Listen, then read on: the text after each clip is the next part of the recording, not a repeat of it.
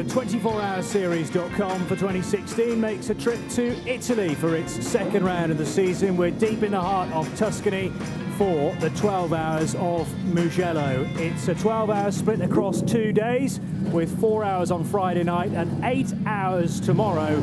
And the cars are heading to the grid for the first portion of the race. Let's hand down to our man on the spot, Nick Damon. Thank you, Johnny. Yes, literally heading at the grid. You can see the cars are sweeping me down below me and beside me, to left me, right of me.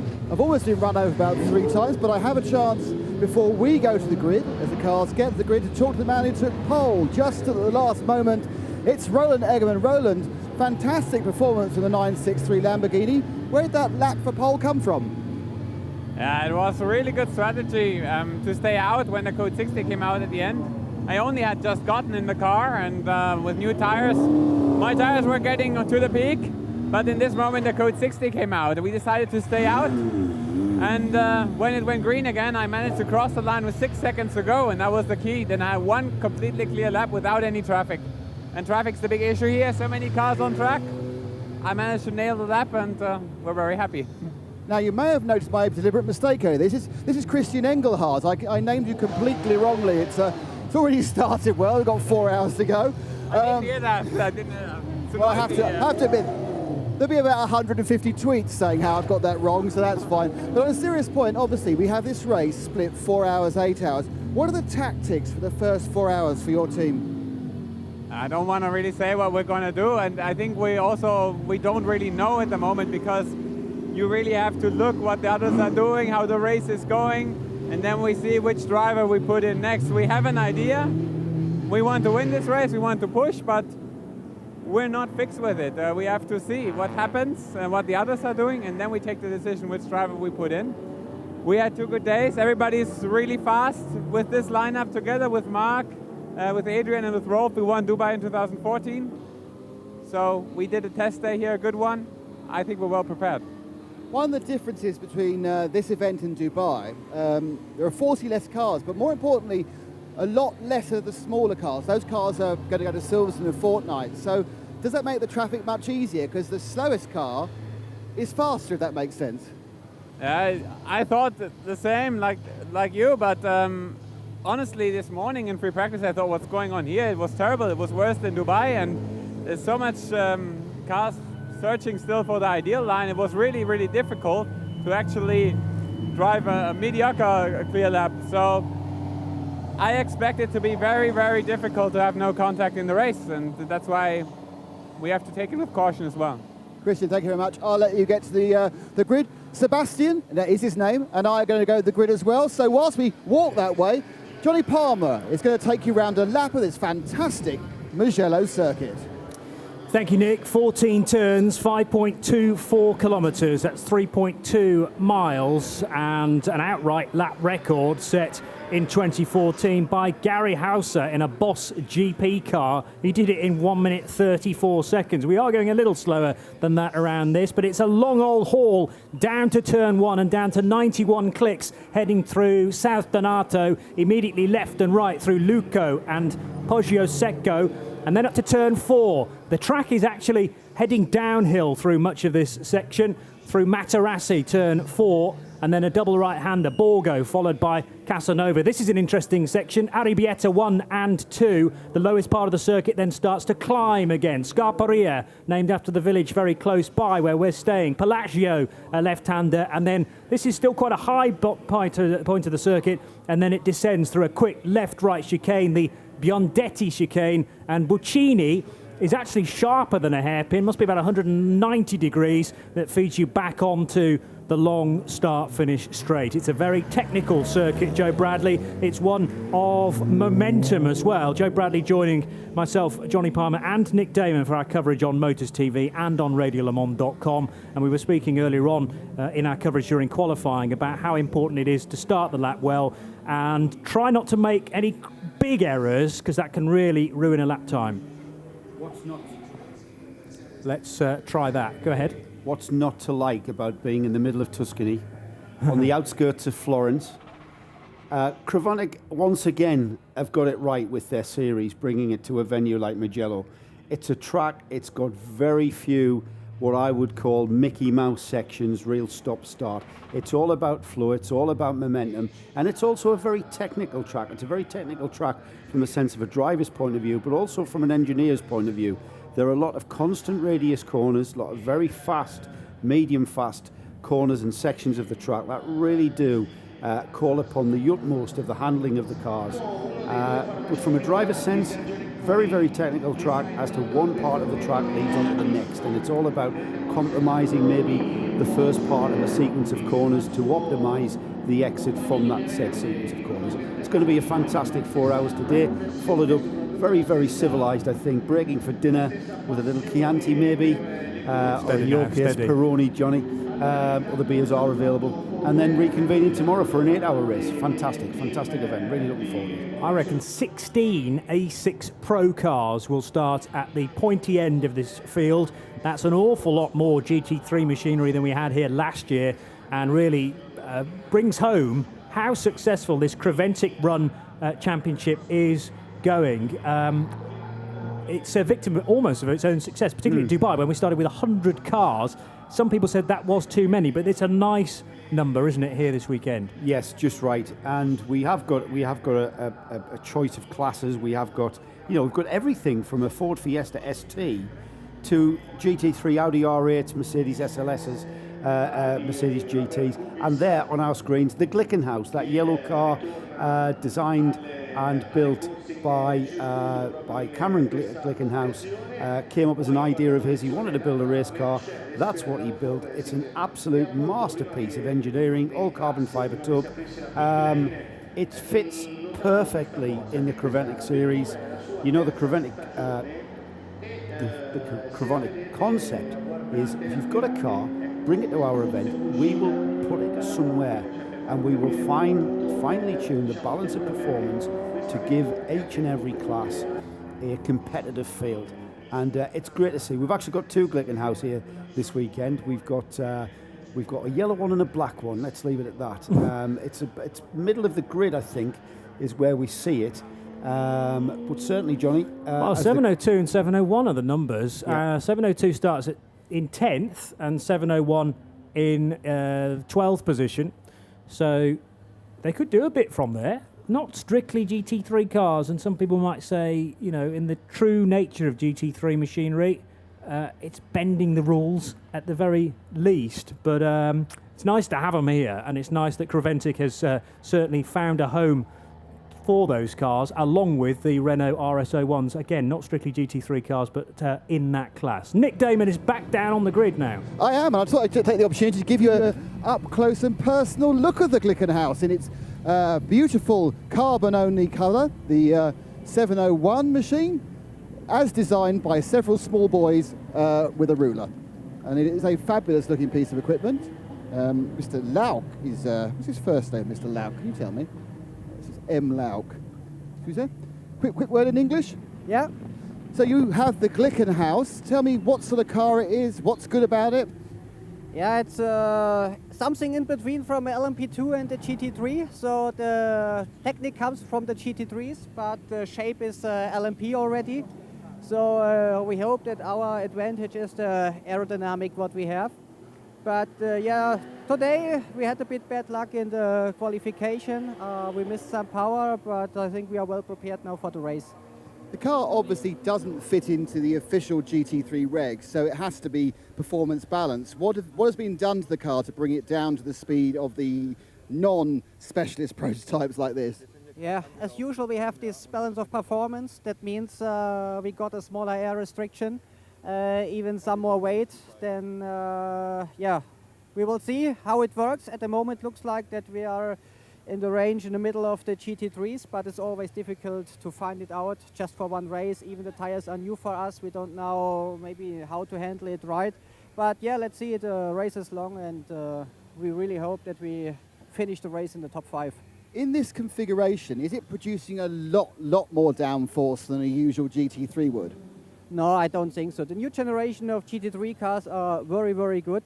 So the only thing is we don't have to take a street car and make a race car. So we started with a white paper and we signed this, so we had some advantages. But it's also difficult for us because we are a team with 2 cars and we have not a big manufacturer behind us who can sort out all the problems in, I don't know, few weeks. So it's still an ongoing development for us.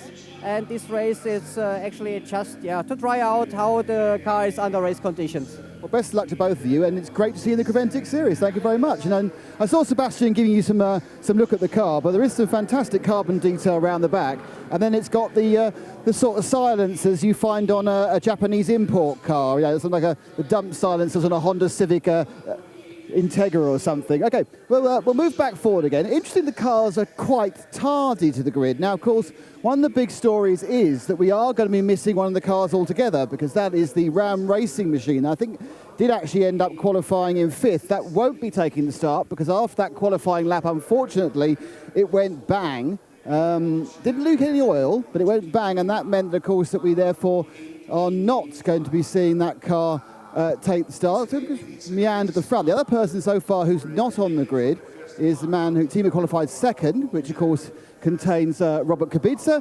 But let's see if we can grab a quick word with someone from the Hoffa Racing team, and the man who I tried to talk to earlier, even though it wasn't him. This really is Roland Eggerman. Roland, good qualifying for the team, done by Christian. How do you feel you're set up for the overall race? Yeah,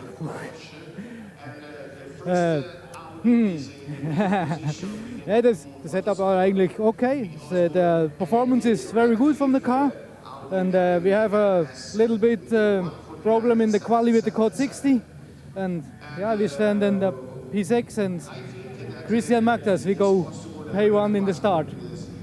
You're obviously a team with some genuine gentlemen and gentle lady drivers. Yeah. How difficult is it to compete with these teams which have got lots of top-line pros in there? Sorry, not understand. I mean, your team has gentlemen drivers, and the other team have a lot more professionals. Is it hard to compete? Yes, es ist hard. Concurrence is very hard, and aber we drive. We're working on me, and then look this. That's good. Okay, thank you, Rowan. So he's working on himself. That's always a good thing. Up in, I think, Rowan, that's in 4th place. It's the 911.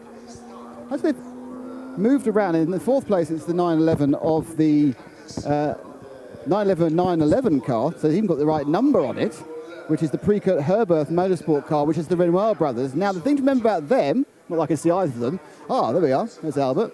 Is they actually won here last year with the number 7 car. Albert? You obviously have great memories of Mugello, winning this event last year. Yeah, that's right. Last year was very good for us. It's our first race now with the 991, a complete new car for us. The speed was not bad in the qualifying, and hopefully we have a maybe same result like last year for this weekend. Everyone says that a Porsche 911 doesn't change very much over 60 years, but how different is this car from just the last one? Oh, it's not very different to the old car. It's much easier to drive with more aerodynamic downforce. So Porsche did a really good job with this car, and hopefully we can have the same success like last year. Now, this morning or this afternoon, it's a 4-hour section. What are the tactics for those 4 hours? Are you trying to get some of your gentleman drivers in? Or are you just trying to go as fast as possible? What are the tactics? I will start the race, and then we put Daniel Alemann in the car and Ralf Bohn. We did the same last year, and it works very well, so we continue like last year. Thanks, Albert. So that's the fantastic 911 car from Precourt Herberth Motorsport. Now, what you'll see over here is a scrum. A media scrum at a Creventic event, and that's because the man behind the camera, currently having a pre-recorded interview, which I think is a bit naughty, because obviously live wins, as we know, is Robert Kubica. So we might have to actually meander across. This is quite interesting. I haven't seen this sort of scrum since we last did the Le Mans event. It's amazing. So we'll move forward, and we'll come back to. Oh no, we're going to do an overhead shot. Look at the publicity, but it's interesting because this is Robert's first circuit race since his accident. They're still waving cars in. Ooh, pushing forward. We were thinking there might be a bit of a secret announcement about this car, but I can't see anything to indicate that's happened just yet. There's a third name on it, but it's O'Muller. Where's Bastian? I know he's going in the door. And there's a couple here.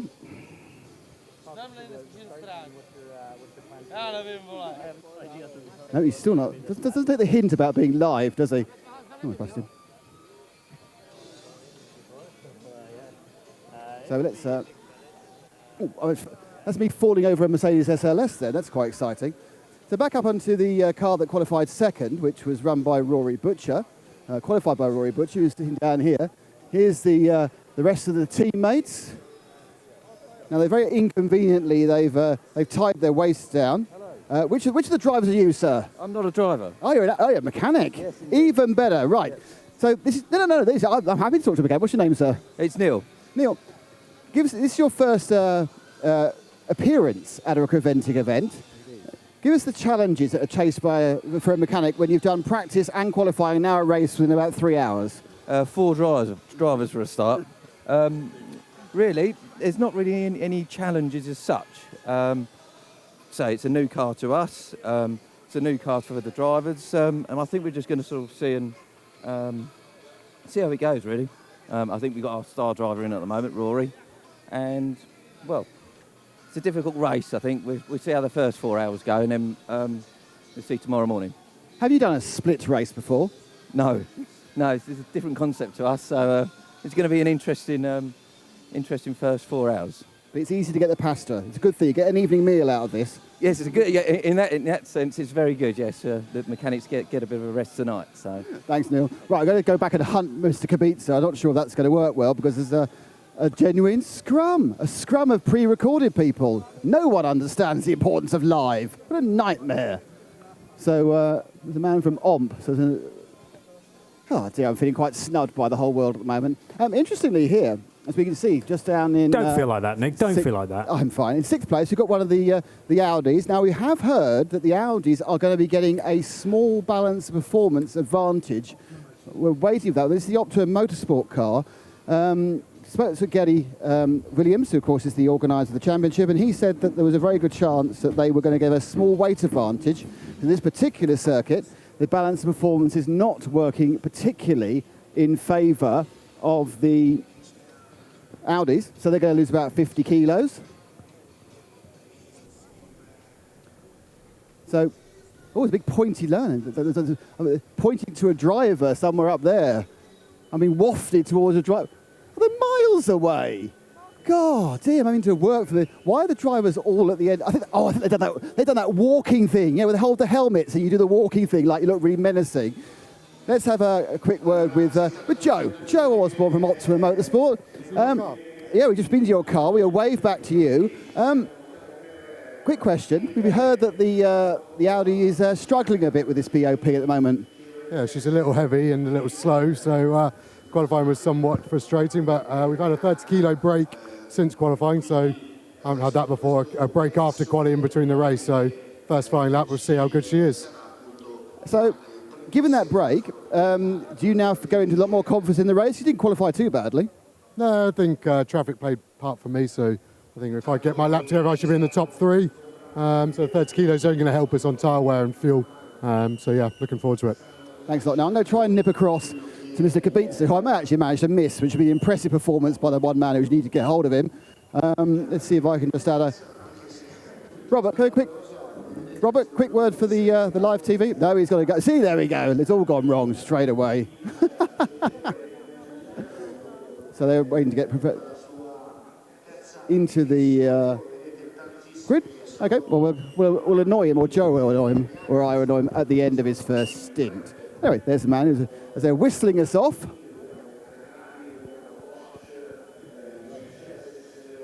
And we'll meander down the pit lane as the grid as we often do.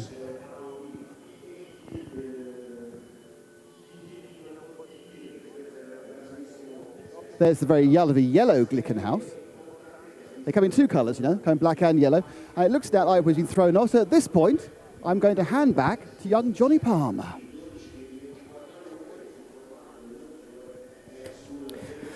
Thank you, Nick. Top job down there on the grid. It's a very busy part of the world, isn't it? And everyone, well, you can see a lot of people with high-vis jackets on, and those high-vis jackets have the car numbers that the relevant team members are working with on the back. So hopefully it should be relatively easy to identify team members at the very least when Joe goes down to the pit lane. Nick's going to do the opening stint in the pit lane, and even I'm going to go down there and do a little bit of the race as a debut for, I think, any pit lane reporting I've done for Motors or RadioLeMans.com. It looks like a brilliant grid from our commentary booth with the, I was going to say late afternoon sunshine. It's been quite a long day. It's only 10 to 2 here local time, so this is we've had the heat of the day, but it's still pretty warm down there on the grid and indeed in the pit lane. But these paint jobs from the GT3 cars, top marks to all involved, with the paint glistening in the sunlight. Bright green Grasser Lamborghini that has taken pole position, and my, did Christian Engelhardt leave it late.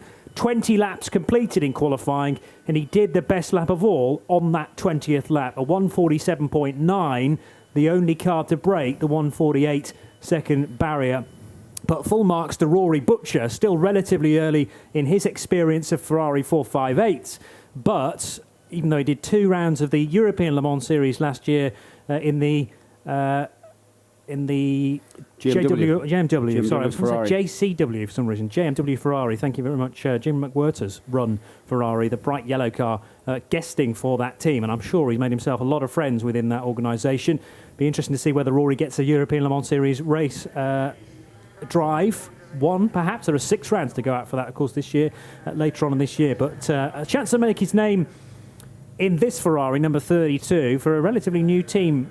On me, anyway. MJC Furlonger is the team that runs that Ferrari, the red and white car, and the door is slammed on that as I speak. Then this lurid orange Mercedes SLS with the black detailing, treble 7 car. That's the Kubica machine.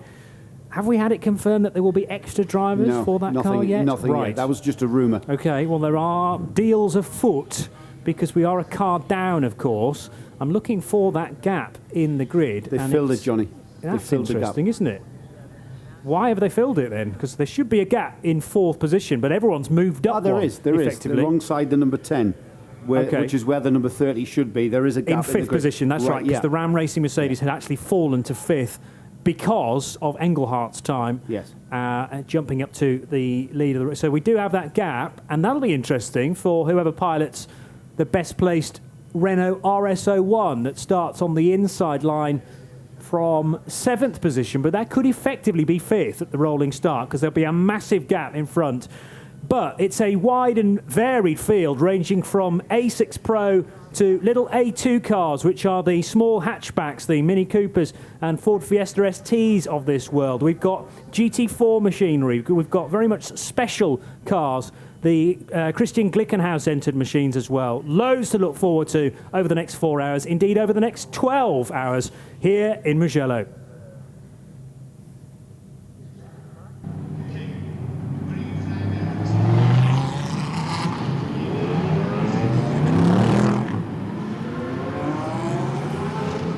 So the green flag is waved here at Mugello ahead of the 12 hours of the 24hourseries.com. It's the 2016 running of this great race, and the entry continues to improve. It's, well, certainly from the A6 perspective, to have so many cars at the front end of the field.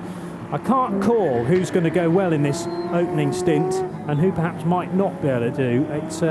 It all depends on who you've put in the car, and that doesn't necessarily, Joe Bradley, have to be your quickest driver or the guy that set the time. No, we talked about the tactics of what driver you would put in to start the race. I would say that it's very wise to put an experienced hand, a driver who is familiar with the start of a motor race, which is perhaps arguably the busiest time of any part of any motor race, is when we get the green light to go. And it's crucial. You can make a lot of ground, you can make a lot of places if you haven't qualified so well, but you could also be demoted quite considerable amount of places, and that's why, for me, I would always go for experience over anything else.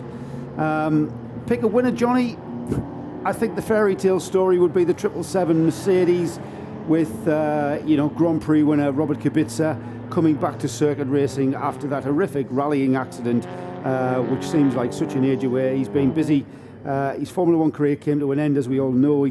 He's then been kept busy in a pretty high level of rallying. Well, this is his first time competing at a racetrack, and it's great to see him in endurance racing, and it's also fantastic for us to see him in our Crevontix series here in the 24-hour series. So for me, the fairy tale would be a great result for that 777 Mercedes. However, that Lamborghini looked good in qualifying. I know it's a different kettle of fish altogether, qualifying from a 12-hour motor race, but if the pace of the Lamborghinis, which we are all too familiar with, and let's not forget the Ferrari, isn't that a great looking grid?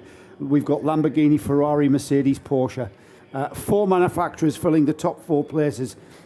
Who could ask for more? Interestingly, Lee, just had a note passed to me about the A6AM pole sitter. Should be starting in 10th position. HTP Motorsport with their Mercedes SLS, but Indy Donchi, I thought he'd given me a bit of a wry smile in the queue for lunch earlier on. They are going to have to start from the pit lane. I don't know what the issue is for that Mercedes, but at least it will start.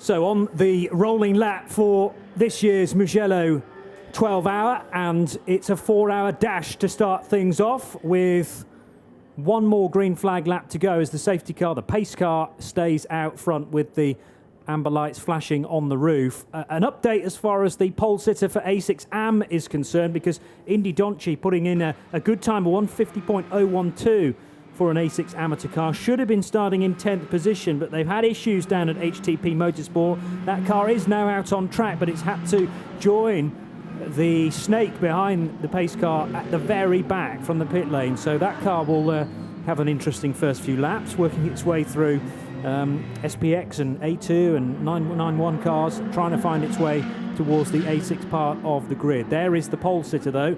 No such issues for Christian Engelhardt's team. I can't tell you still at the moment who's on board that car, but the GRT Grasser Racing Lamborghini starting from pole position alongside the Ferrari of MJC Furlonger. Wick Gamsky's team, he's a Brit, he's joined by Phil Drybra and Rory Butcher. There was due to be a 4th person in that car, I think it's just the 3 of them racing, and Inaikin, Engelhardt and Amstutz, the lineup for that Lamborghini Huracan, the number 963 car. 777, that'll gather a lot of column inches, I'm sure, across the next couple of days. Prokop, Kubica and Muller, the driving lineup, and the 777 car starting in 3rd position ahead of Daniel Allemann, Ralph Bon and Alfred Renauer. I think Ralph's in there as well, the 2 Renauer twin brothers for Precoat Herberth Motorsport. They start from 4th position in the 911 numbered Porsche 911, but it's the 991 spec of the 911. So where's your winner coming from, Johnny? I know I've gone for the fairy tale result of that 777 Mercedes with Robert Kubica making his comeback to circuit racing, but where do you see it? We'll go to Nick in a moment for his prediction.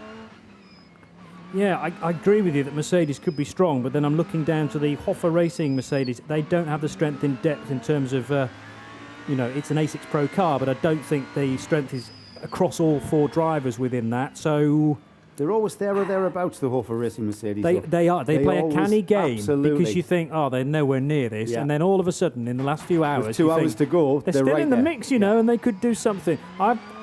I'm surprised at that Ferrari's pace, and I have to say there was a race back end of last year, the Abu Dhabi 12-hour. I said Ferrari had no chance, and it was Mercedes all day. In the end, Kessel Racing won it in a Ferrari. So let me say that my favourite's the 32. You're going for the Ferrari. I'm Nick, going to go for the Ferrari. Nick, are you going to make a prediction? If Nick is down there to give us a prediction, by all means, chuck in. Hello. You had to turn me on, love. You were on. Was I? Oh, hello. Anyway, I'm going to go. Can I have 2? No. Right. I'm sort of defies the point. I'm leaning towards the potential for Optimum Motorsport. But I actually think it's going to be a double up for the Renauer brothers. and Greenhead Herbert Motorsport. Who won here last year? And yeah, I think they've got a good chance. I just think they know what's around here. The other team, a combination of inexperience or because obviously Robert Kubica's done all the laps, but his other two drivers, because the third name appeared in that car, I couldn't quite Oliver something. So I think, yes, car number 911. Well, you win 1,000 havens if you get that one right, son. You win 1,000 havens, so good luck to everyone. They have experience, as Nick says. It may well be that very car that won here at Mugello last year. Well, it's 12 months on now, and we're about to encounter the 12 hours of Mugello for 2016 as the pace car retires to the pit lane, and all of a sudden the man judging the pace is, we assume, Christian Engelhardt. Might be one of the other drivers at GRT Grasser Racing, but 963 knows the circuit very well indeed. It's got good pace around here. This seems to be a very even start. I'd forgotten how long a haul it is, though, out of that final corner down to the line and down to the stripe. So it's an absolute eternity for the two guys on the front row. Now they get the green light, and 4 hours of the first portion of the 12 hours of Mugello is underway. Has the Lamborghini made the break on the Ferrari? Yes, it has. And here comes the treble 7 Mercedes up the inside of the 458.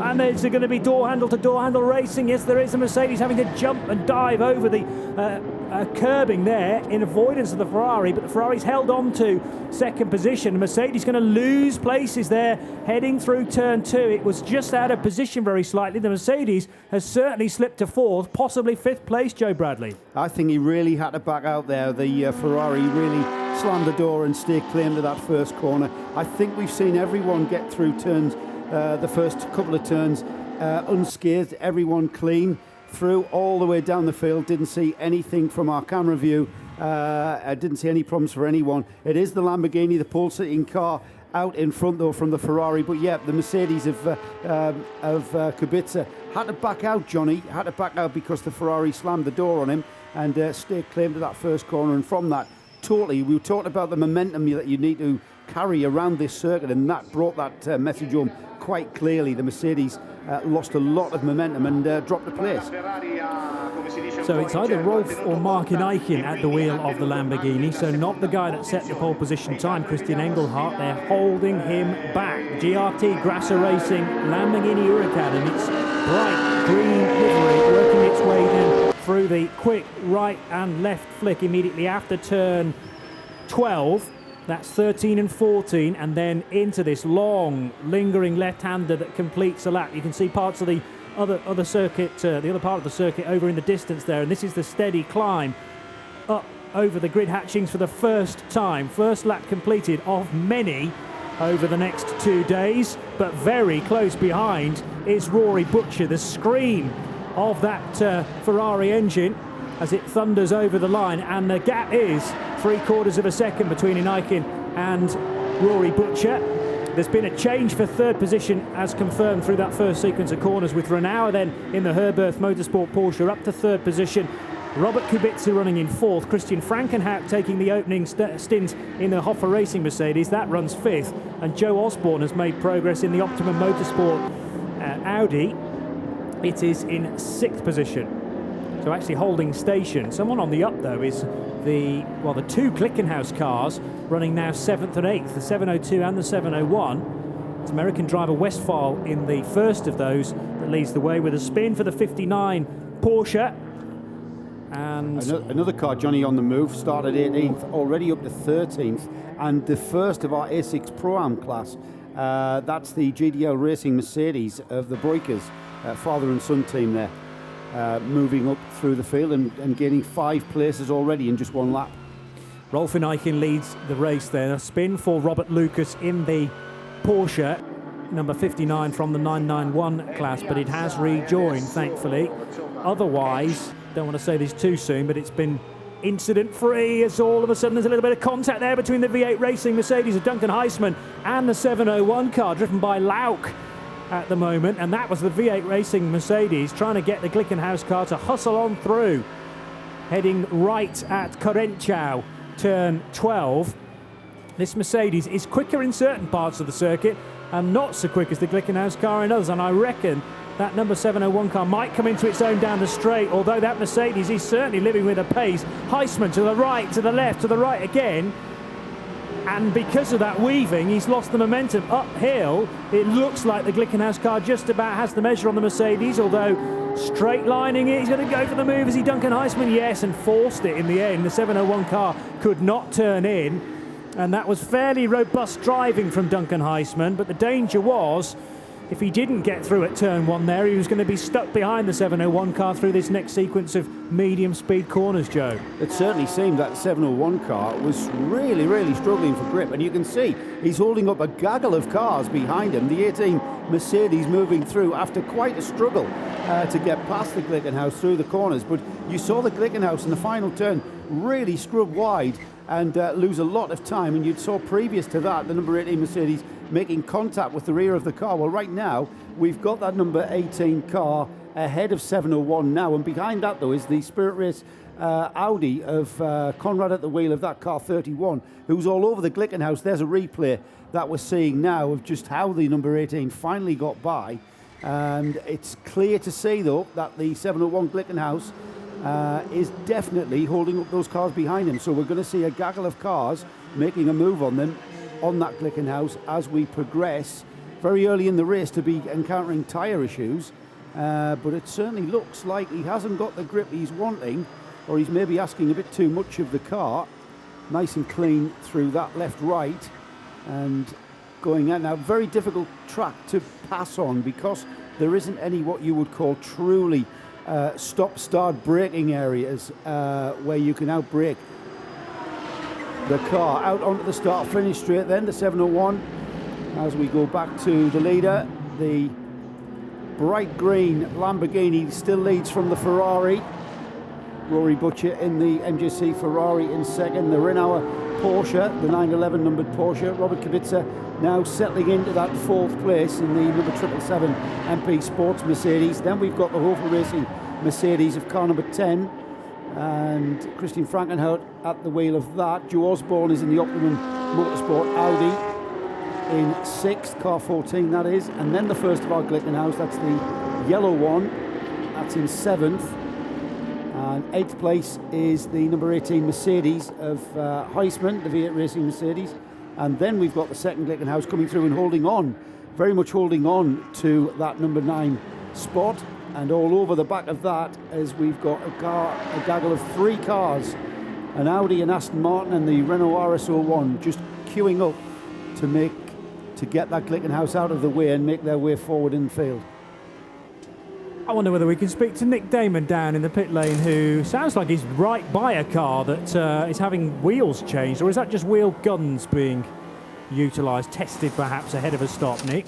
No, it's a broken one, I'm afraid. Oh dear. It's the 98, which I think is the Speed Lover machine. No, it's the Speed Lover. The 98 SP2 Porsche 911 Cup car.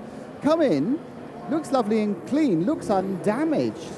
Actually, better look on both sides. Oh no, made a bit of a mistake now. On this side, on Sebastian's camera, he's had a kind of a parking knock. That's the sort of thing that probably happens in Astor.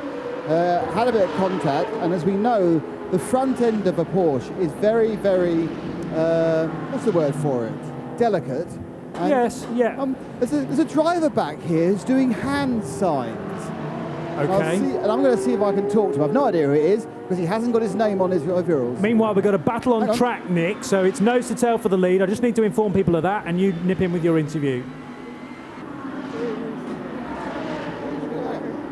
And I think I am with the driver. I'm going to ask you, sir, what's your name? Carlos, yes. Carlos, were you driving the car? What happened? Yeah, well, I had a car in front of me that, of course, in the straight was faster, the Lamborghini, but always in the corners. Yeah, it was almost standing, and after the 10th trial to make him understand that I want to pass, because it was a bit of a lack of cars in front of us, and so I tried. I thought he would understand now that we were faster, and he just closed, and yeah, so. The damage doesn't look too much. What's it actually done to the car, though? Yeah, it's only the radiator. I mean, Porsche is known for radiators at the front. So, yeah, if it was not the front motor. So I hope we will fix that right away and can go on. Thank you very much. That's Carlos Rivas from the 98 Speed Lover Porsche. And more action indeed in the 991 class, as we've got the number 86, the Tsunami RT entry off into the gravel. Doesn't look like he's caused too much of an issue there. It's Combe Ledegois, the French driver, at the wheel of that car, and just a little bit of an off-track excursion for that number 86 car. He was in 22nd place overall and was in fact the leader of the 991 class. That's the Porsche Cup class. So the leader in the 991 class off track, losing position there, as he had the rest of the 991 field directly behind him. He should come by next time, and he will not be leading that class after that.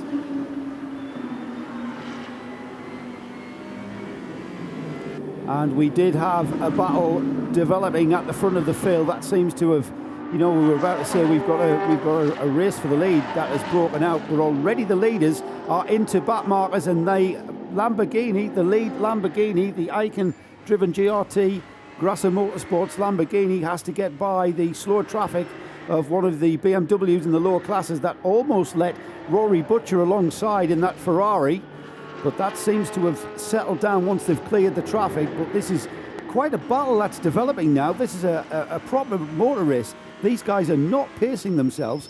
Maybe we need to remind them over the radio that it is a 4-hour segment of a 12-hour motor race, but it doesn't look like it.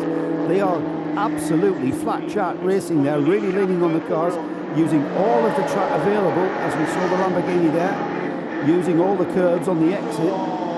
We're just with it there, perfect line through there, getting the throttle down, and just car squirreling under the brakes there as he brakes for the left hand and then through the right hander.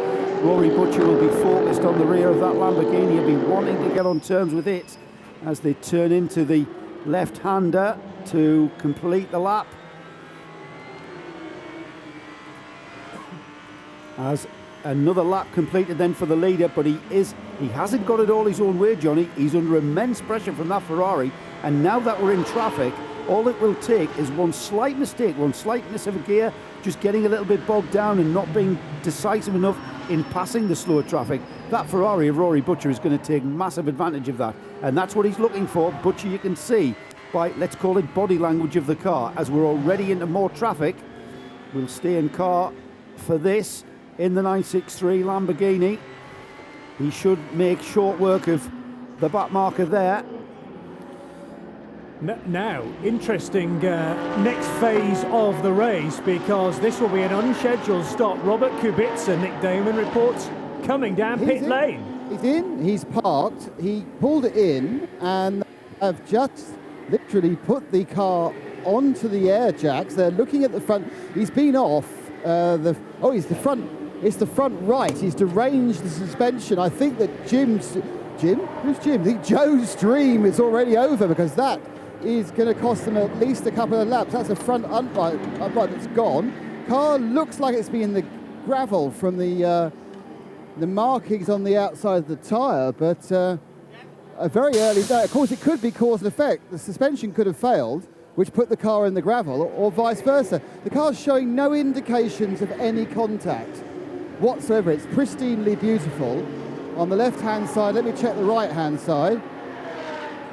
Yep, nothing's touched that, so my prognosis would be either it just ran wide and then the suspension broke, or the suspension broke and it ran wide, and I think option B seems more likely.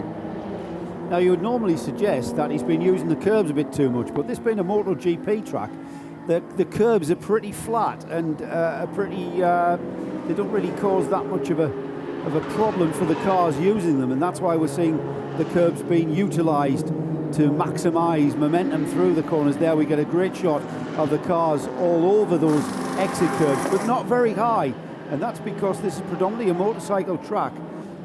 So a very strange problem there in what was my prediction for the win. Maybe it was just wishful thinking for a fairy tale finish, but I'm sure we're now going to see a drive back from that team. Remember, this is only the first 15 minutes. We're only into the first 15 minutes of what is effectively a 12-hour race, or actually a 12-hour race. So hopefully that suspension damage isn't too much, and they have got suspension components in readiness to replace on whatever's failed there. It's hard to say. Joe? Yeah, go ahead, Nick. The upper wishbone has sheared. It looks like a failure. It looks like a metal failure because it's a lovely white bit of metal. You can see where it's broken. And they are unscrewing the top wishbone to put a new one in. So whether it's helped by a side-on-side bang tyre, but I don't think Kubica was battling at that point, or it's just a failure. I don't know. It's very, very strange. I would imagine that's going to be a lifing issue if it's broken where it's broken. Yeah, I know you're not too technically minded, Nick. No, I understand lifing, and the good point is we don't know where this car's come from. We don't know what it was before. It's obviously not new. They don't make it anymore. It's been bought by his teammate, jet driver. So who knows what the history of it was before. You boys might understand lifing. I certainly don't, and plenty of other people won't. So lifing is what? How it's been treated prior to this event? It's how long all parts have a life, a number of hours they can be used, or a number of laps. It will depend on the parts themselves. And what happens is that teams will take a log every time they use the car. They go, right, we've had that caliper in for 90 hours, we've had that wishbone in for 30 hours, and they all have a safe life, which means that they should live quite happily that amount of time. But then you get metal fatigue and things like that, which can build off, and at that point they need to be replaced for safety reasons. This is not performance lifing on the whole, this is safety lifing for suspension and brake components and that sort of thing. Obviously there's performance lifing, we have that for engines and engine rebuilds, but yeah, that's why you see engineers writing down little things in on sheets of paper or put their computer. They need to know every time the car turns a wheel, so they know how long every component's been run. Is that right, Joe? Well, Joe stepped away now because I'm pleased to say I'm joined by Stuart Horn. Well, not pleased to say really, because you should be in this race, mate, and you're not because of a lifing issue with the engine in your AMG GT. I thought Mercedes would go to the moon and back. So did we. And it's, to be fair, it's done quite a big old race already this year. Only a few months back. These things happen. It's a new car, and it's obviously very, very disappointing for us all at Ram Racing. I think we were definitely in the mix this weekend. We found a bit of pace since Dubai, and the car was feeling really good, and just the engine let go in quali. But unfortunately, that's the way it goes sometimes. That's sport, that's racing, and you've got to take the rough with the smooth, haven't you? How much warning, if any, did you get of that going bang, or indeed if it did go bang? I think you maybe eased off before there was even bigger failure than you in fact got. Yeah, no, I was just actually coming through this corner now, and I was just admiring the fact that I'd eased off and found myself a lovely gap to try and put in a quali time, and there was a nasty noise from the sort of engine transmission area, and I thought, crikey, I'm going to back off here. And as I backed off, the oil pressure warning light came on, and I switched the car off because usually these sensors aren't wrong, and when there's an oil pressure warning light, it's something pretty terminal. And as we found out, there was bits of copper in the oil filter, which isn't good. So unfortunately, game over for us. But you know, we live to fight another day, and we're looking forward to Zandvoort. I mean, the car still looks great, doesn't it? And I wait the day, hopefully not very far away from now, when an AMG GT goes brilliantly well. But I remember Black Falcon had issues with their car in Dubai, and you know, the race didn't go brilliantly well for you guys either. Is this all part of the development process for a car straight out of the box? Oh, of course it is. These things happen. You wouldn't have expected it, but with regards to the engine, because it's effectively the engine out of the SLS. Yeah, really. and it's not a brand new block, is it? It's an uprated version of the old engine that's been stuck in the new car. Yeah, but you know, these things happen, don't they? It's very unfortunate. We really want to be out there racing. The car felt fantastic. The car felt really good in quali, and I just put my set of new tyres on to really go for a lap. And I still think we qualified 4th or 5th or something like that. Well, you were 4th at the time, yeah. And So you told me earlier on that you reckon there's probably another half second or maybe more than that. Yeah, there was some time left in it. I'm not sure we would have out-qualified the Lambo. That was a stonking lap there by Engelhardt, but we certainly would have been there or thereabouts. And with regard to our driver lineup, I think we were fairly evenly matched. So Oh, there's something going on there with an Audi. There is an Audi R8 off, and that's not the prescribed line through. Where will that be? The run through Casanova, possibly, over the bridge that comes into the circuit. The car's back on the track now. I didn't spot which Audi it was. I don't think it was the Optimum Motorsport car, though, the 14. I think it was a car collection one, potentially. Yeah, that would be about right. Joe Osborne, by the way, still in the best placed Audi R8, running in 5th position, and he's moved up a place, therefore. But Rolf Eichen's Lamborghini tumbling down the order to 6th spot. So issues for the Lamborghini. And it is a Porsche, the Herberth Motorsport Porsche, that leads the way. The 911 car, dare I say it, Nick Damon's tip for the race win before we got started. But bear in mind, we've still got 3 hours and 40 minutes to go today, and then another 8 hours to go tomorrow. So it's Herberth Motorsport and Alfred Renauer that leads the race after 10 laps.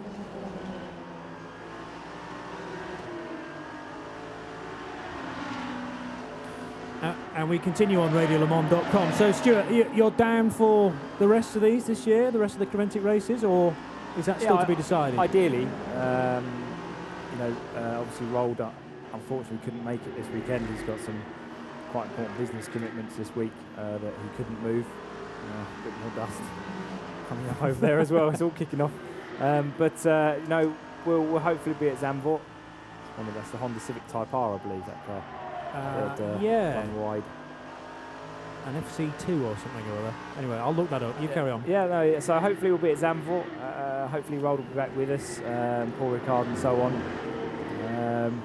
It's quite a big classic year as well, with the Monaco Historic and Le Mans Classic, and we should be at Silverstone for the opening round of VLMS as well. So plenty of things to look forward to.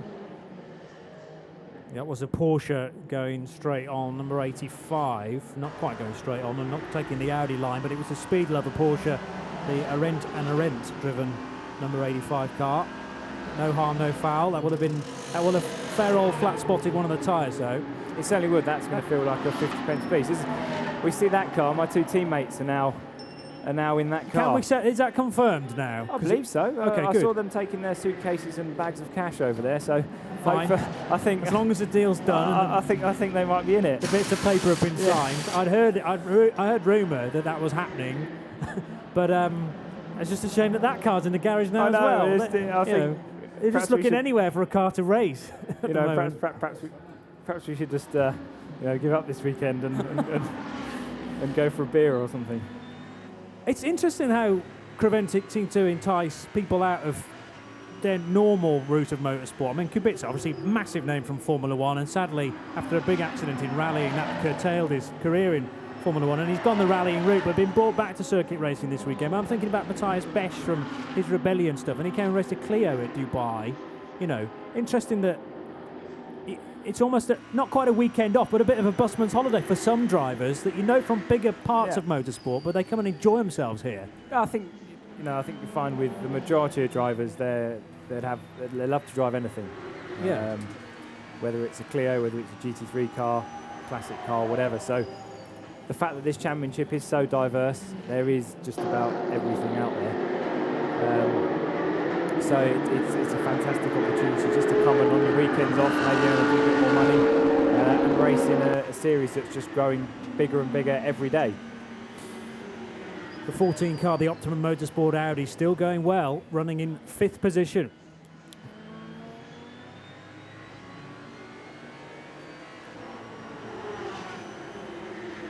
Three hours and 35 minutes to go of the 2016 Mugello 12 hours. Of course, that's only to the first part is done, so I'm talking about the 4 hours on Friday, and then we have a further 8 hours tomorrow, of course, so it'll only be 1/3 distance after 3.5 more hours, and things have shuffled around at the pointy end of the field because of issues for that Lamborghini, the GRT Grasser Racing Lamborghini, which was leading the race, but it's running now in 5th position, and Rory Butcher has tumbled down the order as well. He's not been in for a stop, has he? No. So that Ferrari struggling as well, down to 4th place. Meanwhile, the Cameron Glickenhaus SCG is up to 3rd spot now, the 702 car. Not strictly a GT3 car, well, by no means a GT3 car. That's pretty much a full-on prototype, isn't it, Stuart? How do you feel about those cars being lumped into your class? I think it certainly put our noses out of joint a little bit, but they've got to race somewhere, and ours is, they can't just make a class for these cars. Yeah. I mean, it might get to that stage where you can put them. The other day we were a bit surprised at their pace in qualifying, because the other day we thought they'd be on for sort of well into the 47s, but they might be showing their hand now. It's as ever in motorsport, it's a bit of a tactical game sometimes, especially on the BOP. Yeah. I know we in the Merc think we're a bit out of favour really in the BOP at the moment, but it's a new car. It's a Mercedes, so you don't want it running away with everything straight away. Is that being looked at on a round-by-round basis, as far as you know? I believe so. Right. We've had 100 kilos or something in the car at the moment, right? Which is a substantial amount of weight. It's like my Christmas weight, that is. So, it doesn't help us, but I think you see from qualifying that it's not uncompetitive. That's another Audi which has stopped on the circuit, and it's clearly gone backwards out of a right-hander there. The shot a little bit tight for me to identify exactly where that is, although there's a wall in the background. Can't be a whole load of places. Is it coming out of turn 3, perhaps? It's either 3 or 5. Or 5, and they're very similar corners. But I'd say it's 3. I'd say you're right. I'd say it's 3. Okay. So perhaps losing it between 2 and 3, and the car's switched ends and gone backwards into the gravel. The problem is, although it's just over a brow, I can't see whether those rear wheels are embedded in the gravel, and the car might well be beached.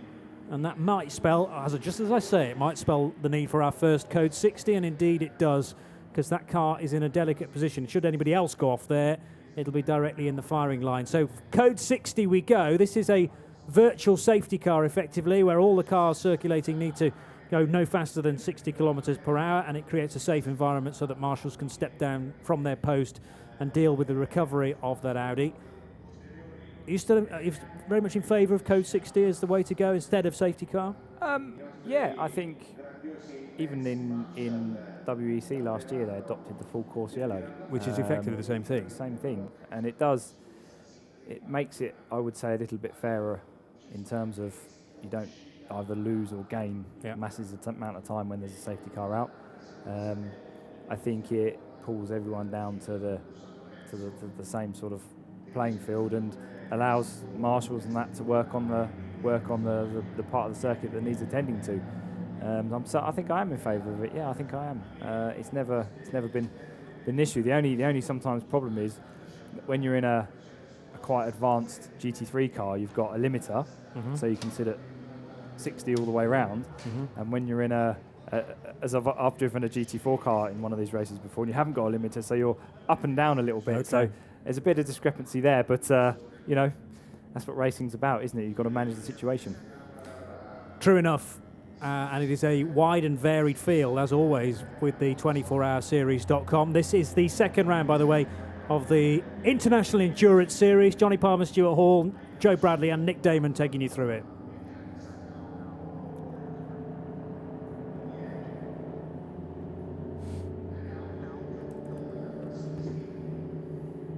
So you'll be at Silverstone for the WEC and ELMS weekend? Hopefully. Yeah, hopefully we'll be back there in the GTE Aston. Drag the old girl out maybe one more time. It's been around a long time now, that car. Didn't have the best of years last year. We think we've hopefully got quite a potent lineup for Silverstone. Right. So fingers crossed we can give it a good send-off. And that'll be in ELMS? ELMS, yeah. Okay. No, we're not going to do any WEC this year for rolled time constraints and that sort of thing. It's just financially and time-wise, it's not worth it. So we are taking a bit of a step back from the modern stuff, but in terms of, like I say, classic stuff, it's really full on with Monaco in a couple of months' time, and then Le Mans, Silverstone Classic and things like that. So still quite a busy year, but I'm actually having to change gear with a gear stick most of the time. And is that tough, considering you've got into the mindset of racing the more modern stuff, or can you just switch between the two pretty easily? No, they're both so different. I left foot brake in the modern cars and the right foot brake in the classic cars. I think they're so completely different. I can sort of switch between the two quite easily, and they're a lot of fun as well. Real lot of fun, and like I say, a little bit less pressure over a weekend. So as enjoyable as the modern stuff, but obviously, like any driver, the ultimate goal is sort of wet, so I'll strive to be back there. So what will we see you racing in the historic stuff this year? A McLaren M19 Yardley, right, Formula 1 car, and a McLaren M23 Yardley Formula 1 car. Denny Holm drove the first one, and Peter Revson drove the second one. So I've got some Joe's serious nodding his head. He knows all about that. Some serious boots to fill, I have to say. They're serious bits of kit.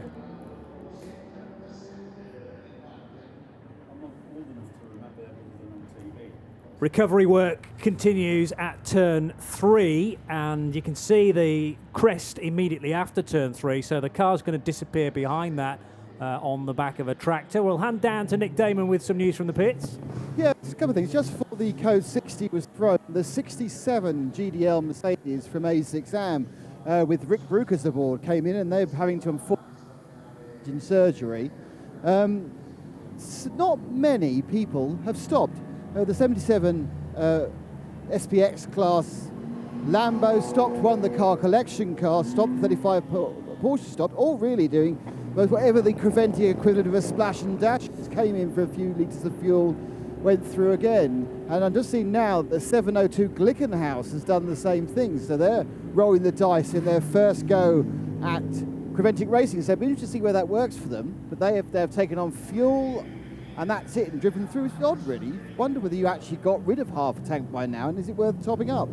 They'll lose a lot of track position by doing that. There are so many variables in this race, aren't there, Stuart, about, I mean, you get in and drive the thing, but I don't know how much input you have into strategy, or whether that's just a matter of handing that over to people like Dan Shufflebottom and, up and down the pit lane, the equivalent team managers. Is it best to have just one person making those decisions about when to fuel, about when to change tyres, do the driver changes, and how it all fits in around your code 60s? Yeah, I think as a driver you have to trust the engineers and try and give them as much input as you can as we go to green again. You do.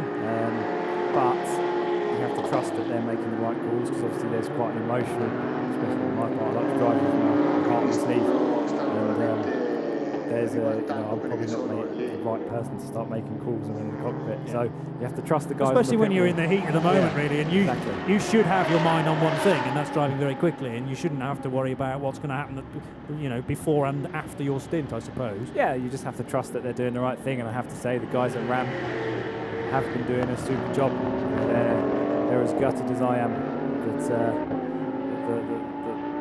what's happened has happened. But if you're a betting man, you wouldn't have bet on a Mercedes engine letting go this weekend. I think the Mercedes has been exemplary, and it will continue to be exemplary. We've just been very unlucky. So hopefully that's our bad luck out of the way for this year, and we can start winning some races from Zandvoort onwards. And it's tough, I suppose, to learn anything from this whole process, because you expect, as you say, the engine to do the business, really. Yeah, I'm sure the engine's going to go back now, and there'll be be checked out and internal investigation. And Dan did say to me that it needs to be stripped down before you can start to diagnose what's gone wrong with it. Exactly. These things don't happen often, but when they do, it's bitterly disappointing. So, we pick ourselves up, enjoy the racing if you can, and look forward to trying to make amends for it next time we roll the car out exactly. So the car will go back to base now.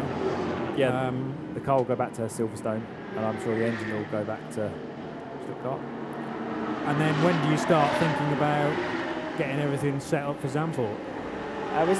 It's with the LMS in between and some more historic testing, it's quite a busy for you, busy time. So I probably won't drive the car until I arrive in Zandvoort.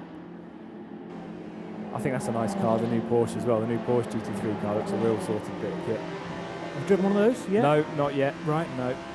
I don't think many people have driven them. No, true. Yeah. No, it's just a select few. Yeah. But you try and get on that list then. We'll put out a plea for you. Maybe get a drive. I mean, you already got a busy enough year as it is, but you can crowbar a Porsche GT3 driving as well in 16 and then bring it on. I've got a few spare weekends that have been earmarked for baby shopping at the moment, so... Oh, is that a baby that's due? Yes.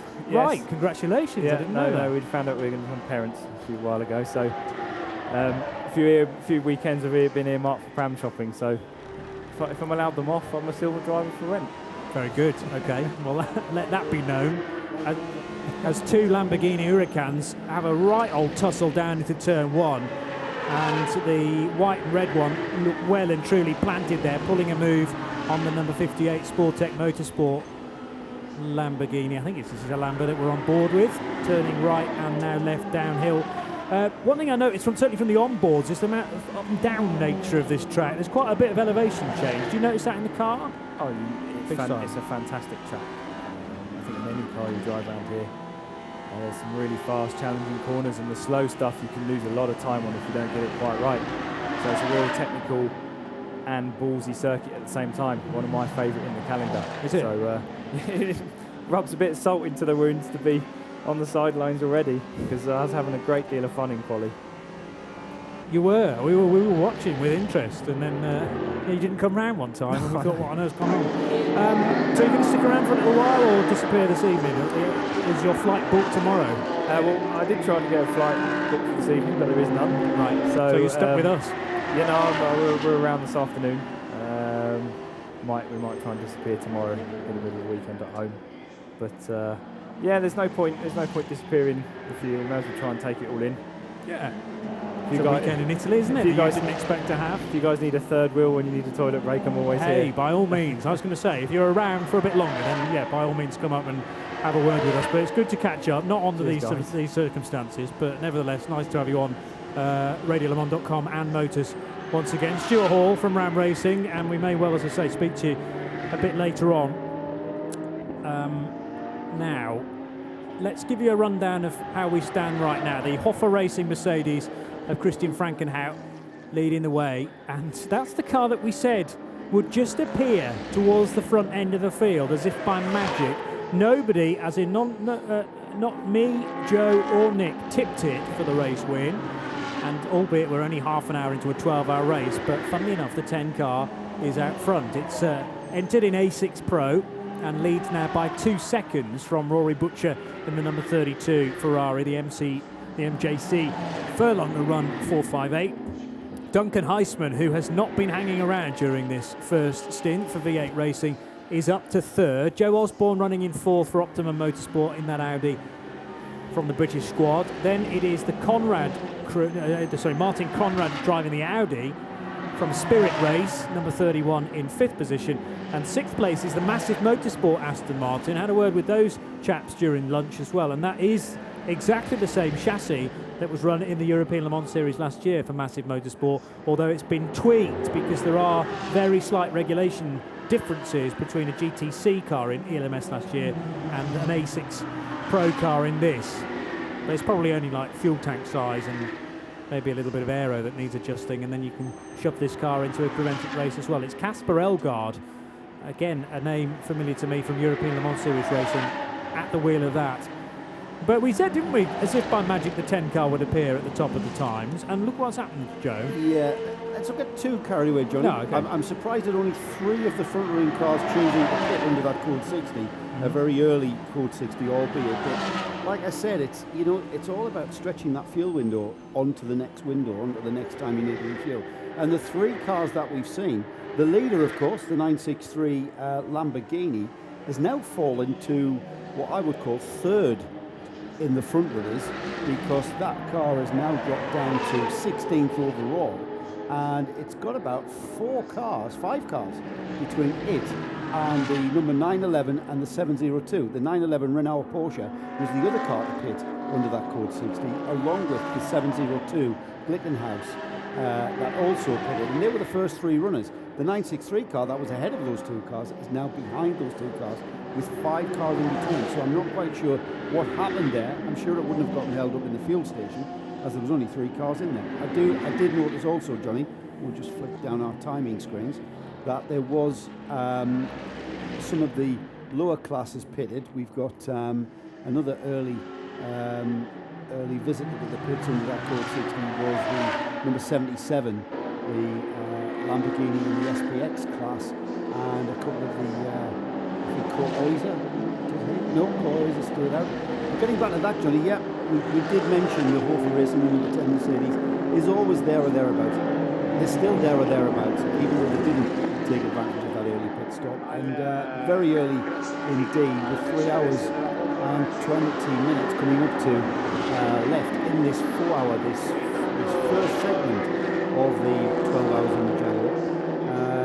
We've mentioned before, mate, that the tactic is just to stay in the game at the end of this 4 hours and be on the lead lap, and that's, I think, what we're seeing there, a conservative decision there by the leader to pit, and not sure if they change drivers. I think Heineken started the race. I think he stays in the car. Yeah. Here's Nick Damon. Hello. I thought you had news. Can you tell us anything? The sun's out, it's getting warmer. Beautiful. Actually, it's interesting that, I was listening to Joe, the tactics of taking on a splash and dash in 20 metres, because it wouldn't be that much more than that. They'd have been running, 20 minutes, hadn't they? So they probably went at 30, 40 litres, nothing like the half fill they can get. It is really a very early roll of the dice, but they obviously thought they could get in and out, stay on the lead lap, felt they had the pace, because when it comes down to it, they're not going to save 3 minutes in a stop, or 2 minutes 30, because they're only actually going to save however long it takes to put fuel in. Because that in and out is still going to cost them time, time under code 60. So you can imagine that someone with a supercomputer needs to work this out. This is far more complicated than F1. And McLaren have got a whole data centre of 1,100 people. There's some poor bloke at clipboard doing this. It's because, Nick, we've got so much time to race left. You know, we've got, 11 hours of racing, over 11 hours of racing still to complete, haven't we? Yes. Lovely we have. day, by the way. Yeah. Sun's out now. Definitely, Joe, when you come down in an hour, do not bring any form of jumper. Oh, it's that hot, is it? Oh, yeah. Oh, I'm doing a full jumper around my waist, tied up, This is the 80s, now it'd be a yuppie, it'd be over the shoulders, and I'd be going down the yacht club. I thought that's where you would wear them in, around your waist.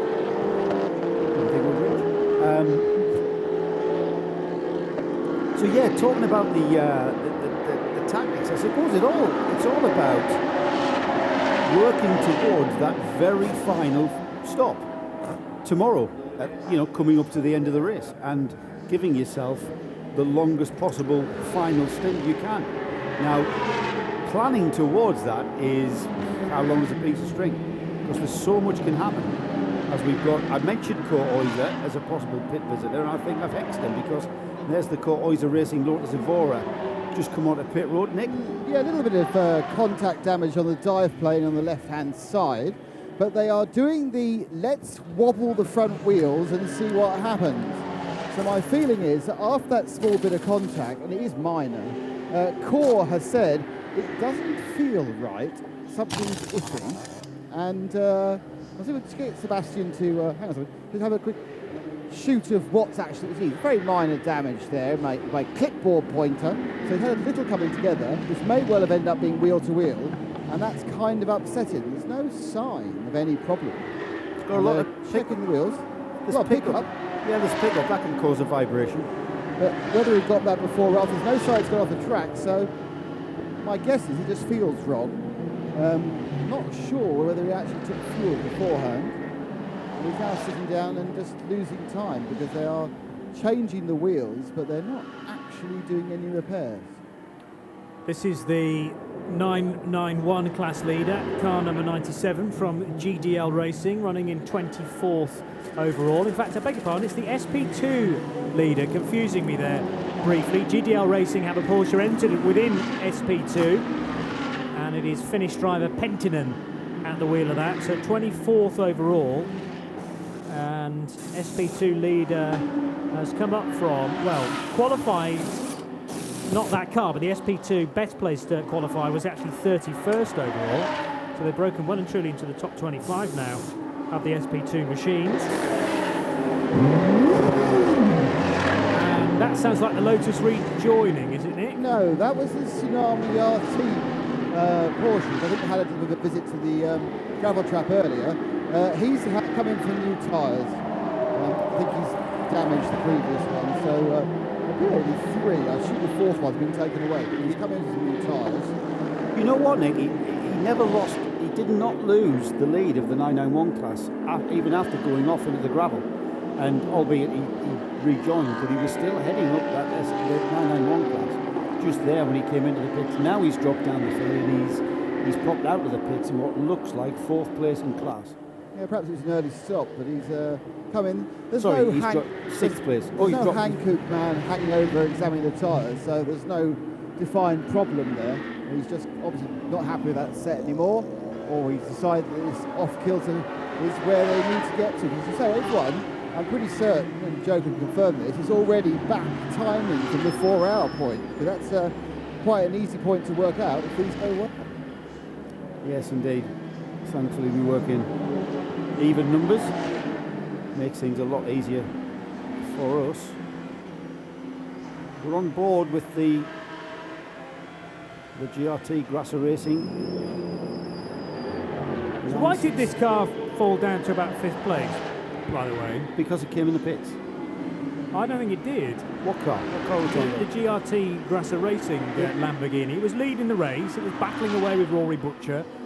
And then I started talking about some other things. And then the next time I looked, the Lambo was down to 5th position and the Ferrari started to lose ground as well. Speaking of cars losing ground, it's a Porsche spinning down at turns 6 and 7.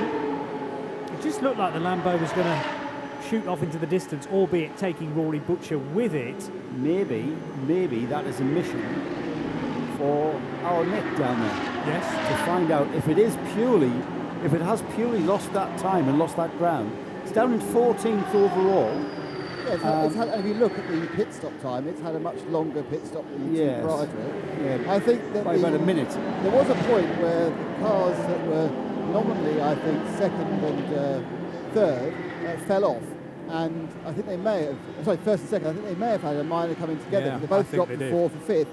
And obviously the Inspector Damon or Inspector Bradley, depending whether they change over, will be asking the drivers what on earth happened. Yes. Indeed. So yes, we need to speak to Rolf Ineiken, who started that car. I'm assuming they didn't change the driver.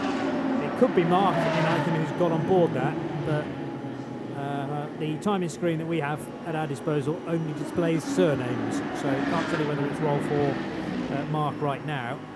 Same goes for the Herberth Porsche, which has led the race. Alfred or Ralph Renauer at the wheel of that right now. It's running down in 9th position. That car has also stopped, but its stop didn't take as long as the 963 car. It did a stop of 2 minutes 40. That's the reason why it runs in 9th position, just ahead of the second of the Christian Glickenhaus cars, number 702. But the Glickenhaus machine, 701, had got up as high as, was it 3rd position, and has now started to lose a bit of ground. Next, tell me.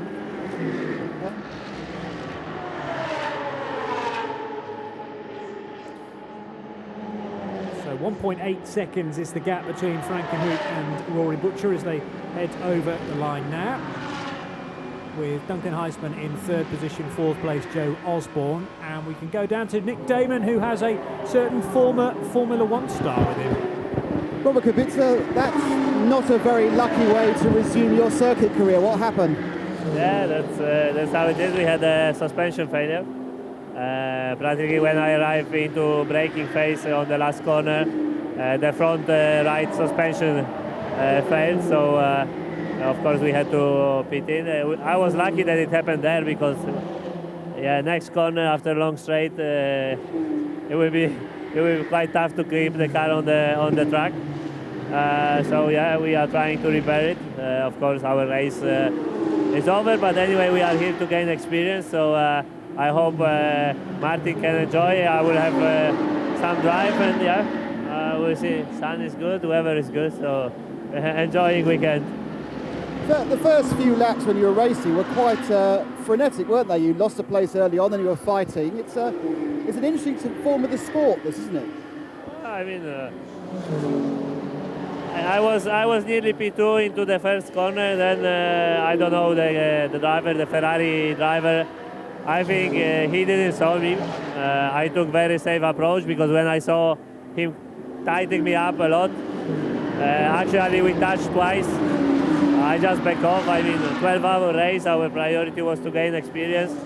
I knew I have a long stint in front of me. Actually, we were saving quite a lot of fuel, and I was planning to go very long, so also saving tires, because I knew it will pay off, but unfortunately it was not, the luck was not on our side. You say you're here with your teammate to gain experience. What plans do you have for future outings? It's more for them to gain experience than for me. I don't know what the future will bring me, but for me, was most important, they are restarting, so good news. He's out of the box. We'll see what the future will bring. It's my first GT race, first endurance race, so there's a lot to learn, and it's a completely different category to what I was used to driving. And as I say, we try to gain as much experience. If we will be doing next in the future some more events, or I will be driving somewhere else. Every new things are always quite exciting, and it's always nice to learn. A lot of experienced drivers, a lot of top drivers like yourself have now embraced driving with a roof above you in sports cars. Are we going to see you at Le Mans in a couple of years? I don't know. I don't know what I will be doing next week, so I don't know what I will be doing in a couple of years' time. But, as I said, here was very good opportunity for me also to train. I did train quite a lot lately, and actually I'm getting back to the shape. Of course, I cannot change my limitation of my hand, but it was also opportunity to see how my arm will react. Of course, driving like 30 laps in a row is different than doing 2-hour stint and or 12-hour race into drivers. So, but okay, we have still long race. We can still gain and learn a lot. So yeah, we will try our best. So you would like to drive at Le Mans then? I don't say yes, I don't say no. Well, thank you very much. Thanks a lot. But we know what he's thinking, don't we? You know what? Great to see that guy back. Robert Kubica, winner of the 2008 Canadian Grand Prix, was on the threshold of what was going to be a glittering Formula One career. He was the name to be. And in that off-season, that was when he had that rallying accident. I mean, that's the mark of the man. He just loves to drive anything. And how he spent his leisure time and his downtime in the off-season was to go rallying in a I think a rally in Italy, I think, is where he had his accident. And that real tragic accident, I say tragic, he probably thinks differently because he got away with his life. It was a very serious accident where a piece of Hankook went through the middle of the car and damaged his arm pretty badly. And of course, from the tight confines of a single-seater in a Formula One car, is a lot different to the spacious confines of a rally car or a GT car.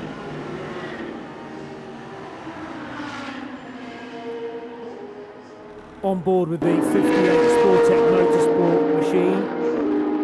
But just going back to that Robert Kubica interview that Nick Damon so expertly carried out. I mean, it's good to have somebody so receptive, isn't it? And originally from Poland, but English, great command of English, as you would expect from someone who's been in Formula One for many seasons.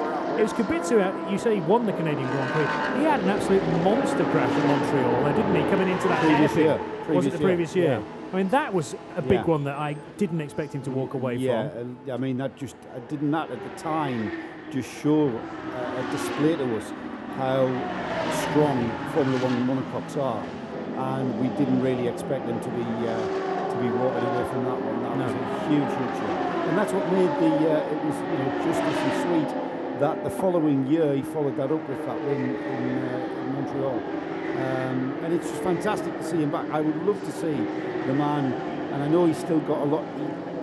I think what he was saying there was there's still a lot of questions unanswered about the capabilities of what his arm is like.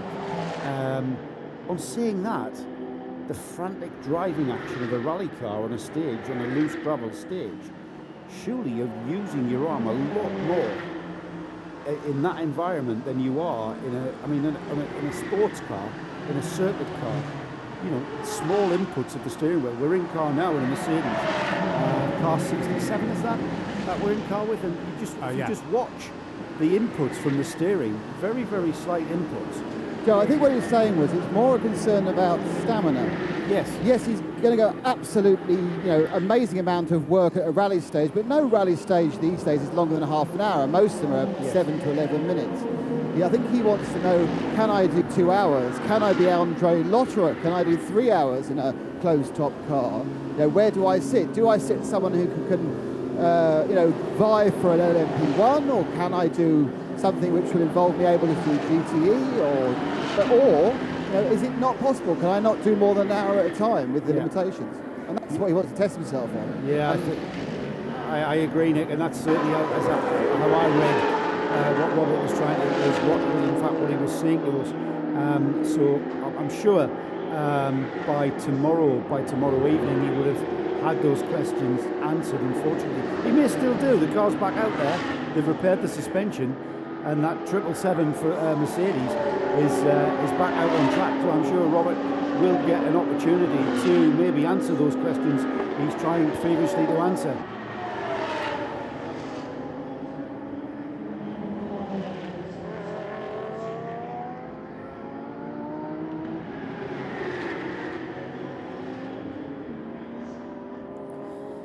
There are 27 laps to go here at the Mugello 12 Hours, powered by Hankook. It's Johnny Palmer, Joe Bradley and Nick Damon on Motors TV and RadioLeMans.com for the 2016 running of this 12-hour event, split into 2 parts. I was going to say 2 halves, but it's not an even split because we get 4 hours on Friday and then 8 hours tomorrow. And we very nearly had the first of those 12 hours.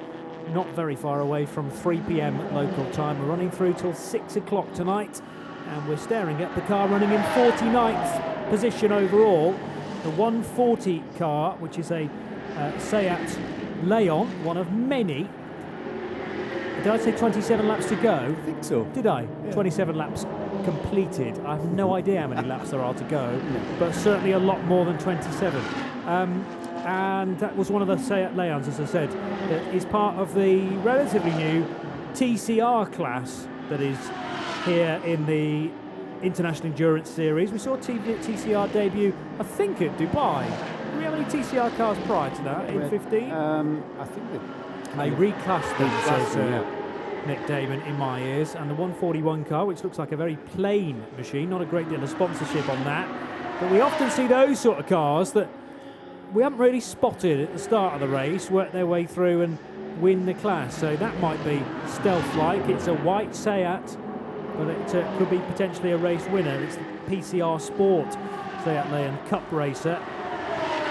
And there are, I believe, 4 TCR cars here. They were on the entry list, although I could only see 2 that managed to qualify. 2 Class A2 cars. One is a Ford Fiesta ST, one is a Mini Cooper from Bezoplas Racing, that's the Mini Cooper S JCW.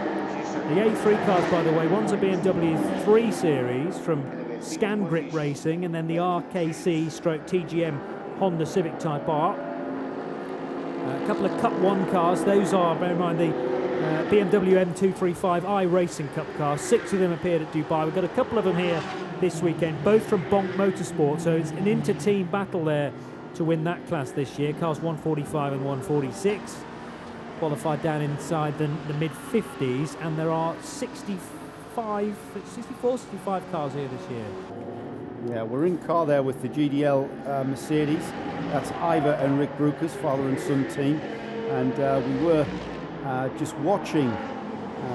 I'm not sure which of the Brukers that is. Here's Nick Damon just for a quick update. Oh, sorry, yes, we've been stalking the 24 KTM crossbow car. It was the problem was first indicated by a section of particularly unfit mechanics trundling down the pit lane. They ran after it, then pushed it all the way back up again. It seemed only to have a flat rear right tyre. They replaced that, but they've since had everything off it. It's been plugged in. A second driver's got in and got out twice. And the net effect is that they have been in the pits now for about 5 or 6 minutes. We've replaced what looked like the problem, which was that flat tyre. that are not going again and are looking more and more concerned about this very pretty, very advanced, very angular machine that they have had problems in all of the last 3 Creventic races. They're getting to run consistently. Yeah, they're fast but fragile, those things, aren't they? They seem, it appears. I don't think I'm being unfair with that description. But the 24, that's the Thomas Enger car that you were talking about there, Nick, wasn't it? God, Thomas has lost all his hair. He's always lost his hair a long time ago. He's suddenly looking very... Actually, no, I know what it is, but I can't say it. He's put a bit of weight on. You have said it. He's put a bit of weight on. He's still lovely, but he's getting a little bit, how's the word for it, circular. Do you remember Right. it? Well, that's perfect for a racing driver, isn't it? That goes round in circles. That's why he's great, because he goes round and round and round and round. Nick, you'll remember him from your Formula One days, no doubt. Yeah, F3000, the races he did for Prost. Obviously before he had that problem, but yeah, great guy. Always has been in anything. Yeah, he's very, very quick.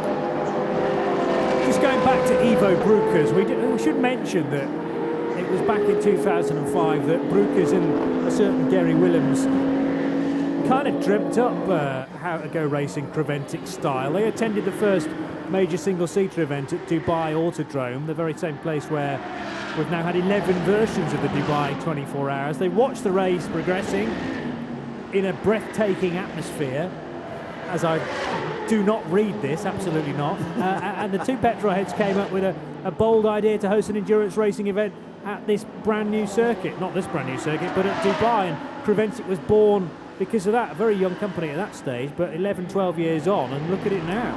Yeah, we're about to... Hang on a minute, Nick. So, do you not feel that whole sentence being better read out in the voice of the bloke that has film trailers? Just 11 years ago, Gary and Ivo went to Dubai and they saw. So, works better. Yeah. Even better in my ear because I got a small echo. 10 years later, 10 editions have passed.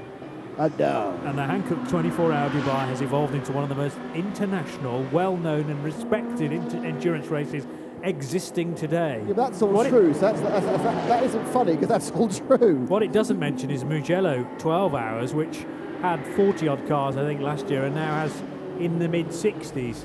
Well, where will it all end? Well, victims of their own success, I think someone has mentioned over the weekend. Not so much victims, they've already worked out what to do. They're running a second series.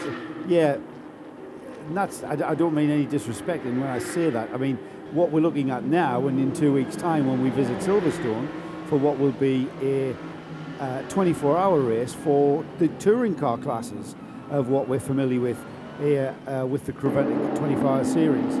And we've got a full car. I mean, I don't know what the entries are for Silverstone. There were over 60, I believe, when I last looked, and they're increasing all the time. And what we saw at Dubai for the 24 hours in Dubai was a field of 100 cars on a 4.5 kilometre track. And if we can fill a grid of GT cars and touring cars, full grids for both, then we are evolving into a parallel series, aren't we? A series for the touring car classes and a series for the GT classes. And I think that's what we are. We are part of that evolution, I think. Yeah, I think the idea is for the new touring car endurance series is that will feature at some rounds where we've got the IES, the International Endurance Series, and then there are some other standalone events where the two will split effectively. This will all happen, well, by Creventic's account in 2017. We're already at the stage where we've got 7 GT3 or A6 events through the year, and there are, well, for the first year of the touring car endurance series, we're going to Silverstone, Slovakia, and to Meppen in Germany. It's a tight, twisting, not quite a karting track, but it's not a very big footprint in terms of area, but that track holds. So it could be, I mean, that could be potentially a very entertaining race to watch. I'm not sure you can get a huge amount of crowd in there, but nevertheless, it's not a normal touring car venue.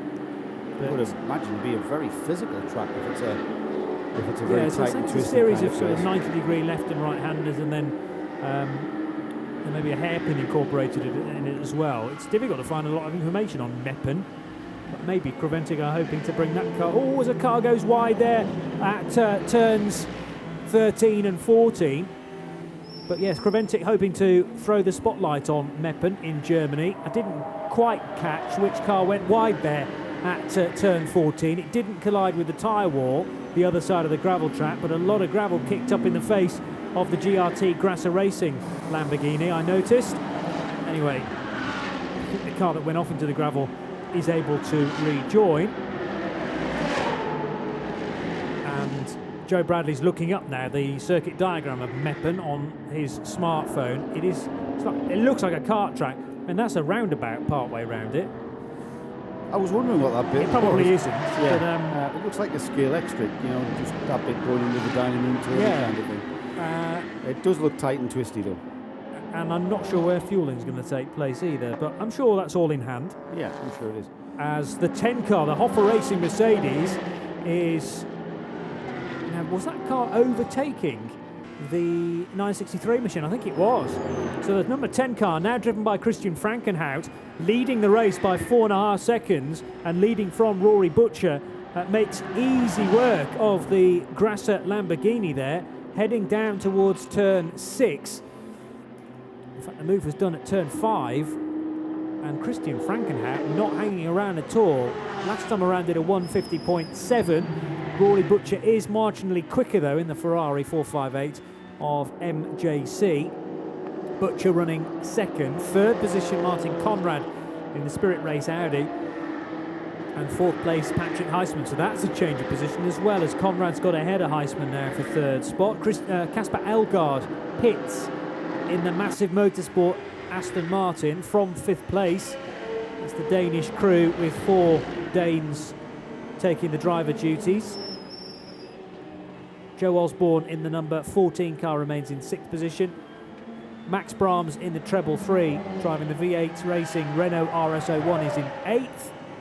And then the best placed of the Glickenhaus cars, the SCG 003s, running in 9th position. Frankenhout goes over the line. What's the gap then at the end of lap 33? It's 5.3 seconds. 5.3 seconds, so that's a further, very nearly second found by Christian Frankenhout on Rory Butcher. Hoffa Racing making everybody else look sedentary at the moment. Yeah, we did. Isn't that your choice? Is that your prediction? It wasn't my choice. No, we did consider it though, nobody didn't we? picked the 10. The 10 is definitely going to be there at the end. They've proved every time we've raced with them that they know what to do. Nick Damon says there's a reason for that. It's not Christian Engelhardt and it's not Kenneth Heyer. There are 3 other drivers and they have to do a certain amount of time, for reasons being that they are the people behind paying for it. So they will be in the car for some time and they're very good, but they're not as good as the people at the front team. So they've got a self-induced handicap, which they will start to play out during the rest of the race. The Hoffa car's great, Engelhardt's great, but they need a bit of luck to win because of their driver lineup. Yeah, it's a good point. It's a very good point, Nick. That we take it for granted that the pace of the car will remain consistent, and it's not the case, is it? It's quite right that Engelhardt is great, but sadly not in that car, because he, of course, Frankenhout. Christian Frankenhout. Thank you very much. Christian Engelhardt is the guy that you were talking to earlier on, but you called him Roland Eggman. It's going to become my Toyota Peugeot, isn't it, Mr. Engelhardt? We'll make a pit lane reporter out of you eventually. Yes. Possibly not at the end of the 12 hours. Work in progress. End of the season. I thought he was talking about the Lamborghini there when he was there. It was totally confusing me. So, it's a good point, and that's probably what's played them to a slight disadvantage over the past few races. What we've been You're right that I did consider the 10 car, but my reasoning for not going for it is that they ain't got the strength in depth across the driver lineup, and that's exactly what Nick confirms. It is an A6 Pro car, but it's kind of an A6 AM lineup, if you like, which incorporates one pro driver, also some pretty quick non-pro drivers. Is that in fact the car that has got 5 allocated to it? There's one team, I believe it is that car, with 5 drivers in it, and that's not actually. We're not going to see any of those drivers in any other cars, as far as I know. Sometimes the Hoffa Racing crew do share across an A6 pro car, and then their BMW as well, the Hoffa Racing, the Cooper Racing BMW, the 75. They stopped doing that, didn't they? Well, when Chantal won the championship, I think the regs changed. The regs changed in that because she arguably earned some of her points because she was in two cars in one race, and that did seem a little unfair to everybody else. So potentially that's the only time she could have won a championship last year by doing that. And when that was stripped from the regs, Hoffa Racing says, well, there's not a lot of points in us continuing that way. It's not quite that. No, Go on then, Nick. what the regs were you could be in a number of cars. And any number, or is it a maximum of 2? Any number of cars you wanted to. You had to do a minimum amount of drive time. If you did that, you could then choose which car to score points in. You could only score points in one, but you could choose at the end of the race. Now you can still do the same thing, but you have to choose at the start of the race what car you're going to score points in. So it makes it less attractive. Right. Yeah, makes sense. It makes the utmost sense. We're getting towards, Johnny, with 1 hour and just coming up to 11 minutes gone, where we are going to have to consider when our front runners are going to be coming in, because they're going to be getting towards the bottom end of that 120 litre tank that they have been able to start the race with. They're only allowed to they're not allowed to refuel to 120 litres and fill the tank back up, so we are going to see shorter stints from the cars at the front, but we're getting towards that window. I think it's about an hour and 20, an hour and 30 minutes that they can get out of a 120 litre run. Obviously it depends on the car. But right now, the number 10 Hoffa Racing Mercedes leads by 5.5 seconds from the Ferrari of Rory Butcher, the MJC Ferrari, and then we've got car 18, which is the Duncan Heisman V8 Racing Mercedes in third place, a further a full 25 seconds off the lead, and then right with him in fourth place is Joe Osborne in the Optimum Motorsport Audi R8, car 14 in fourth place. Then we've got the number 333, the Brahms V8 Racing Renault RS1, two of the V8 Racing team in the top 5 there, completely different cars. One a Mercedes SLS, and the other a Megane Renault RS01 that started with as a Megane trophy car, I believe. That car being very readily accepted into the Chronotic series, the 24-hour series, welcoming that car with open arms, very well produced piece of kit, and ideal for endurance circuit racing. Then we've got early front runner in 6th place, the number 911 car. Now he is the first in the field to have already pitted. That car pitted under code 60 conditions, along with that's the Renault Porsche, currently in 6th place. In 7th, right with him, only a matter of 2 seconds behind, is the first of our Scuderia Cameron Glickenhaus prototypes, Westphal at the wheel of 702, and that is another car that's already pitted, and then joining them, eventually losing those 5 cars that was between them, is pole sitter and early leader Rolf Eineken in the, how do you say that? Eineken?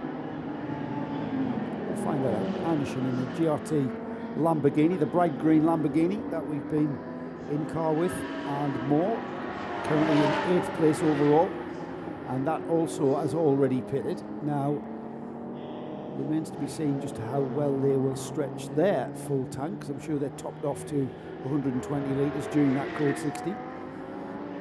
So behind them, we're down to 9th place overall now, and the first of our Pro-Am runners, and that is the Equipe Vauchur Renault RS01, car 23. It's Vauchur, team owner and driver at the wheel of that car. They are already off the lead lap, as is the early leader, the 963 Lamborghini, first of the cars off the lead lap. Now, we mentioned the tactic of this 4-hour segment is to be in it near the end to get the car onto the lead lap for when we do break at 6 o'clock. We reconvene at 9 a.m. tomorrow morning, and whatever that gap might be, and we already see gaps of over a minute in the first 6 or 7 cars, that will reduce to 0 as we will restart this race for another 8-hour segment tomorrow, And as the Lamborghini comes back onto the lead lap, as we cycle through, so they are way down, nearly 2 minutes behind the leader, as is the first of the A6AM class, over 2 minutes behind the leader. And we'll get a true reflection on the timing screens as we continue on as to who indeed has dropped off that lead lap, because that's vitally important. A little bit of trim hanging loose from the number 99 Honda Civic Type R, I notice, as the leader is in. Now, I knew that the car had been down to the fueling area, but the 10 Hoffer Racing Mercedes is now at the feet of Nick Damon. Yeah, it does take a long time to get fuel in these things, about 2.5 minutes. It's a very simple changeover. Out has got Christian Frankenhood, and I believe the guy getting in is Roland Eggerman has got into that one. Yeah, it is indeed. So he's now in the car. So he's one of the more amateur drivers. The second fastest in that would be Kenneth Heyer. So it's now going very simply. Christian has put the catch tape or the webbing back up again, and out goes the car. Very easy, clean stop, and we'll grab a word with Christian in a minute or so. Excellent. Give us a shout when that's all lined up and ready to go, as the 10 car then disappears below us. We're up on the second floor? Second floor. Yes, second floor. Ground floor? First floor? First floor, second floor. That's okay. And there is a floor above, actually, and level with our floor, there's a great viewing area as well for the public to make their way up on top of and get a far better view of the final corner, turn 15, than we do, arguably.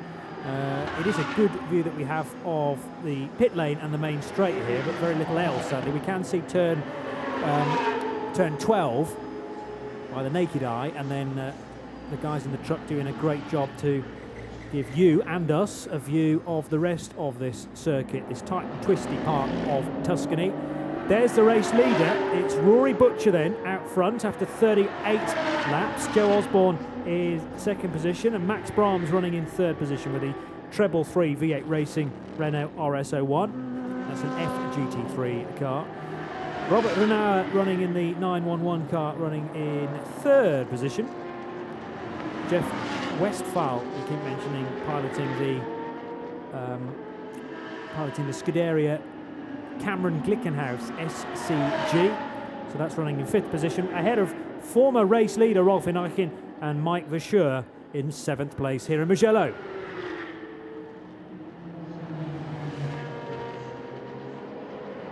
So race leader Rory Butcher with a best lap of 1:49.896, but last time around was about 7 seconds off that. So there's an indication of how long it's taken him to get around the Mugello circuit with traffic. That lap was set pretty early on, the 1:49.8, and is that the best lap of the race? Yes. Nobody else actually managing to do a 1:49 of any description. But the Renauer-driven car, the Porsche, has been down earlier on in the race in the 150.1s. An issue there, Joe. Yeah, we've had an off-track excursion. It's the Lambo again. Yeah, Paul Sitter, fastest car in qualifying. He's had a little off-track excursion. He came back onto the track via a little escape road, from what I could see. We're in car with him at the moment. Rolf Ineichen at the wheel. Yeah, Rolf Ineichen, just thanks for the reminder there, Johnny. But he did resume. He's not... Is he coming into the pits? No, he's not coming into the pits. We're in car with him. So I couldn't quite see where we were. But Johnny, I think we probably were... I think we were around about turn 11, Pelagio.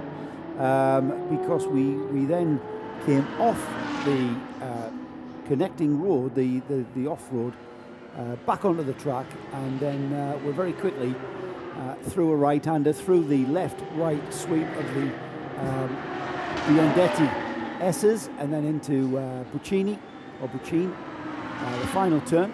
And so, you know what, for being on pole position, he's had quite a... And there was further contact with the Seat there down at turn 2 as well. I didn't see that. The Seat needed to go through the corner at some point, as maybe someone's off on the left-hand side because of gravel. But yeah, front bumper on rear bumper, that Lamborghini shoving the Seat through turn 2.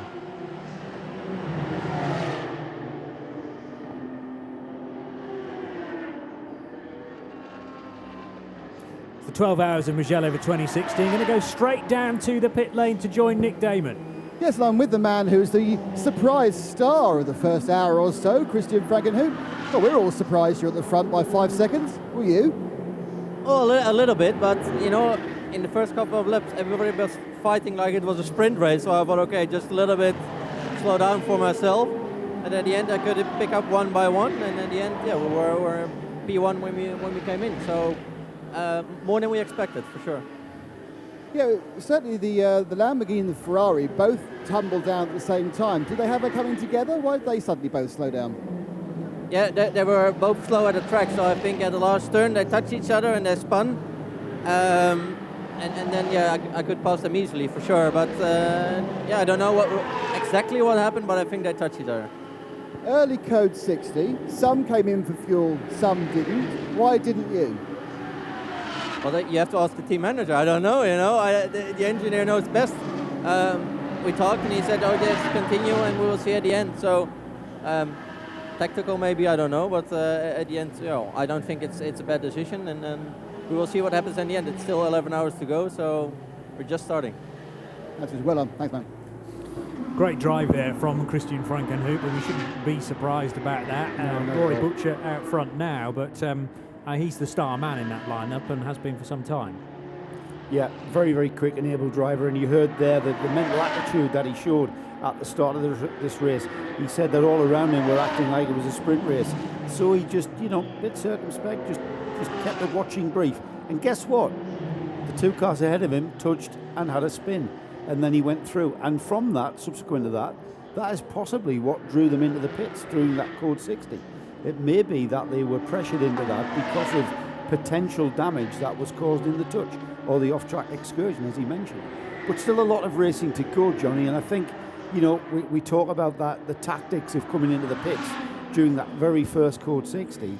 I'm sure as we get to even the very end of this 4-hour segment, with just coming up to 2.5 hours remaining in this first 4-hour segment, there's still a lot of racing to go. And as we've mentioned many, many times, and we will continue to mention, the tactic for this first bit is to be on the lead lap. Stay on the lead lap, do whatever you can to stay on that lead lap going into tomorrow's final 8 hours.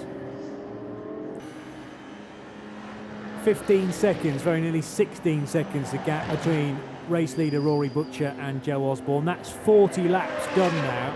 Robert Renauer is in 3rd position in the Precoat Herberth Motorsport Porsche 991. That's the car that won here last year.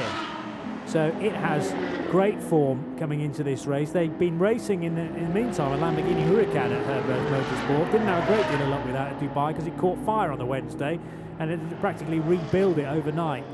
And some of the drivers were up, I seem to remember, helping out the team. But the car did run at the Dubai 24 Hours, the first round of the IES. And they're back with the older car this weekend, or the German squad, and running in 3rd. Jeff Westphal, who's an American driver, here with the American squad, Scuderia Cameron Glickenhaus, running their SCG 003C. Not really a GT3 car, but at the moment that's the best place for it in the Creventic rankings. The 702 car is running in 4th position. Pit stop for Treble 3, which is one of 2 Renault RS01s here this year. One from V8 Racing, one from Equipe Vasseur. And Mike Vasseur running the 23 example. The Treble 3, though, which has had Max Brahms at the wheel of late, has come in for a stop. And it's been in the pit lane now for a couple of minutes. That could well be fueling up until this point, and then it'll work its way onto the pit lane apron proper. Also another pit caller, the 36 Tim Muller-driven Car Collection Motorsport Audi, which has had 1 or 2 incidents up until this point of the race. I think it's been off track certainly once down at turn 10 and 11.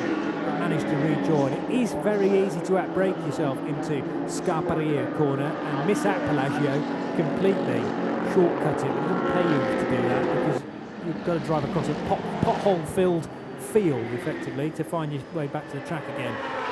Tim Muller found that to his costs earlier on. Charles Espenlaub pits from the lead of the 991 class. We haven't really talked a great deal about the 991 class, but I reckon it's the Americans again that stand the best chance of winning that. 2 Charlies here again, I think. Certainly Espenlaub in the 78 car, and I haven't checked the rest of that crew. Often share with Xavier Marson, and Charlie Putman is the other driver. Usually, well, no Xavier Marson here this weekend. They're joined by another American, Joe Foster. It's a German squad, MRS GT Racing, but Putman, Espenlaub, the two Charlies, and Joe Foster, that three-driver lineup, and they were leading 991, but the car's coming for a stop. Terrible look for that team. I remember Dubai went very well last year. Caught fire, didn't it? Yeah, I believe so. Yeah, I just remember seeing it stranded on the track with damage. If I remember got heavily right. hit. Yeah, got beg your hit. pardon. Yeah, but always strong though. Always have strong runs. Did last year, and there's a car we haven't spoke much about, Johnny. It's the Honda Civic, the 99 Honda Civic. I'm not quite sure where it is. It will be in the field. I know you're scouring the lower echelons of the timing screen. It's Tom Gannon at the wheel. It's running in 58th overall, but that puts it 4th in Class A3. It's only done 33 laps.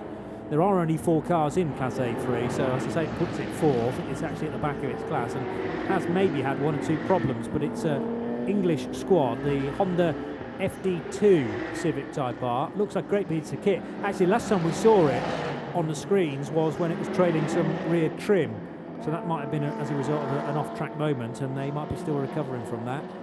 The 12 Lamborghini Huracan is dead easy to spot, A, because it's an Huracan and they look striking enough, but also they've decided to paint it canary yellow. He's in 55th position, which is an unusual place to have a Lamborghini Huracan. Does that make it a A6 AM car? Oh no, it's one of the SPXs, I think.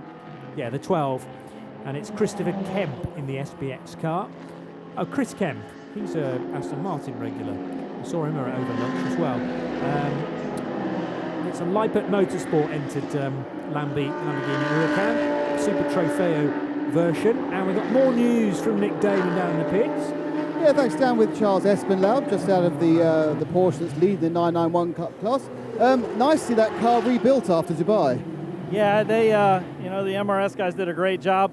Of course, the cars had to go in a container all the way back to Germany, so they had very limited time. Basically built a ground-up car. A little bit of teething issues on the test day, but they did a great job to give us a good race car. Looking like you're enjoying it. It's interesting. You're one of the cars that's in the middle of the pace. Are you finding this race different from normal prevented races? Because we've got a lot less of these smaller, slower cars this time. Yeah, absolutely. It changes the dynamic a lot in the traffic, especially. And it seems like there's a lot more good GT3 cars now, so those guys are coming through pretty good. But yeah, without the smaller cars there, it changes the dynamic on how you work traffic. But still having a great time running here at Mugello, so looking forward to the rest of the race. It looks like a great track to drive. Is it a great track to race? Yes, absolutely. It's a little skinnier than what we're used to, say, in the States, but it actually races well. We have, there's plenty of opportunities to overtake, and it's a natural terrain course, so I love it. I mean, it's a lot of fun. And yeah, it races well. It really does. Charles, thanks very much. Kyrie, good luck. Thanks. Thank you. Hey, there's a man always with a smile on his face, despite what might happen to him or his car during the event. I remember Zandvoort last year, that car and another 991 class car were battling it out for, this was onto the last lap of the Zandvoort 12 hours last year, and there were 2 Porsches totally together, and they were battling over the lead, and then they didn't appear at the end of sector 1, and they'd taken each other out at turn 1 at Zandvoort on the final lap, and that was nose to tail, 991 class stuff. He still had a big smile on his face, even though that I think there was eventually the 3rd place car in the 991 class overtook the 2 of them and took the class win, and they nursed their cars over with suspension failure and whatever to finish. But even after 12 hours of faultless running and you have a crash on the front and he still has a smile on his face. I think you need to gauge the smile on his teammate's face. Maybe that would have been a truer reflection on that little incident you just described, Johnny. Yes. But no, it's a great team, a great time had by all down there in that team. Charles Putman, who's in the car at the moment, very experienced racer. Charles Espenlaub, who we've just spoke to, and Joe Foster, of course, very experienced driver, a driver that we've come to contact many times during the LMS period, the American Le Mans Series, there we've covered. And it's a great atmosphere, very competitive run from those guys every single time. Every single time you expect them to be at the forefront of that 991 class, no doubt about it. We've got a bit of track action there developing here, Johnny. Big style. Caught up within that, former race leader, the number 10 Hoffa Racing Mercedes, that very nearly came into contact with a car in front of it, a car to its right, and a car behind as well. Thankfully, some good driving there from Roland Egemen, who wasn't intimidated by the cars around him, and sort of fought his corner and managed to get it out of it just about scot-free. It's a fast track around here at certain points, but also there's a bit of drifting going on for certain cars as well. As these Hankook tyres will be being worked hard, no doubt, but almost a little bit of opposite lock required through the second bit of Arabietta there for the 58 car. I think what we're perhaps seeing, Johnny, is tyres at the very end of their life during the stint. The first stint, always the longest because of the fueling.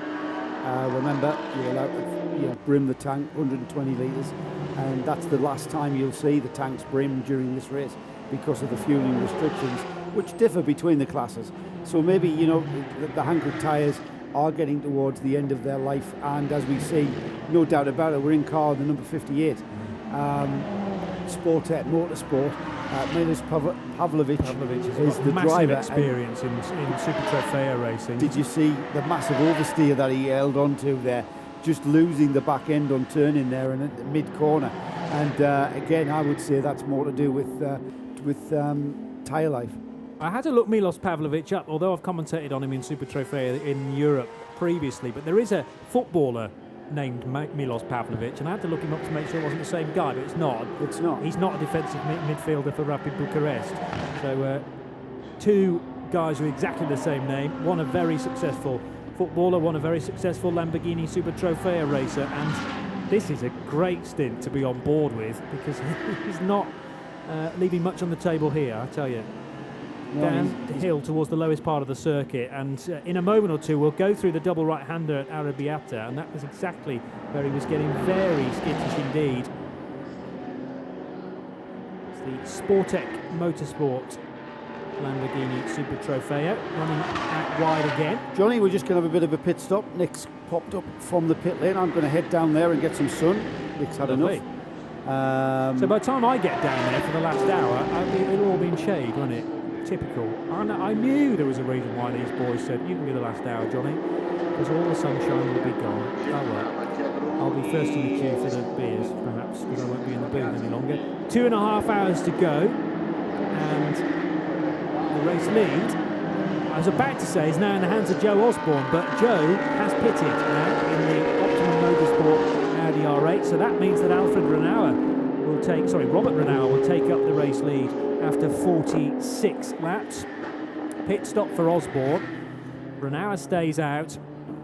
Jeff Westphal in the 702 car is in second position, and then Mike Vacher driving the number 23, Equipe Vacher Renault RS01 in third position. Now Nick Damon has hot-footed it from the pit lane. It's very warm. It's been a hot-footed stint for you, hasn't it? With warm tarmac beneath your soles. It's just the right temperature. It's not too hot. It's not like trying to do it in Malaysia with steaming heat and temperatures as well, and in a race that was really fun. No, it's great. It's lovely. It's lovely weather. I mean, it's interesting because the track temperature. Unfortunately, I haven't got that information to hand, but I assume the track temperature is probably 20 to 25 degrees higher than it was when they were practicing first thing this morning at 9:15. So, my man's in the lead then. For now, yes. That's only just happens to say because Osborne's just come in for a start from leading the race. So Robert Renauer out front, and they have experience of this race. Have you found out whether that's exactly the same chassis? No, it's not. It's a brand new car. Brand new car. It's actually a generation further on as well. It's a 991, isn't it? Yes. Whereas they won it last year in a 997. That's it, yeah. Okay. The orange machine, not the orange, it was a green machine. Green and black, yeah. So what colour is it this year? Because I haven't seen it up front. It's Porsche white. Porsche white. Let's not bother painting it. Let's just leave it white. Well, that makes sense to me. A boring white Porsche could well win this race. Stickers. So yes, the leading is Renauer. Who's leading the classes? We have the 203 Vortex V8 in SP2 is the first actually it's the first non-A6 Pro. A6 Am's had a bit of a disaster, isn't it? That's not gone well ever since HTP Motorsport had to start from the back of the field. They very nearly didn't start the race at all, but then late in the day joined the rolling start from the pit lane and had to start, as I say, right at the there's back. only one of the 7 A6 Ams on the first screen in the top 28 positions, and that is in 17th place. It's the IDEX Sport Mercedes SLS, the old car.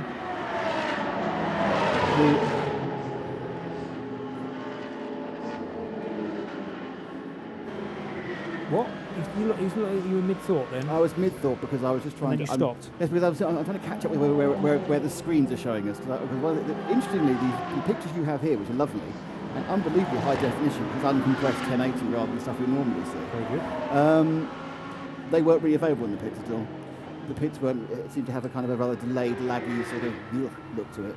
So it's interesting to finally see what the track looks like, apart from the front. It looks lovely. Yeah. We'll have to talk around where we are for these various parts in it when you finish your very intense technical work you're doing. I'm just trying to plug my laptop in, which has the best timing screen that I have access to at the moment, and the laptop said it's got 6% left, so it's not going to last much longer. And I'm trying to work out whether I've got the right sort of adapters to do the job. Right. Anyway, you carry on talking. It's rare you say that, isn't it? You don't want to stop it. Beneath my feet, as if by magic, there is a plug socket. There goes Johnny electrocuting himself. So on camera is the 702, which is the bright yellow Glickenhaus car. Scuderia Glickenhaus, as it was originally called. These really are, when you get down to the pits, hopefully they won't be in the pits, so you'll only see them in the pit lane. They really are very Ferrari Enzo-esque in their concept. Then mix that with an early prototype P2 car, so perhaps the Lola B85, what it was, and then they've really just designed that as a car that's never going to be put in production, but they've managed to spec it or balance it down to the correct speed. It's a very, very attractive looking car. The black one especially is in pure carbon, so you can see all the weave and the waft. Unlike that weave. one, which does look pretty smart actually. And I don't always like yellow cars, but that seems to be, I mean, it's such a striking, almost LMP3 type unit, and it could be an LMP3 you would have a model like that, I think. It could be what? It could be an LMP3 car. It's got very wide spats though. It has a very much wider. If you look at behind that's what you call the fenders in America, wouldn't you? The front fenders. Obviously, because the wheels are outward, and there's a lot of bodywork not behind the fenders. If that makes sense. It's a big old love. So more than you would have in a modern P2 car. Between the wheel arches, effectively, there's that great chunk of space. You can have a chunk of space. I've just created it. So yes, I mean that is helping to suck the car down, I suppose. It would need adjustment to be an LMP3 car, including, has it got the dorsal fin on the back? Oh, it's not even close to being anything. It's one man's dream of a car, which he's built very nicely, and now he's found somewhere to race it. And they may well have to either speed up or slow it down, depending on how it does overall. Possibly rustling a few feathers within the normal GT3 brigade. Although Stewie Hall seems I think if you avoid winning, you're probably okay. They only get rustled if they think this is just not fair. I mean, it's obviously potentially unhindered. It could go a lot quicker, but then so could all the GT3s these days. They're all throttled back, probably 200 horsepower below where they could be, and constantly being looked at as well. Sorry, I thought it was slow, but it's just a weird shortening effect of the camera lens, and they were waving flags, but they were blue flags. You're still getting used to that, aren't you? With your slightly adjusted commentary position. But Robert Renaud, in fairness, I mean, that's a great call to this point. We've only had 2.5 hours of a 12-hour race.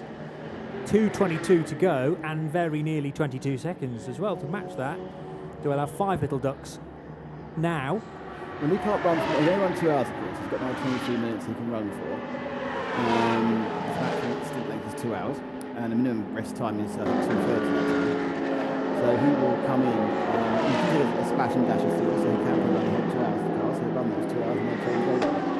And that means what tactics they make to get the final 2 hours into the I call it pit window, but it's the brake window.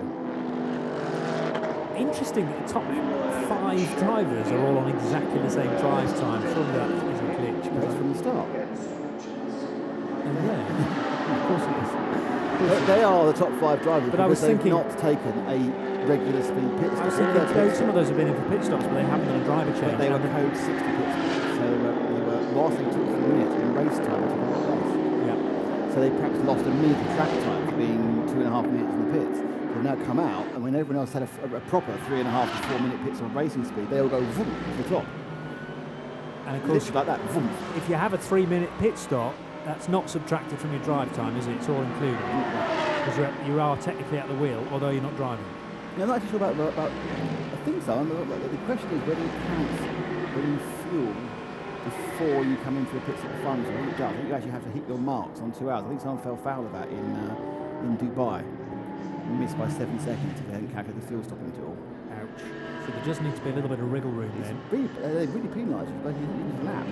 So the timing beam, actually, as we say that, Robert Renard does decide to come in now, and yeah, the pit stop is being timed from this point. Is he in the fueling area now, or is he in the pit lane? He's in the fueling area. Okay.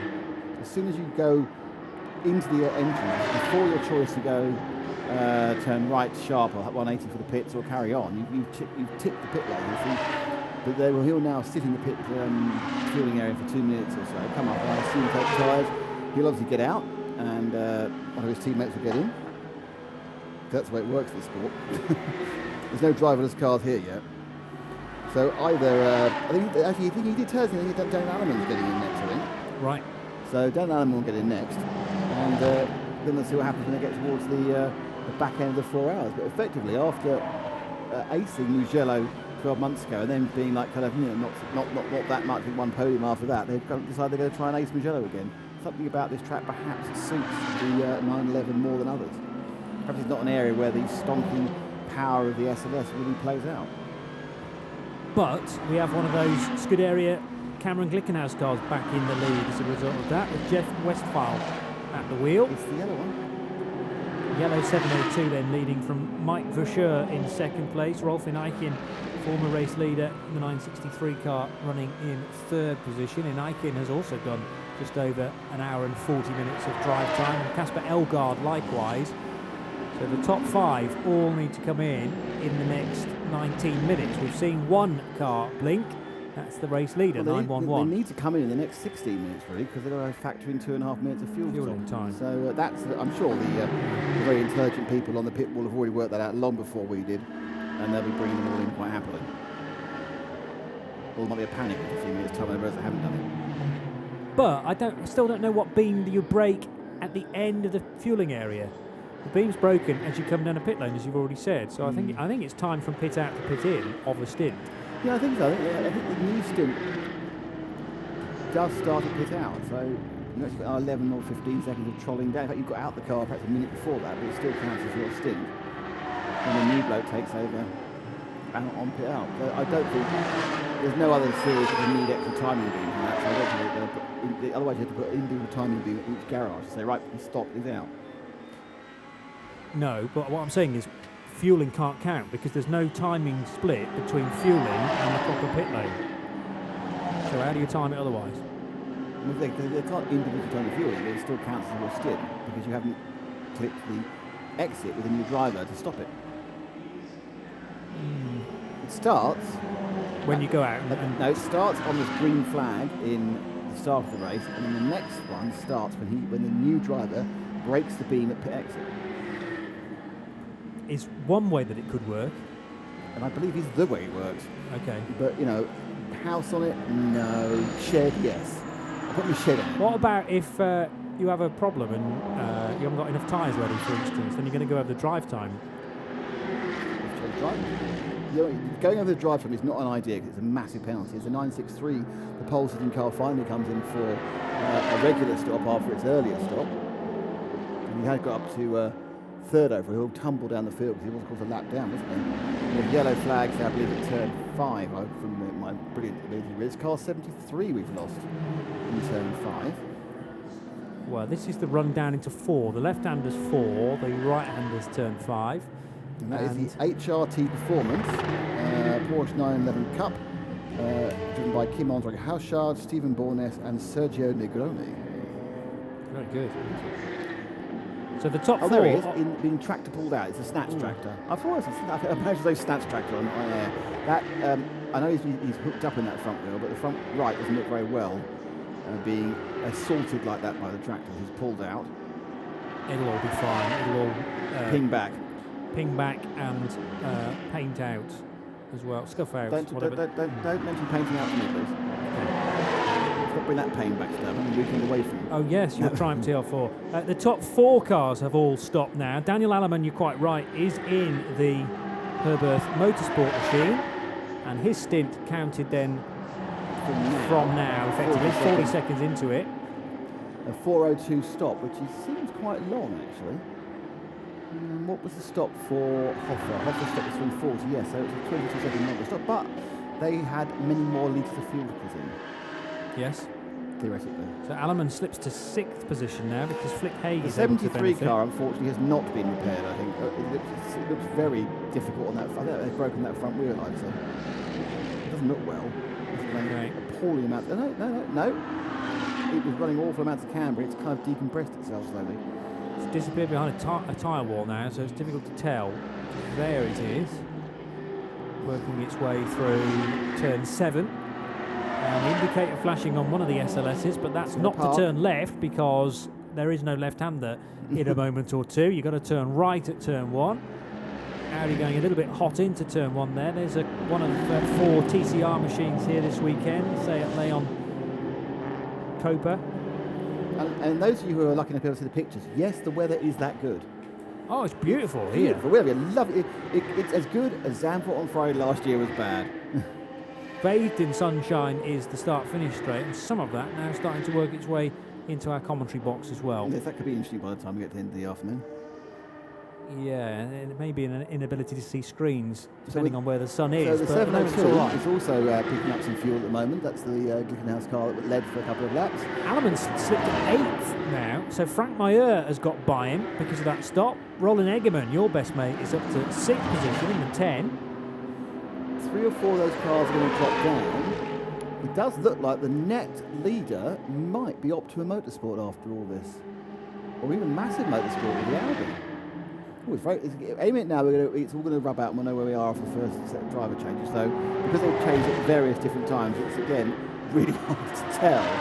With Massive Motorsport, the car that's currently in the lead, 55 car, going up and away through turn 3. Brand new paint scheme for that car this year. It's exactly the same chassis that ran in the European Le Mans Series last year in GTC, but the regs are slightly different from GTC to A6 Pro, so they've had to do a little bit of adjustment on the car. Weight, is it? Yes, weight and fuel tank size, possibly. That might be it. I don't know. I mean, in fairness, they may have given it a new paint scheme. It's hardly a dynamic paint scheme, is it? I thought it looked quite smart. It's a bit of red, white, and then a big lump of black. It's an evolution of the Massive Motorsport car livery from last year. It had more red on it last year, maybe looked a little bit better. I mean, yeah, it doesn't really matter when you're inside the car. You're just driving it. It needs red and white on it because they're all Danes. That's good, yep. There's nothing like a Dane. But it is a little bit dark. So the 963 now, in she comes, our pole sitter, who's had a very eventful first session. Coming together and drifting down the field and stopping 11 for time for fuel. So it'll be interesting to see if young Mr. Bradley can get a word with Rolf Nyken and say, Rolf, what happened there? Yeah, well, See, that's great. It's a nice lime green car. Yeah, that is GRT Grasser Racing livery. That Yeah, it's nice. They turned up with their 2 Hurricanes last year and one on the road at Monza in the Block Pan Endurance Series, and they were green that day, I think. I wish I could turn up my two Hurricanes. I'll have for that one, the left one today. 963 is a strange old number. I'm sure there's a because they run 63, I think, when they can. They've had to stick a 9 in front of it this weekend. I'm surprised I'm getting a copyright infringement from Porsche. But interesting, one thing I would say about that, they must be disappointed where that first couple of hours went, because they really didn't maximise on the pole position. They drifted back and they effectively were a lap down when the Hoffa stopped. Now I think they won't be a lap down when it bends itself out now, but they should have been able to do a slightly stop than the Hoffa racing machine, but it's really not been what we could. Oh no, there's been slower stops, the 5:18, so there's a slow stop there as well, so they are definitely a lap down. And that's not the way you want to run the first 2 hours in a 4-hour race, where the only real thing you need to do is stay on the lead lap.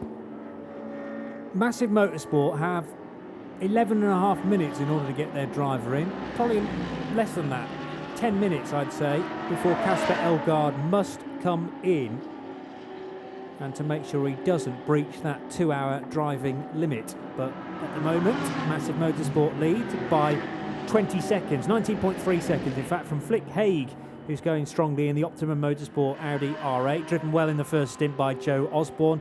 Roland Eggerman in third, Frank Mayer now in the 701 car for Scuderia Cameron Glickenhaus running fourth.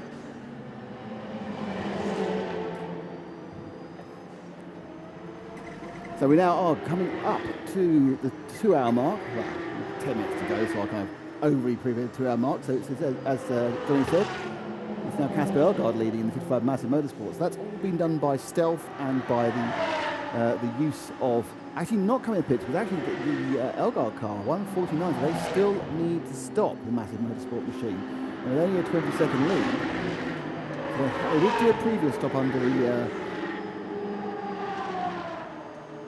code purple, and that means now that they are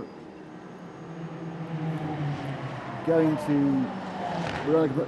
So anyway, so we're looking now at the Elgaard car. I mean, I can hear we've got Joe in.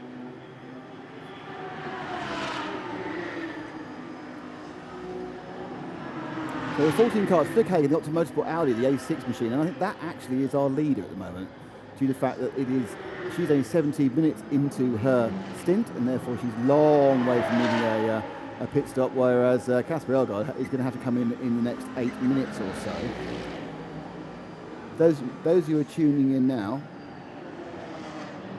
it is going to be bad news for you. The fact that Ram Racing have had to withdraw. They had engine problems in qualifying, so we've lost Ram Racing. There are rumours that we will see Tom Onslow Cole and Paul White in the also slightly crocked Mercedes, which was piloted by Robert Kubica, but unfortunately had a front suspension failure after 3 or 4 laps. But we'll have to wait to see whether they actually have signed the check in time, whether they could actually cancel the payment on that one. Sure. True, yeah. It would have been close. The 777 car, the 911 car, my tip for the top. It's off. That's the white Porsche that we talked about, the pre-coat backed Herberth Motorsport Porsche 991, and it's only just had a driver change. Daniel Alleman now at the wheel. He's 8 minutes into his stint, and it's crawled to a halt. Where is that on the track then? With a uphill, turning right. 2-block breeze block wall on the right there. Not sure. No. It might be Arrabbiata 2 possibly, and then round the corner towards Scarperia. I think it can only be there. It's really, really, really bad news for me and my predictions. Yes, it's the climb there through turn 9, and then turn 10 is just beyond that, I reckon. Yeah, yellow flag at turn 9, so that is confirmed. Oh, well done. And it is parked on the apex, well, just off the apex on the grass, to driver's right. Not an ideal place for a Porsche to be stopped. We may need a code 60 to recover that.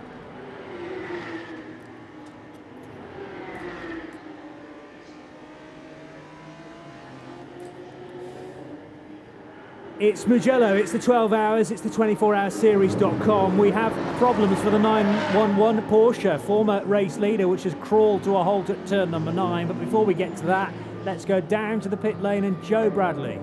Well, the GRT Lamborghini was the fastest car in qualifying. It started this race from pole position. I've got the driver, Eichmann. Tell us, that was a little bit of an eventful first stint for you guys. It was really, really eventful. We had a really good start. All went in the plan. We were just driving our laps. And then somehow, I don't know, after 20 or 30 minutes, the Ferrari behind me, he kicked me out. He drove me in my back. I don't know what he was doing. We have to check. But then, we flew back quite a lot. And then we had bad luck with the code 60. We went into a refueling station and all the pumps were occupied. And so we did lose again time, and yeah, that's now where we are. And was it that incident that forced the pit stop during that code 60? You weren't planning on coming into the pits? No, it was a decision to come into the pit from the team, and we did so. It's always like a lottery, if it's good or not, and we were then in the wrong position and we had bad luck. We were speculating, Rolf, that this 4-hour segment of the race is all about finishing the 4 hours on the lead lap, and you guys still are on the lead lap, so nothing's lost. Absolutely, the race is still long, and we have just now to stay quiet. And the problem is when you see out there the traffic is that hard, and we really have to drive very careful not to get an incident. And yeah, so it's going to be a long race. It's all open, and we are there for sure. And Rolf, is that your job done for the day? Are you now rested until tomorrow? I don't know yet. We'll see. Thanks for joining us, Rolf. Rolf Whiteman there, out of the 963. The Lamborghini Huracan that started the race on pole position, but it's certainly not where it finished the first stint. And the news is actually worse than that, because they're not on the lead lap. They're actually 2 laps down. Wow. Though I think that when Casper Elgaard comes in, which he needs to do the next 2 laps, they will get one of those laps back, so there'll just be a lap down. And they'll be a lap and a half, but the halves don't matter because of the reset coming up at 4 hours. This is not a happy period of the race for Porsches, because Michel Mitius, the French driver, who is here as part of the B2F competition lineup, having to bring his 991 Cup car in with quite clearly a rear left puncture that's starting to eat away at, well, certainly the inner wheel arch and the kind of skin that sits above the wheel, and then the rear bumper as well. So he did actually a decent job to get the car home without too much more damage, but if it had needed to do another half lap, say, then that would have been a very sorry looking Porsche. Hopefully they can just bend that bodywork back out again, change the wheels. That's the tough end of the Porsche, the rear one. True, yeah. As long as you don't pop the radiator, then it should continue to keep on going, although those drive shafts can be a little bit vulnerable sometimes. I think this concept of vulnerability of Porsches is just because there's so many of them. So you know how, if I'm in a pit, I'll see a broken down Porsche. No, look, there's a Porsche who's broken his radiator. Oh, look, there's a Porsche who's drive shaft. Of course, the fact is, there's 19 other Porsches that are having absolutely no problem at all. And then when you've got 4 of another car, all 4 of those went really well. Yeah. And I think they are a victim of their own success. We have this concept that they're very delicate. The only thing I would take out of that is the Porsche Cup GB, where it appeared to be the attempt by most of the drivers to try and break someone else's radiator at the front to win. Well, that's an easy way of doing it, isn't it? You've got to go for the Achilles heel. Yeah, they were kind of, I think, a little bit too impressed and influenced by the touring car drivers they were with. And rubbing his racing don't work with a Porsche. True enough. No, you need the engine set a bit for, certainly the radiator to be set well in the car. You mean a bit when you hit something, it's just a bit of metal, rather than very nearly used a very bad word then. When you hit something, it's just a bit of metal and not an important piece of the cooling system or the oil recirculation system. The Scuderia Glickenhaus nearly gets taken out going through the first corner by the Audi 23, and that would have been an absolute racing incident. Not the Audi, it looks like the Audi, it's actually the RS01. It is the RS01. The RS01 looks just like the previous generation Audi when it comes towards you. More of a case of the RS01 being taken out, I think, by the 701. I think that would have been a racing incident, because one was they were both trying to turn at the same time as they came, and it was that last minute look that the RS01 went, oh, blinking flip. Yes, but thankfully, I mean, a lot of drivers I speak to, they say you never can count on just how important that last look in the wing mirror is as you turn in. I'm sure there's no one there. I'll have a look. Oh, there is. Let's move. Let's steer left. Look, it's a car designed by a 9-year-old. Frank Mayer then on board this 701 car, running in 4th position. Casper Elgaard does pit now, so he ran it relatively close to the edge of his driving limit. He's had 4 minutes to that. He'll get to 1:58. So,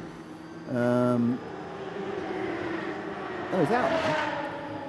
Well, he's in a pit lane, but he's in the fueling area. Ah, look, they are resetting the pit stint from pit in. That's what I said. Yes, well, I haven't been watching that. But then if the same driver comes out again, they restarted again. Okay. So they've got a quite clever little bit there. It stops at that point, but if you then came back out again, it then back calculates. It did all that when they came in for their code 60 yes, stops. and then the pit stop would count towards your driving time, but I still think that the driving time ends when you break the beam pit lane in. According to that, and it's the first time I've seen it because I've only been here a couple of minutes, you're absolutely correct. Good. Just want to be on the same hymn sheet, that's all.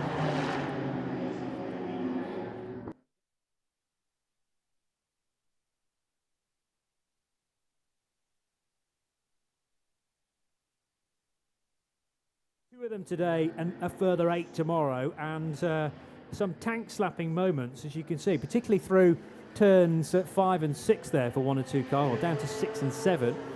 And at times, for some of these runners, there have been some busy portions of track to try and weave through slower cars. If you're on board something like a Glickenhaus SCG.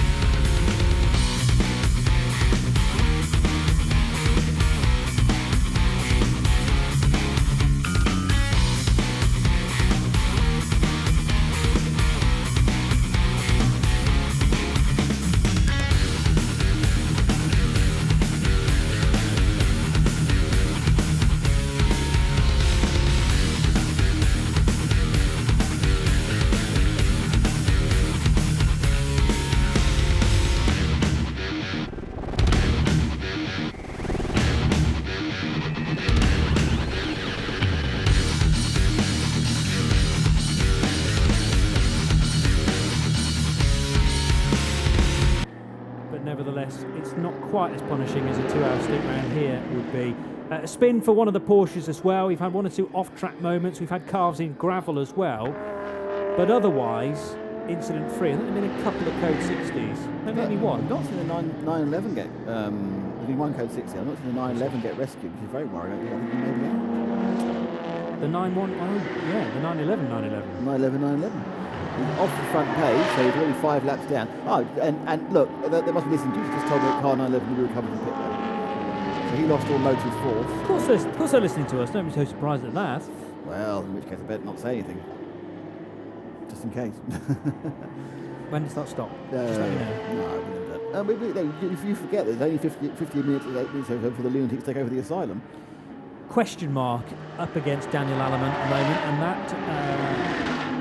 when you take into account the timing system that we're using this weekend, that just means that the timing system can't identify where the car is. It's expecting it to cross the line at any moment, but sadly for the 911 car, it won't. It'll break the beam, pit in, we hope, on the end of a tow rope perhaps. Or is it being recovered to the pit lane via the interior roads here in Mugello? They can do either. They tend to bring them back through the interior routes. You see guys feel their race bike. Come back as a moped waving at people. They try, obviously. I think unlike you do byway, they often have to use the track and obviously a rescue vehicle. They can probably get it back most of the way on the service roads. But unlike Le Mans, for instance, where you have to come back under your own steam, that car couldn't be restarted, could it? Yeah. It's out of the mix as far as the top few positions are concerned, you would think. Well, I think with the sheer numbers in the class means that you know, if you lose 5 laps, that's it, because just everyone else isn't going to have a problem. You know, with 6 or 7 in the class, there's a chance that everyone might have an issue, but not with 16 in the A6 Pro.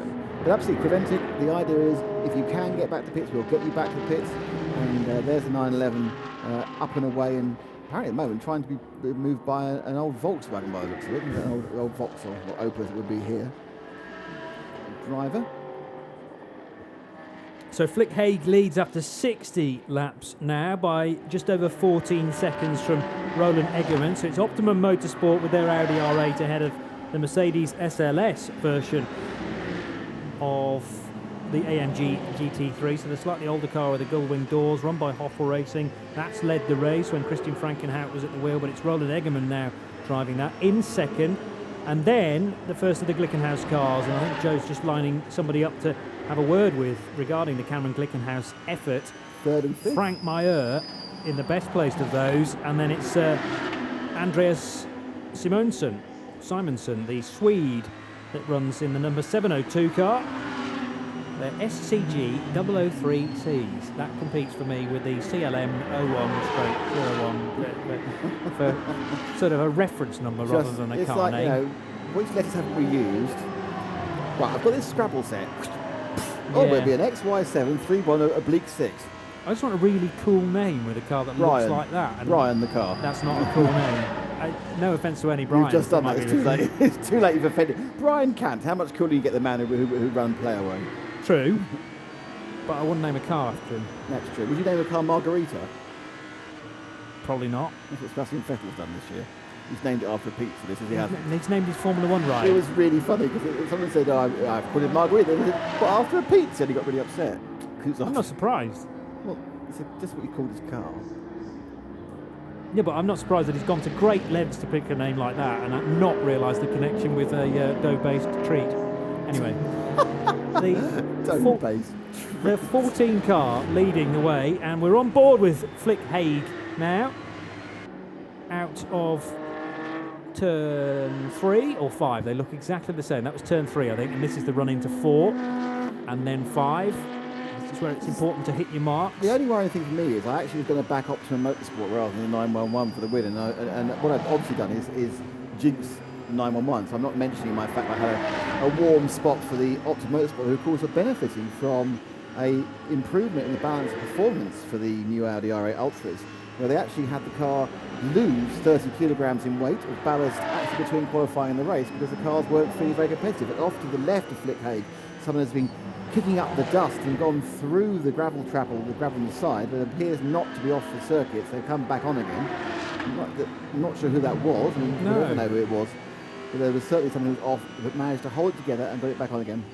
That's the thing right with this place around here. You do get gravel dust sort of lingering in the air quite a long while after the incident's taken place, so that will remain unknown. But one man we know all about is Joe Bradley, and he's down in the pit lane.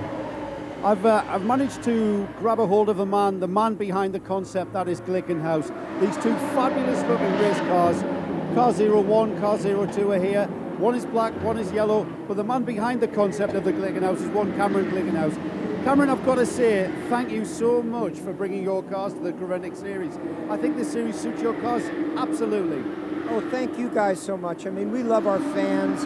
And, you know, I started racing in the 60s when you could buy an MGB, drive it to Sebring, and they asked you, did you want to race or watch? And, you know, for $20 more, you got to race in the 12 hours. And I would love to try to bring some of that back. I mean, you know, we have raced in the past, like with P45 Competizione, our Kurz car at the ring, which was a Ferrari-based car, where we actually won the FIA Alternate Energy Championship. And then we decided, what if we became a constructor from the ground up and did our own thing? And that's really our vision. We're building race cars and a road car for the street that'll debut at Pebble Beach this summer. And we hope to sell some of those to keep on racing. Now, Cameron, it's right to say you're not a mass producer of road cars, so that's why you don't fit exactly into the regulations for GT3. But we've been able to balance the performance of your car where it fits very snugly in that category. Well, absolutely. We built the car to GT3 rules. We looked at them very carefully, and we said, what if you built them to exactly the GT3 rules? And I think some of the other manufacturers were a little shocked when they saw our car and realized just how aerodynamically efficient it could be. Now, we have one thing that we can do that they really can't. We can shrink the cockpit to the minimum size because we don't have to fit 200-300-pound guys in it. I just have to fit with my wife, who's very slim, and that's an advantage. But you know, it's great to be racing here and also at the Nürburgring against the factories. I mean, we're racing against Porsche, Audi, Mercedes-Benz, BMW, and it's a great honor for me to be able to build a car with a great group of people in Torino and to go after these guys. And this series is even better because it lets gentlemen racers and pros go out, have a good time, race GT3s, and we would love to get another customer or two and sell them a car for this series, and we could support them for the whole thing. We'd love to do it. Is it fair to say that you see racing as a way to improve the breed and improve your road car version? Oh, absolutely. I mean, if you look at racing, that's where we got the rear view mirror, the automatic transmission, incredible upgrades in tire technology that everybody has, ABS braking, disc brakes, you know, traction control. So we're working with a lot of companies like Bosch and in the ring with Dunlop to develop really better road cars and better road tires that will go into our road car. But our idea is a simple sports car. I mean, our car on the road could be a 1,200 kilogram car with 700 horsepower, which quite frankly is enough for most people, especially when we have incredible aerodynamics and mechanical grip, and that's what we hope to do. And it's got to be said, it's an eye-catching car, it's a head-turner, and it's surely that you're aiming the road car version to compete with your Ferraris and your Lamborghini supercars, because that's kind of what it looks like. So where does that fit in price range? How much will it cost me if I need to give you a check for a road car? Well, you know, it's an interesting question. I began with Paolo Garella, my partner, when he was at Pininfarina. We made Ferrari P45 by Pininfarina. And then we made P45 Competizione, and now we've made this car. The answer is in how many customers we get. You know, for the first two cars, we had to sell them for 2 million euros each. If we get, 10 customers, we can bring the price down. If we get 20 customers, we can bring it down. But, anyone who's serious about racing, we would like to help them do it. So please come and see us and talk to us. And, maybe we'll have a Saturday night race special here after Mugello. We'll cut the price a little bit. I'm trying not to make this a Glickenhaus advert because we are really interested in the engineering side of your cars also. And, all right, you're going to build a road car, but as the cars we're seeing out on track, have they been built with racing at the forefront of your mind insofar as, does the body panels come off easy? Is there easy to change suspension parts, etc., etc.? Yes, that's exactly it. I mean, when I was racing myself, and the cars that I collect are from the 67 Le Mans era. I have a great original Ferrari P34 that won the 24 Hours of Daytona. I have a Ford Mark IV that finished 4th at Le Mans. And over the years, I've put tens of thousands of road miles on these cars. And I've tried to figure out how you can take a race car and drive it on the street. And the engineering you talk about is key. If you have a car, in the old days, you could buy a set of Craftsman wrenches and you could work on it.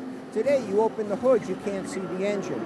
So I want to go back to the day where a normal mechanic or a handy person could disassemble the car in a day, could fix anything, and if they shunt it, they can call us up and just unbolt the parts, and we'll send them new parts, body parts, and put it on. They don't need a body man to repair the car. There are no bonded surfaces. The windshield unbolts. It's sealed with a gasket. So if you break the windshield, you unbolt it. We'll send you another one in a frame, and you bolt it in. You're good to go. And that's the engineering philosophy behind our road cars and our race cars.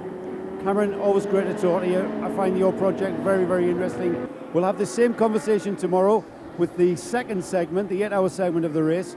And maybe we'll even pick up another TV audience that you can explain all that to us again. Thanks once again for talking to us, Cameron. Oh, thank you guys so much. Real pleasure. Great work, Joe. Thank you for that. And great to have Cameron, as Joe says, here this weekend in Italy, showcasing a couple of his cars. If we buy 20, yes, would we get it? Was it £11 each? Was it? I think that's just about right. Yeah, or €11. No, it's about £3. That is a really interesting guy. Really great concept. The issue he has is that, as it stands, he has nowhere to race apart from here, which is fine.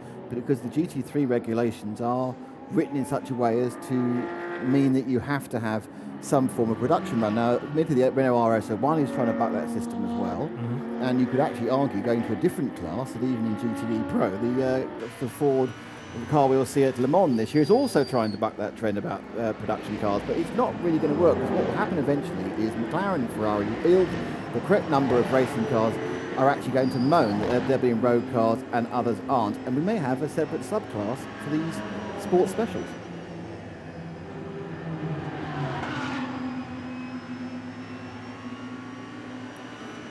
Optimum Motorsport going really well at the moment, although Flick Haig has found a wall of Porsche there, heading into turns 6 and 7, down towards the lowest part of the circuit, and then we'll climb up through the double right-hander there if he had to 1 and 2.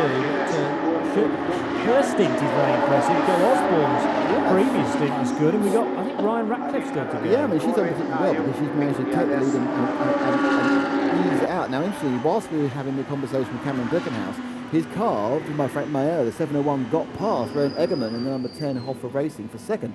But what's happened off camera in this last lap, it has been a mistake or a problem for Mayer, and he's dropped 13 seconds on that lap.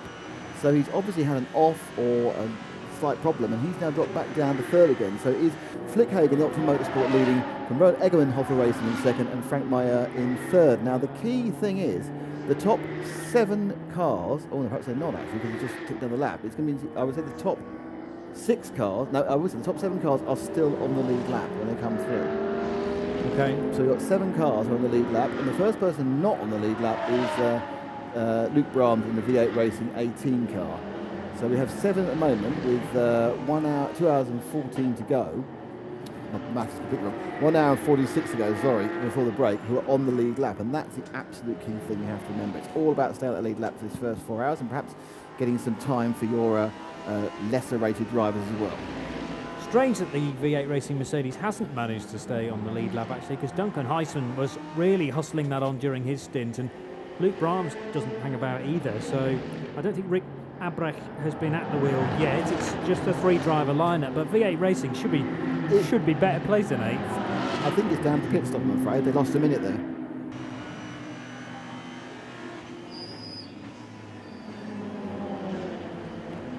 The Mugello 12 hours for 2016. It's round 2 of the 24hourseries.com, round 2 of the International Endurance Series, and an Audi very nicely placed as we are a quarter of an hour into the 3rd hour.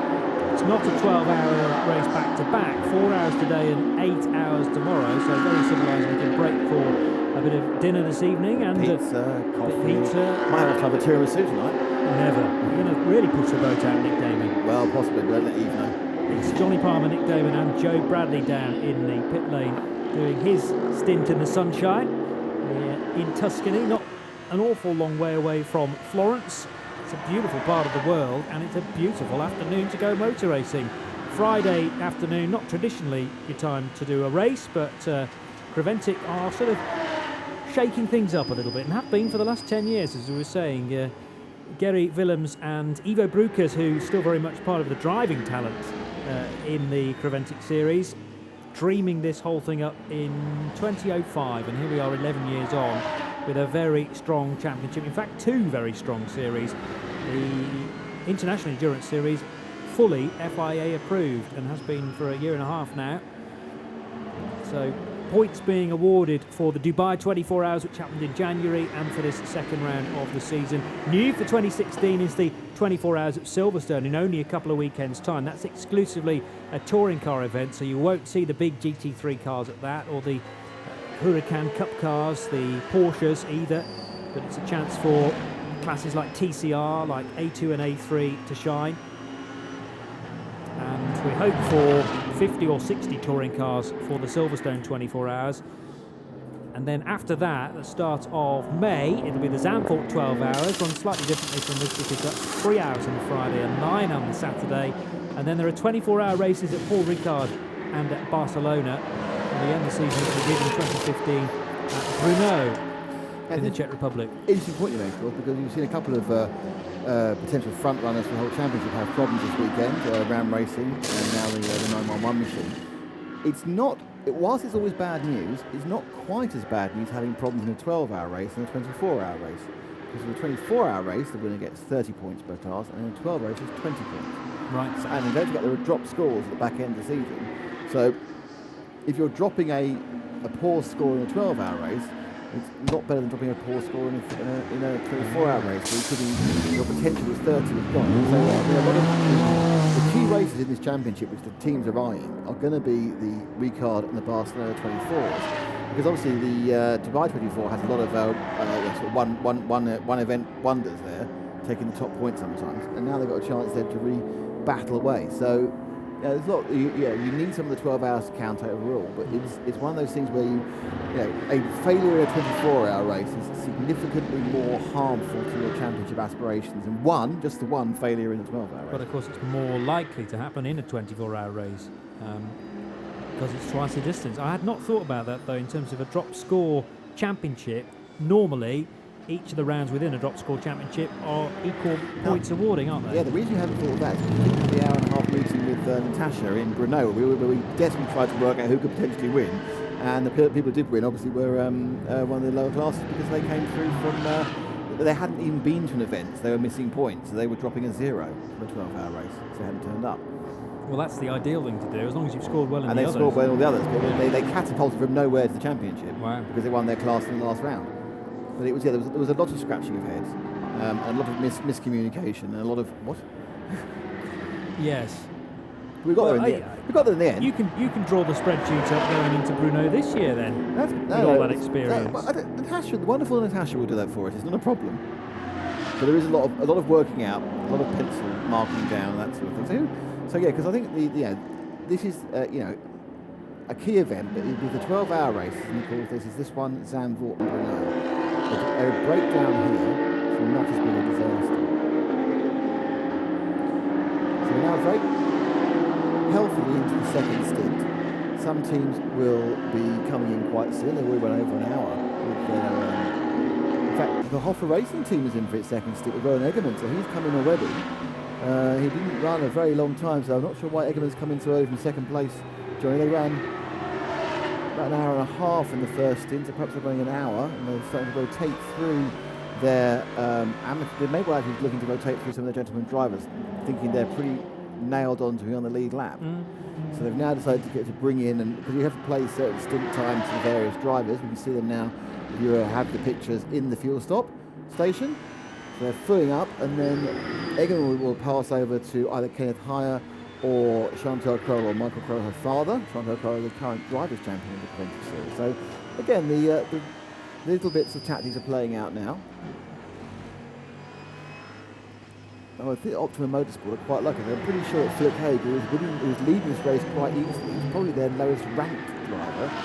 Doesn't mean she's their least talented driver, just their lowest ranked driver. So they're having a bit of a double bonus here. That the Flick is kicking in the good laps, going nice and quickly, and using the time up for their so-called amateur driver. Yeah, and that's where points are won by putting together a decent driver lineup, of course, whereby you've got the pro ticked off, you've got the silver grade or the bronze grade driver ticked off, and then you try and get, I suppose, a halfway house between the two where possible. Ryan Ratcliffe, I'm not sure of his precious metal rating, but Ryan Ratcliffe with experience in Ginettas and also in the British GT, at the GT4 level, and he's done some GT3 racing as well, actually, with Joe Osborne, so that's a relationship that has been going now within GT for a couple of seasons. So riveting in the 30-kilogram weight class. That's older people very rapidly. I'm catching you up now, in terms of the waistband, I think. Yeah, you're getting to an age now where that really irritating to us older people, instant metabolism rate that takes everything out will be going, and you'll start getting paunchy. It's fine. Girls, it's not fine. Girls, grab him while you can. It's not fine. He's available, attractive now, but in 5 years' time, he'll be second-hand and pointless. Highly likely. 58 is the Sportec Motorsport Lamborghini Huracan. That's the Super Trofeo car. Earlier on, having the wheels driven off it by... Now, who was that in the car that was putting in a really good... Just the body language of the car displayed it being thrown around. And I forget now who was at the wheel. May still be that driver. Let me have a look. I'll shuffle my papers and get back to you. But so Miguel Ramos now has taken over second place in the V8 Racing Renault RX-01. There's a problem for the lone Fiesta in A2. There's some troubles around the circuit. To the right. Well, there's been a problem there because the Protec. A couple of cars are trying to overtake on the line, but the rather broken down. Will not move very fast first. I haven't seen them wave white flags, so they stay moving cars. So a couple of them really got they're quite frightened. A6 driver. Whoa, no, perhaps not going to swerve back in again. This is the 169 Fiesta. Currently running 59 overall. So, only a 2A2 car because a lot of them are paying for the Silverstone race, which is a specialist touring car event in just 2 weeks' time. Milos Pavlovic was the name I was scrabbling around for. He had been at the wheel of the number 58 Sportec Motorsport machine. Super Trofeo Spec Huracan, and 12 car comes down pit road. That's another Super Trofeo machine. So driver change to take place there. Is Super Trofeo the Italian championship? Super Trophy, I guess it means. But yeah, you translate it like it's the 55 champion, isn't it? We have a single make championship. They have a single make Super Trofeo. Well, it's the Porsche Carrera Cup, isn't it? So much like the FA Cup, you can also have the Football League Trophy. So it's not a championship, yes. So they just call it a trophy rather than a cup. But it's not a cup. It's a Super Cup. It is a Super Trophy. And they're all identical, though, cars, because they're effectively Lamborghini Huracan Cup cars, trophy cars that run in, don't forget, it's a championship that runs in Europe, in Asia and in North America, the Huracan Super Trofeo. Have you ever been in the paddock of a Super Trofeo meeting? Not of a Lamborghini. Even the Portaloos are gold plated. It's phenomenal. The amount of money bouncing around one of those paddocks is incredible. Really something that massively appeals is that we now see the 963 Lamborghini coming back to the field again after a bad first stint caused by a few coming in, just literally gone past the 702 Glickenhaus machine, which is taking a lap back on the 702 Simmons machine, the 963, so the GRT Grocer Racing Team Huracan GT3 version now, coming back up through the field with Christian Engelhardt doing what he did in the qualifying session. So he's really wringing the neck of that car because they've had mates who know we need to get ourselves back on the lead lap. So he's unlapped himself from the 702. He now has to find 43 seconds to unlap himself from both Miguel Ramos in second. Just a second will start the road. And he'll, in fact, if you have pictures, you can see that is the orange and black Renault RS01 in second. Now this is not for position. This is for Christian Engelhardt to get a lap back. The problem he has is the actual leader is a further 40 seconds down the road, and that's Flick Haig, and that's the man, sorry, the lady who is his target, because that he needs to get back on the lead lap for that car before time runs out for this first 4-hour session. There's no point being 1 second behind him, he's still a lap down. It's not gone to plan for GRT Grasser Racing. Started from pole position, but a clash with the Ferrari, the Rory Butcher-driven Ferrari, very early on in the race resulted in either one or both of those cars spinning. We never did get to see that incident, but they rejoined, and it meant the Ferrari was down in fourth, the Lamborghini had slipped to fifth. We were scratching our heads a little bit to find out exactly why that had happened, but thankfully there are drivers that we can interview up and down the pit lane that saw that incident take place, and it was interesting that Hofer Racing and Christian Frankenhout just decided to ease back a little bit and think, well, if those two are just going to go for it, I need to pick an alternative strategy here. And it paid off for the 10 crew. As up towards turn one goes the Lamborghini, it's going to be three abreast into the braking area. No, can't quite get the overlap there on the Charles Espenlaud, Charlie Putman Porsche. Joe Foster, part of that team this weekend as well. That was leading the 991 class last time I checked. It came in for a stop, didn't it? And as those pit stops cycled out, actually left the 56 Porsche, the Cruddy-driven Dynamic SPL Porsche leading the 991 class from the 89 machine, and then 78, the Charlie Putman car I talk about, is in third.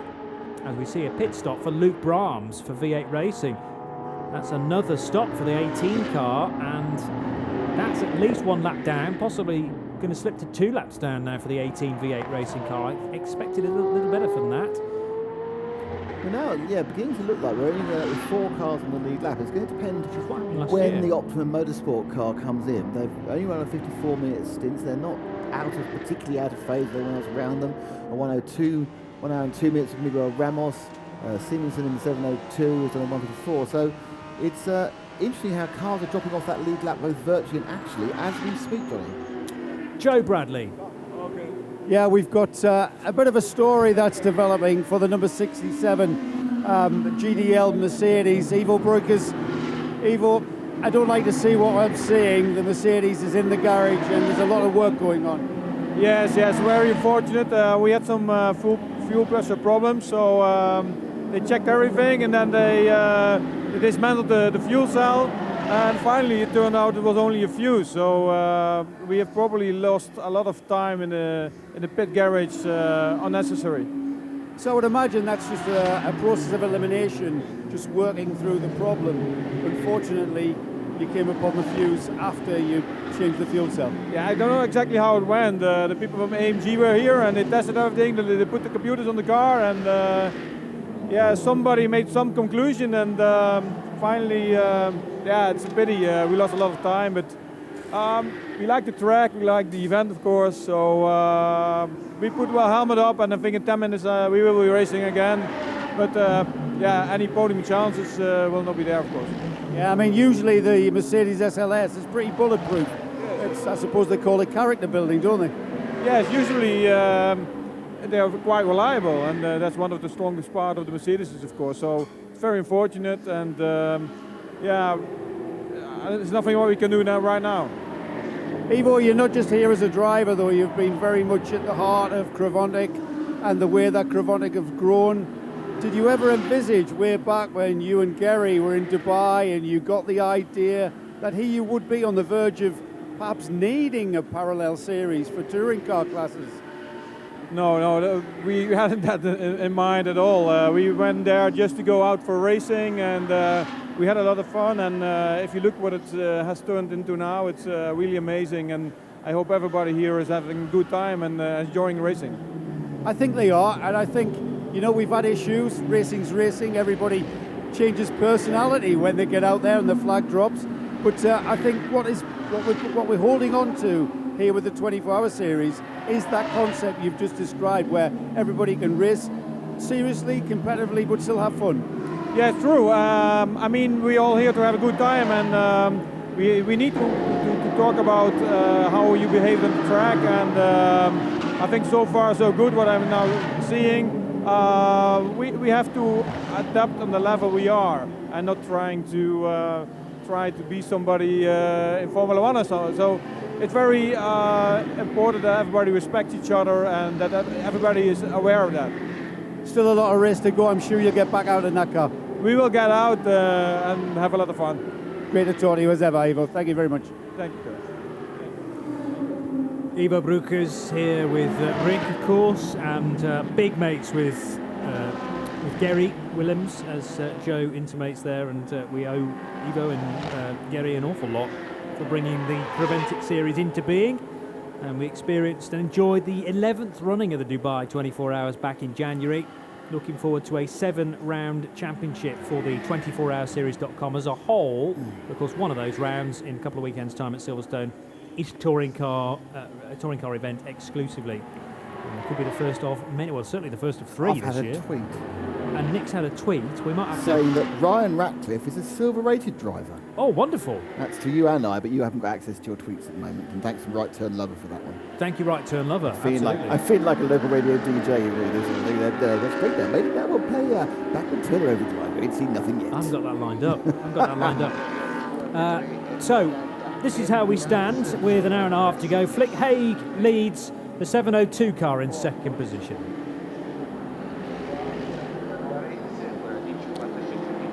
Looking at the Treble 3 car on our feed, which is one of 2 V8 racing cars this weekend. The Renault RS01 FGT3. More at home in the Renault Sport Trophy, which runs as part of the Renault Sport package. And these cars... still going? Is that now dead, Renault Sport package, given the fact that the Premier race is now no longer supported by Renault? It's no longer supported by Renault, but it's still going to exist as the Renault 3.5 V8 series, is it not? No, the Renault name's not there anymore. Well, sorry, you're quite right. The Formula 3.5 V8. Something I'm not sure why the V8 bit's numbers important. and anyway, the other V8 bit important. The other Renault-y things. Renault-y? That's a new word. It's a dictionary there for Renault-y. The other Renault-y things are still very much part of Renault and will support the European Le Mans series this year. So I'll get to see most of those Renault Sport Trophy races, and indeed... There's lots of supports, aren't there, really? And indeed, Formula Renault Northern European Cup, I think. Is it EMS that's got the 1 hour endurance race supporting it as well? Yes. And it's got these things as well. Yes. That's a busy day. It's a very busy weekend because they're now going to be 3-day weekends rather than 2. And you'll have practice for ELMS on the Friday, a couple of practice sessions, I think. Qualifying on the Saturday, which of course we always had last year, qualifying and the race on the same day. Both running on the Sunday, bar Silverstone. But Saturday we'll be having qualifying day, race on the Sunday. But yeah, incorporated into the timetable, 2 races for Renault Sport Trophy, 2 Formula Renault races, and 2 1-hour Michelin GT3 Le Mans Cup races. So, it is going to be flat out. Although on RadioLeMans.com, I believe we're doing the ELMS and the 2 Hour Michelin long thingy bobs, yes. correct. Michelin GT3 challenges, aren't they? Michelin GT3 Le Mans Cup. Le Mans Cup. Le Mans Cup is on RadioLeMans.com. On RadioLeMans.com. And an hour race on Saturday, an hour race on Sunday, I think is how it's going to work. But of course, all that doesn't happen at Silverstone because it's a blooming busy weekend with WEC and Porsche Carrera Cup GB, I think, on the I know. I will miss seeing those frozen pit grid girls as they try to get the in front of the European Formula 3. No, will they? Sure. Oh, I hope not. European Formula 3, where effectively you only found it in any way alluring if you fancy girls with hypothermia. It was just awful. Is that your sort of thing? No. Funny that. I had a very, very cold wife. I don't need to have a very, very cold wife from someone else. I had, by the way. Current wife, excellent. Yes, you're very happy, aren't you? Sorry. So, the 18 V8 Racing Mercedes, no better than 15th at the moment. But it's the 14 car that leads.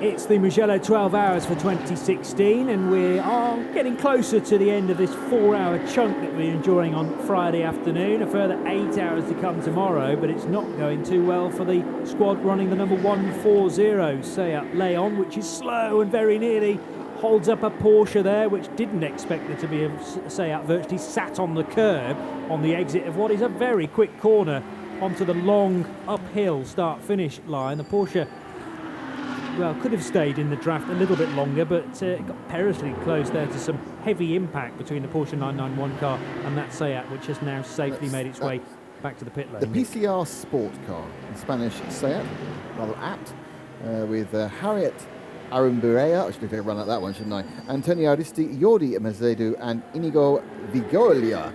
Very good. Why they let me anywhere near international names, I've no idea. I should just say we also received another piece of information whilst we were having a long conversation a while ago on Twitter from Trevor Austin, who was backing up the point you were making the whole time about pit times not counting. But as I didn't have a chance to look at my exciting Twitter feed at that point, oh well. I was very diplomatic through all that because I said, what you're saying might be true. Next time, just call me a blooming idiot. It's fine. I'm not comfortable with that, Nick. You're not someone I aspire to be like. Really? No. No, exactly. I better say that's very weird ambition.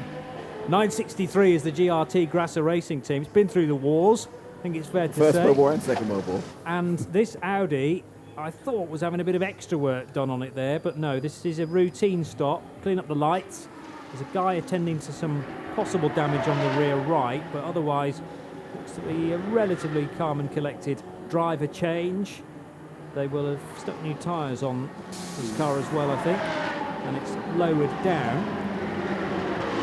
Still in no immediate rush, and obviously the fuel's already... It's a 34 car collection car, which is right at the bottom of the first timing page in 27th place. The 17 IDEX Sport Mercedes is in, the leader in A6 AM. Oh no, second in A6 AM now, because the 23 equipped the Schirmer team is going by then. So there is a battle something in A6 AM. They're all ticking along now. Also in the pits is one of the 17 IDEC cars. That's why it's dropped down the blue and white Mercedes SLS. So everyone's now kind of doing their own thing. I only had one very, very brief code seater so far today. It's been after about 15, 18 minutes of the race, which is about 5 or 6 minutes. And that has caused just for a very simple rescue of a car. So the issue basically is that they need to, so what's basically now is everyone's on different strategies, and they're all now trying to work out how they're going to get to the end in their own particular way, running their own particular combination of drives. And also, now it comes to the point is, if we can stay on the lap, how much fuel can we start with tomorrow morning? That's the second thing. So we look, for example, Flick Hayes an hour and 5 minutes. There's an hour and 22 to go. Now she's going to come in probably. She may well try and run as close to 2 hours as possible, which would mean that they would move out and have to give her the next drive 50 minutes. So he would be 50 minutes into his stint when he stopped with a full tank, hopefully. So this is where the maths now starts to come in, because they have to work not only to stay on the lead lap back timing, and that's obviously that's happening in every single class, with the same lap as a class in, not just A6 and the people in SPX and SP2, but also how much fuel can we have in the car? How much flexibility can we give ourselves at the start of the next session? Because think about it, if you end up lining up on the grid and you've got 50 litres of fuel, and the guy next to you's got 120, well actually he's really 2 minutes ahead of you. It takes that long to put the fuel in the car. So huge amount of what ifs and whens and buts to be sorted out over the next hour and 20 minutes. But at the moment, with our fourth place man, Miguel Ramos has just brought it into the pits with the Renault RS01 car, V8 Racing, that's a 333 machine, dropped into third, now is fueling as we speak. It'll be an hour and 21 now. It's very unlikely they want to stop that car again, so it's likely he will go to start tomorrow with not much fuel. Unless we get a code 60, in which case he can just splash and dash. And that's something we'll definitely see, Johnny. If there's a code 60 back in the race, everyone is going to start thinking about taking some fuel. There should be some interesting queues. In fact, I believe that's what happened last year, wasn't it? It was a late code 60 and people had to queue up, and that's when they lost laps. Right, yes. I do remember Ram not getting the luck of the draw. If you could, well, indeed. Or again this week. Particularly perhaps they should come to Mugello. They've got pace, clearly got pace, and they did have in 15 as well, but just didn't hit the fuel pumps quite at the right time. And I remember Tom Osler-Cole being at the wheel, just stuck there in a queue and couldn't do anything about it. Now this is an interesting incident where the GT3 cars hit not quite literally hit the Ford Fiesta ST, but get to the same point in the track where the ST is tootling round perfectly legitimately on the inside of that first corner. Yeah, has he got a little car, tartan car rug and a thermos flask? That guy, he's pushing like Billy-O. Oh, don't get me wrong, I know that, and he's pushing to the adhesive limit of the tyres, and the mechanical grip of that car, but it's not got a great deal of aero. It's a Ford Fiesta ST, but nothing like an Audi R8 in full GT3 spec, and it just swings around the outside of that Fiesta. I don't think they fully expected it to be the speed differential to be that absolutely. large. But of course, this time last year there were 10 A2 cars. Now having to do that sort of manoeuvre 5 times a lap or 4 times a lap. Now with the lesser number of these smaller, slower cars, because they are generally perhaps beginning to migrate to their own series, which we'll see the first round of in 2 weeks, and here on RadioLeMans.com. Same back channel, same back station. That means that as Charles Espinal told me, that they are actually looking at to change the whole feeling of the race. Suddenly, the slowest car, apart from 2 stragglers you can get round, you're not the whole gaggle them, is much faster. There's less overtaking, and where you overtake is different. And it's all about being in the right place. So let's have a look at the rundown after just shy of 3 hours, hour and 19 to go. It's Flick Hagen, the Optima Motorsport, in 1. In second, it's the 702, and Simpson in the Scuderia Glickenhaus. Simpson is that? I shouldn't say Alan. Simpson is that one. 702. I need to find out. Just too high a number. I think it's Frederick Simonson. Simonson, possibly. 702. Have a look. 702. It's Andreas. It's his brother. It's Andreas Simonson. So Andreas Simonson in second. Phil Dryber up. Christian Engelhardt and Miguel Ramos. It says he's got back in the car again. I think that's because they're still in the pits with the 333 Racing in 5th, and then it's Christian Poulsen in the massive motorsport car, and then it's the 701. So the Scuderia Glickenhaus, who not only have received a very good advert courtesy of Joe Bradley earlier, and actually it does seem like a really, really good project, are now running in 2nd and 7th overall. So they've shown great reliability, which is normally the Achilles heel of these sort of specials cars we see. So great reliability and some genuine pace with the 702 lead car, where Andreas Simonson is partnered by Jeff Westphal and Thomas Mooch in that machine. The 701 actually has the kind of driver you've heard of, Frank Mayer, also Manuel Lauk, who we spoke to on the grid, and Felipe Fernandez Laser. That's a great name for a driver, Mr. Felipe Fernandez Laser. Oddly, Felipe Fernandez Laser, where do you think he comes from? Germany. Yeah, only because I knew. But where I've never heard of a surname Laser before. But Felipe Fernandez is so Spanish. I suppose. Yes, and then laser. Quite Germanic. No, laser's not it's Germanic. No, I know.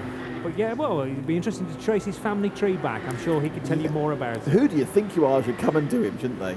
Not literally, but just come and do a background in his family tree and find out how he got to where he is. As a 67 GDL Racing, and you heard Ivo Brukers earlier with Joe Bradley, he's trundling down Rummy. Having found out it was just car a fuse. number 333. It was just a fuse, and they managed to get going. So hopefully next time they'll start with it. I don't know about you, but I'd always start with a fuse, wouldn't you, Johnny? Rather than take the fuel cell out. I go, can I have a new fuse, please? I'd always start with being confused. Well, that is true. And then probably try a fuse. Yes, you're right. So the 56 Dynamic SRL car is leading in Porsche 991. A6 Pro is is the equipped for Sure, car 23. The leader in SP2 is the 206 from UMS Engineering, the Audi there, the TT car. In SP3 it's the Nova Race Ginetta, number 284, and that's all the classes I can see on that page of the timing.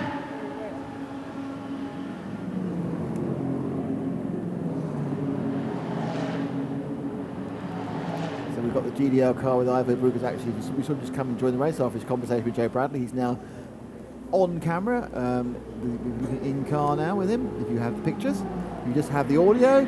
Just imagine him being on car. It's a Mercedes going around some very, very picturesque corners and some fantastic scenery. As we said, this is the onboard here. Okay, guys, we're ready more down time here looking now. at the motorways and less time looking at the everything else. So I believe that Joe Bradley is with Miguel Ramos, who's just got out of the 333 car. Miguel, that was a good run for the 333 car, the Renault RS01. You're in 5th place when you brought it into the pits. Is that where you expected to be? Yeah, it's a long race, so we need to be very careful. I'm very conservative on overtaking on traffic. I'm not used to so big difference on rhythm, so it's really hard. I'm getting used to, so it's when I have a clean lap, I feel good. When it is 3-5 cars in front of me, I say, wow, where shall I go? So I need to get used, but yes, it's okay. And is traffic a particular problem here at Mugello? Yes, because as soon as you leave the second chicane, you start the fast part, the fast lap going down, and the Rabiat to the 2. Having 2-3 cars there, it's really risky to overtake. But I saw some very fast cars overtaking outside, inside. I said, wow. But I'm being more conservative because it's too long. It's a very long race.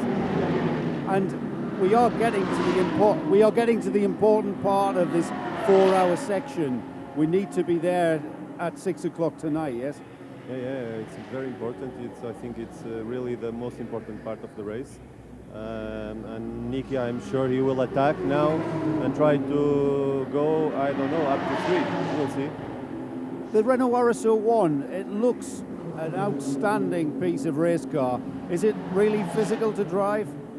A little bit, but this is the configuration GT3, so it's very different from the configuration on the trophy. When the RS01 is on the Cup version, so for the Renault trophy, that is really hard to drive, very, very fast, a lot of downforce. This is more a GT3 style, but it's really fun to drive the car. It's a good GT3. Thanks, Miguel. I'll leave you to cool off. You've worked very hard with that car. Thank you very much. So Joe Bradley with Miguel Ramos there, the 333. Now, interesting, whilst that conversation was taking place, into the fuel station, and not yet into the pit, has come Flick Haig with the Optima Sport Audi from the lead. So the stint for the next row, 1:13 to the end. So whether they want to stop twice and top up, will be interesting to see. Andreas Simonsen will regain the lead. The only question that needs to be answered is how close will Christian Engelhardt, the 963 GRT Grasser Racing Lamborghini, be to be getting himself back onto the lead lap. That is his battle. Well, interestingly, Simonsen and Engelhardt have been in the car for almost exactly the same time, just shy of an hour on their stints. So they won't be able to take the car to the end of this session because they're around 13 to go of this first 4-hour run. Christian Paulsen, 55, is in 4th. And it's Fernandez in the 7:01. Fernandez later, of course. Yes. Glickenhaus in 5th. So Glickenhaus now first. Is he Spanish? Yeah, apparently. So it's 1st and 5th now for the Glickenhaus cars. So Flick Haig just getting down these second stops. I mean, the pit stop count is slightly skewed by the fact that some of the cars came in very, very early splash and dash during the first and only Code 60. But it's all getting quite interesting now. Simonsen is officially a lap ahead on everyone, but I think actually I think Engelhardt now will join him on that lead lap when he comes round. He's just under a lap behind Glickenhaus as Engelhardt, so the problem is he himself needs to do a pit stop. He's got to do himself back off that. So we begin to work ourselves into a lather of excitement by back timing ourselves, which I think is not sure that's legal in most countries. We will have a battle royal with the first 7 cars still hoping in the lead lap when we end the first 4-hour session in an hour and 11 minutes.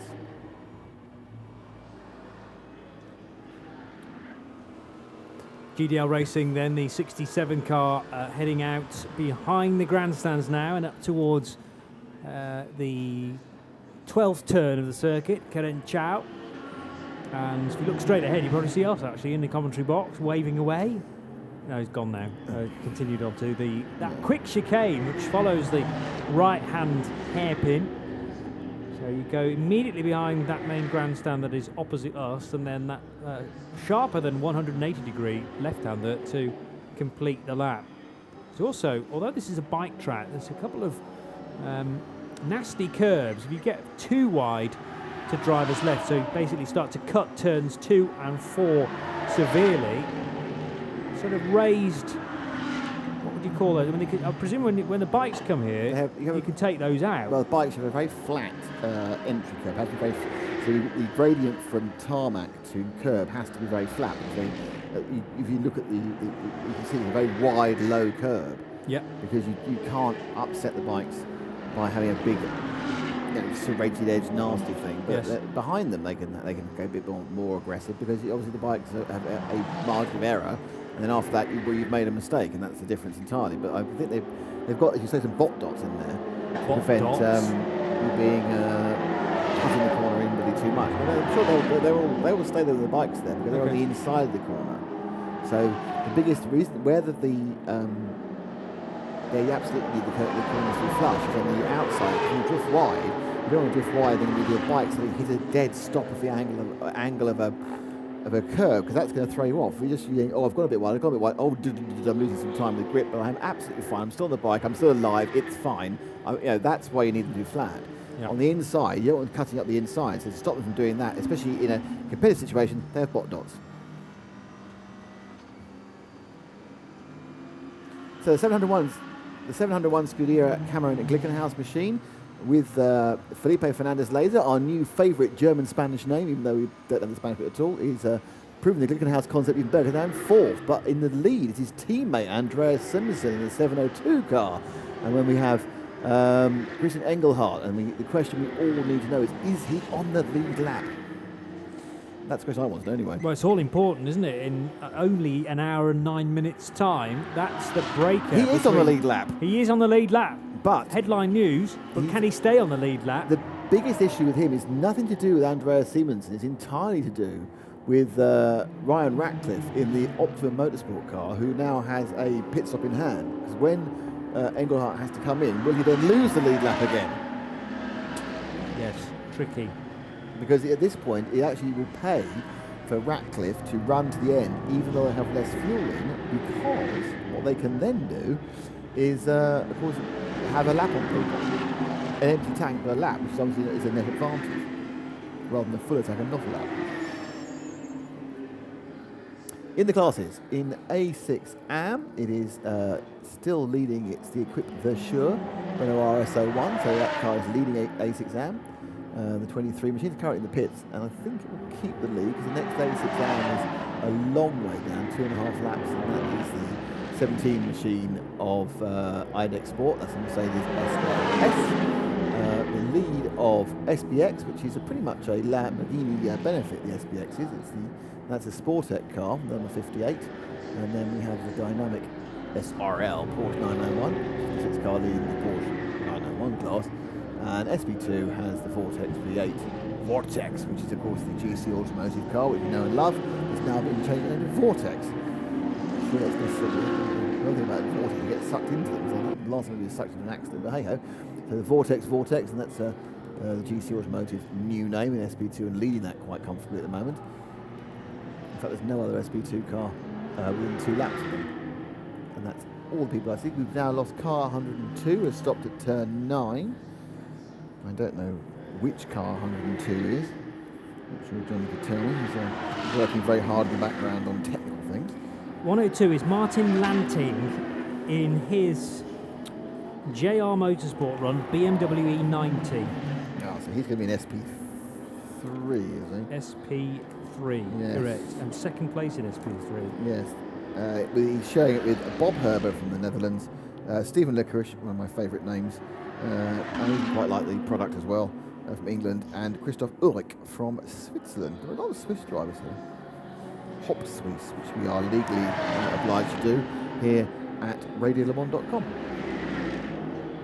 Yeah, 4th place actually in SP3. I was misreading the line there. It's a class that's led by Dan Meijer, who is Dutch, so probably my pronunciation nowhere near accurate there. But Dan, D-A-A-N. I think it's still Dan. It's still Dan? Yeah. Okay. It's just like Dan. It's like a. Do you say Nan or Nan? I think. By the way? Do you know what it actually is? It's just like Alan Pardew. Dan. Yes, an elongated Dan. Dan Meyer, who is leading the class in SP3, and some recovery work there being done, I presume, on that 102 Martin Lanting driven BMW E90. The snatch tractor Can't quite returns. see it behind the concrete wall, but the snatch tractor is very much in attendance, Nick. And certainly, one of the things you can tell, well, we can tell by being in the booth, and you can tell if you can see the pictures, is that the evening sun is coming out. It's beginning. It's sort of. Do you know what we should be doing now? We should be playing cricket on the green, with a lovely G&T waiting for us at the end. Is that sort? I mean, this is the sort of light of a lovely English May day. But where are we? Tuscany in March. Wow, how great's that? You're not making yourself a great deal of friends at the moment. I am at a Tuscany tourist board. True. And for people that are also here enjoying this weekend, but people stuck at home. Well, apparently it's quite nice in Sebring as well. It's a bit humid, so that's fine. Right. I mean, he's in the UK. It's not quite as warm as here. No. But they could have come for a holiday. I wouldn't necessarily advise going on the same flight as we did, but there we go. Oh, it was fine. I thought it was fine. Ivo Bruckers we're now on board with the 67 GDL racing car. So this is the one that's returned to the race. Joe Bradley had a word with Ivo a little earlier on through Arabiata's 1 and 2. And yes, Joe mouths pit lane debut, but we're still trying to iron out 1 or 2 technical issues there at the moment. So I know, convenient, isn't it? This is the stint that I still owe radiolemans.com from Zandvoort last year when I promised everybody. When you said how easy it was when I came into depressed and wet. Did I really? Yes. I don't remember that. You literally used this tone. Don't forget, it was a highly pressurised day that day. More dust in the background. Now, thankfully, the snatch tractor is the safe side of the concrete wall, but I reckon somebody else has gone in the very same gravel trap there that has claimed Martin Lanting's BMW. Has that car escaped? Sadly, the view over into the gravel trap not sufficient to be able to. He's trying to pick out a roof line above. I think he got out again. Yeah, I think he just ran in and made a huge mess of everything. Well, hopefully not the car, more just the gravel trap. There'll be some levelling out and raking required by people possibly tomorrow morning. The raking of the coals. So we've got an hour and 3 to go. And into the pits comes the GDL racing car again. Time for a new fuse. Yeah, 61st of probably 63, I think. 63 remaining. Well, the 911 car, I haven't seen get going again after its breakdown. And of course, the Ram racing machine never started, unfortunately. Everyone else is turning laps quite consistently as they wait for the end of this first session, which is an hour and 3 this first section away. 102 will be recovered in pit lane, the car, so they've managed to get up and running. So they always aim to get all the cars back, and they can take part.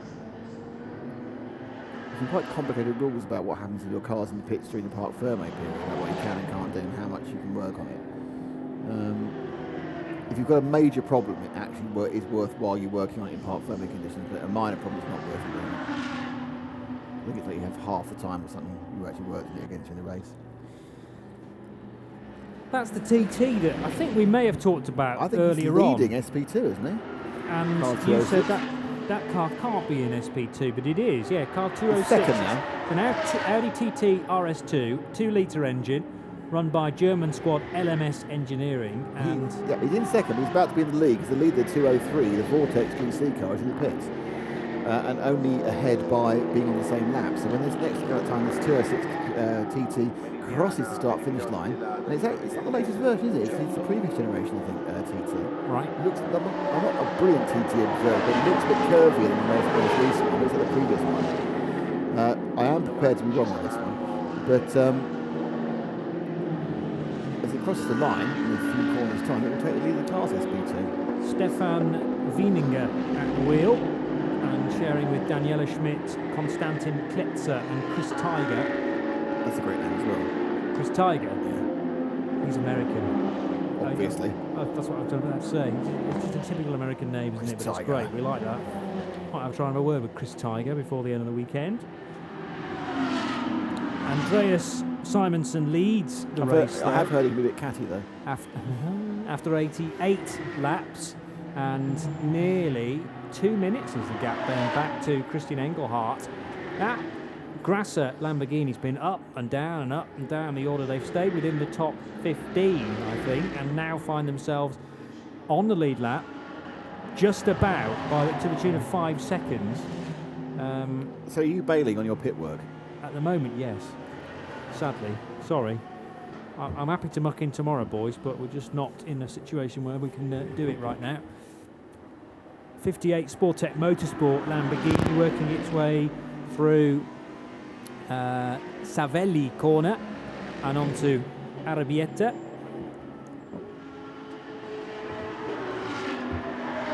Roberto Pampanini driving this Lamborghini Super Trofeo. And it works its way through the quick left and right kinks that then lead to this pretty heavily downhill entry to the hairpin that ends the lap here at Mugello.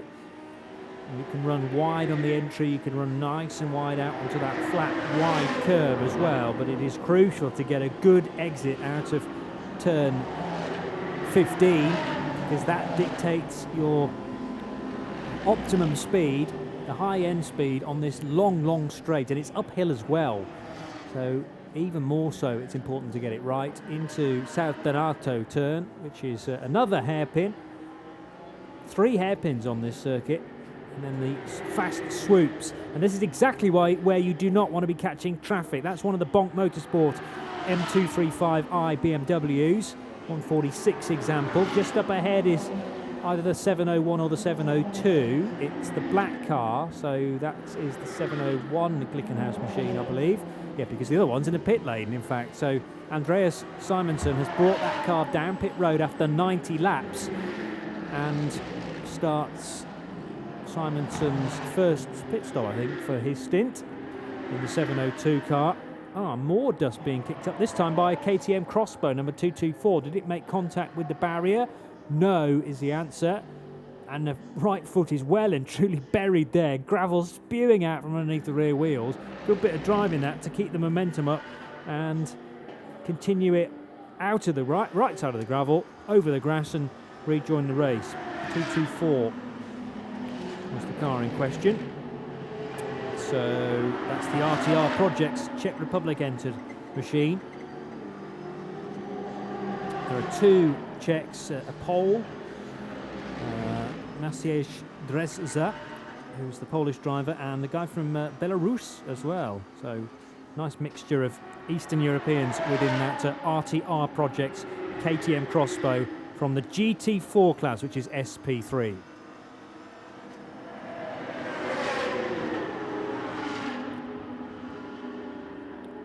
Inside the last hour then, Joe Bradley, and this has been an enjoyable race up until this point. I have to keep reminding myself there's loads more to come tomorrow, and we'll only be at the 3rd distance by the time we wave the checkered flag at 6 o'clock tonight. But some teams will be pleased with their progress so far. They will have learnt an awful lot. Other teams, sadly, some of them have already packed up and are thinking about going home. And other ones, I'm thinking about the 67 GTL Racing Mercedes, well and truly in the wars. Ivo Bruckers and his team trying to diagnose an issue, and that's the Lamborghini Huracan turning left into fuel. Into fuel.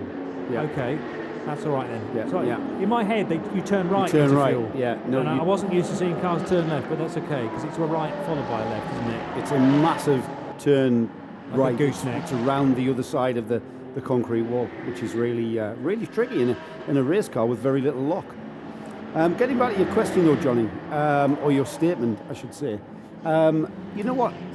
I can kind of feel the conservatism out there on the track. I know we've got cars off and what have you, and we've had contact. I think that is just purely, down to racing being racing and driving cars very, very quickly. You are going to encounter issues like that. But I think overall, I think everyone is aware of the tactic that needs to be deployed here, and that is to basically be in it now. 55 minutes to go before the break, and we'll have had 4 hours of this 12-hour race, and this is where it's all very, very important. I've just come back to the studio, so that's the first glimpse I've had of a timing screen for some time. Is that correct, Johnny? We've only got 3 cars on the lead lap, or is that just cycling through? It is less than 3 cars, although we've got the top 2 pitting, of course. We'll give you a full update of how things stand in a moment.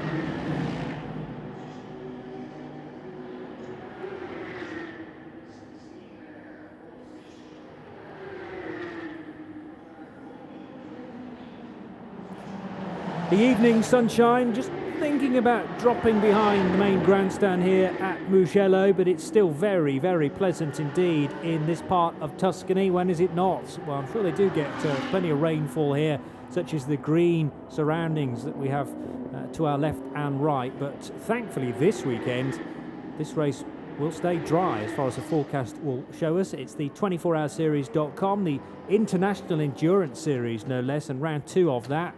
12 hours of Mugello, traditionally split across 2 days, with 4 hours on a Friday and 8 hours on the Saturday. And as we stand, the 2 leading cars are in the pits. And is Nick Damon down there? I am. It's terribly exciting.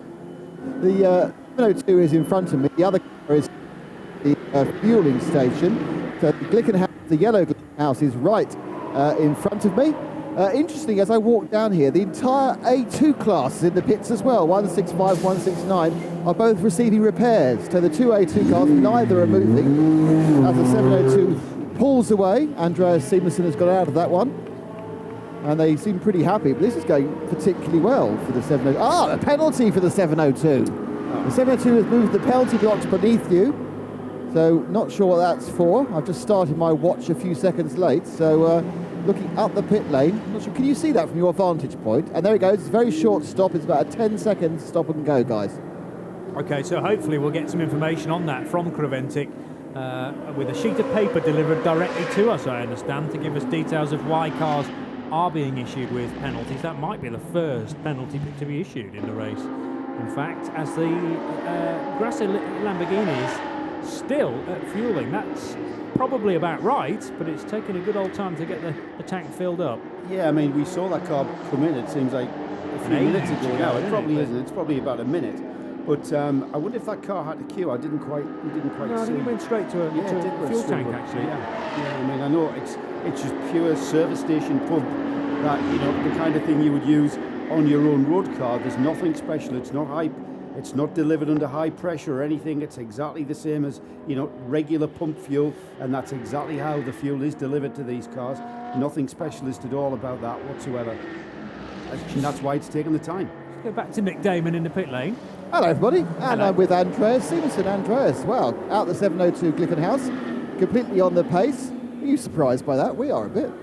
Yeah, the car works really fine here. We've been struggling because it's the first time we even drive on the Hankook. We've been pushing a lot on finding a good setup, and the team have done a great job by making the car really, really good. We're still lacking a bit of, I think, top speed compared to other GT3, so we still have to fight every single piece of the car can handle. But I still think it's amazing. P1 right now, it can't be better. We heard from Cameron that he's built it as a racing car in mind. Can you tell that it's built that way rather than other GT3s which start as theoretically a road car? Yeah, but I think because if you buy a manufactured car, that's not the same way. Now he built it all by himself from the ground, and that's why I love being here, because it's such a family team, and still they're 100% professional and making, like you see, a good job. My first time competing against other GT3 on a normal circuit where everyone have the same tires. On the Nürburgring it's a big difference because everyone have different tires, so you don't really know who's the quicker, if it's the tire or the car. But here's the first time we're actually competing against other on the same level. Then we see that the car is actually really good and they've done a great job. The car feels amazing to drive. Feels like a normal GT3 car, so they've done an amazing job with that. How close are you to maximum speed with this car? I mean, how much more is there to come, do you think? Right now we're on maximum. We're pushing every single lap as a qualifying lap. But I think maybe we can fine-tune it a bit more, but right now we're on maximum level. For sure, I think we can have some more with some more development on the car, but still, right now we're on full. Andreas, thank you very much. Thanks a lot. So he's done his work for the day. How's everyone else? Well, that's a big question. It seems another real enthusiastic driver. I didn't know an awful lot about Andreas Simonsen before I came here this weekend, but it's interesting to hear from him that not only that car but the other one as well, almost punching out qualifying laps every time they go around here. Bearing in mind you've got to lap a number of slower cars whilst you do that. Throws my perception of conservatism in this section of the race out the window. Maybe what I meant is the way that they're moving through traffic. Is that the 701 car? It's the 701 Absolutely. car. Now he had to get on something or other there because he was held up just coming out of the corner and absolutely went broadside. The shot from the inside here with that, not complete steering wheel, it looks like kit. It's like a tiller. Yes, the Batmobile. Not a steering wheel. That is an imposing dashboard, not just the wheel, but everything about it. It's very modern. I mean, you look at the Audi R8 GT3 car, and it's a similar kind of steering wheel setup. Basically, because you don't really need the top bit. It's not like you're going to do, thread the wheel through your hand in a race car, yeah. But again, very, very interesting what Andreas Simonsen said there when he described, every lap is flat out. That is the pace that we're seeing out there. Everybody is on it. I think the feeling, the perception that I get regarding people being a little conservative in their ways is maybe the way they move through the traffic. Because we're not seeing anywhere near, and that might be because of the reduced amount of the slower classes. And going back to that comment you made of the Fiesta ST tootling, I knew exactly what you meant. It's not the fact that the guy inside that car was tootling.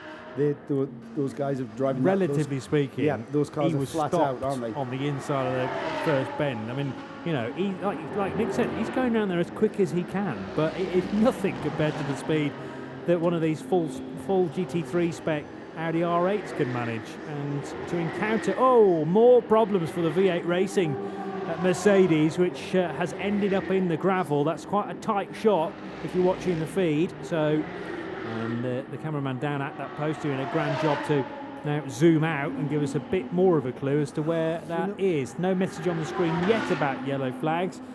It's just after the overbridge for the traffic that goes in and out of the circuit. So that is exactly between turns 6 and 7, losing it to driver's right coming out of Savelli, which is turn 7. Not what you want at this stage of the proceedings, I think, with just under 50 minutes to go before we call a halt to everything. Double wave gone yellows. into the gravel. Yes, rear wheels firmly embedded. That's not going to be a quick recovery. Double wave yellows and every chance of another code 60 here to get that out of the way. So who's at the wheel of the V8 Racing Mercedes? Sadly, it hasn't been doing pretty well. Rick Abrecht driving that. Dutch driver from the Netherlands. 11th position in A6 Pro. That makes him 12th position in A6 if you take that as one category. SPX, the next best car. Wow, Pampanini having a brilliant run in that Sportec Motorsport car. And that was Milos Pavlovic's efforts as well in 58, wasn't it? He was hustling that 5.2 litre Lambo around here. But Pampanini's done his level best to meet with Milos Pavlovic's lap times. Mercatali is the best of the 991 Porsche class cars. Dynamic SPL running that machine. For number 56. Yeah, it's Italian in every shape and form. All four of the drivers, Mattia Drudi, Nicola Mercatali, and Mercatali Giovanni Berton, Alex De Giacomi.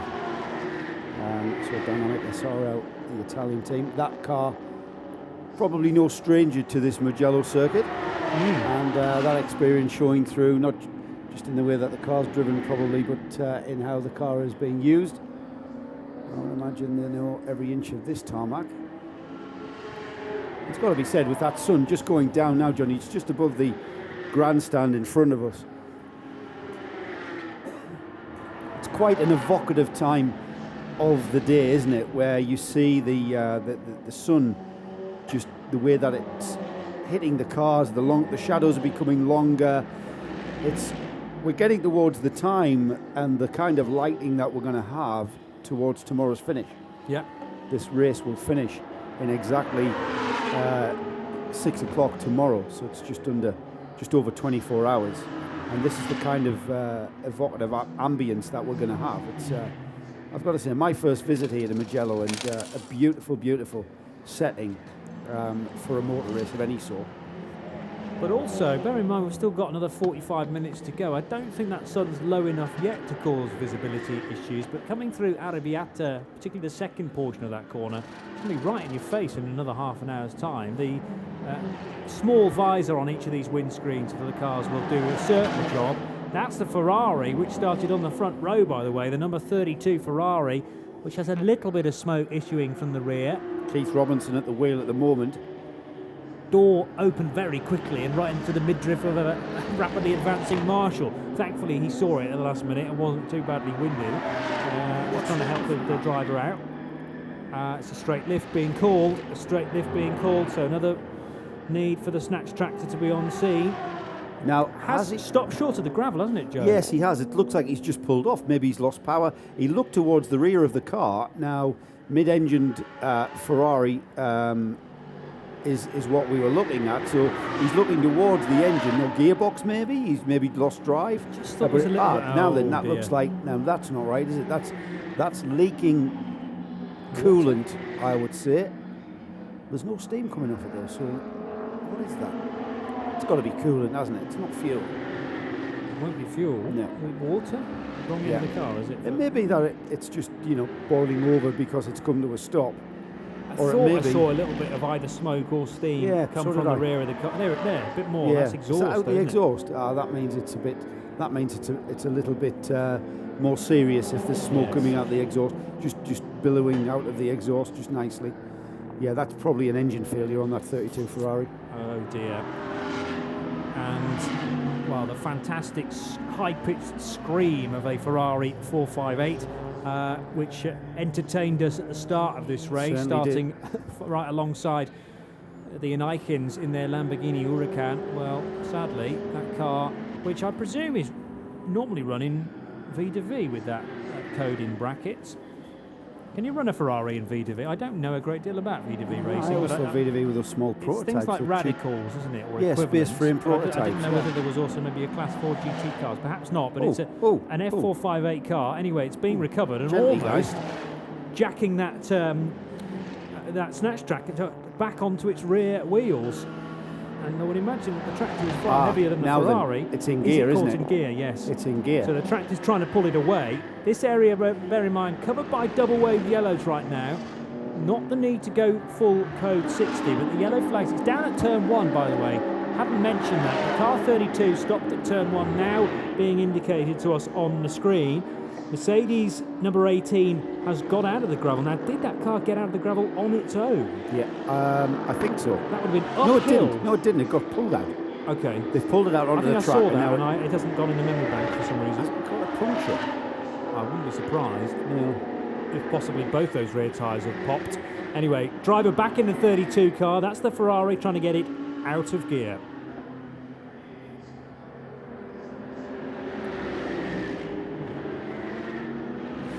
Yeah, interesting moment there. A wheeling tractor which nearly fell back onto the front of that Ferrari and shattered the windscreen. It could have been an interesting time. You know what? I was more concerned about the rear skirt on the rear diffuser. I was thinking, oh, it's going to smash that. You know how much that costs?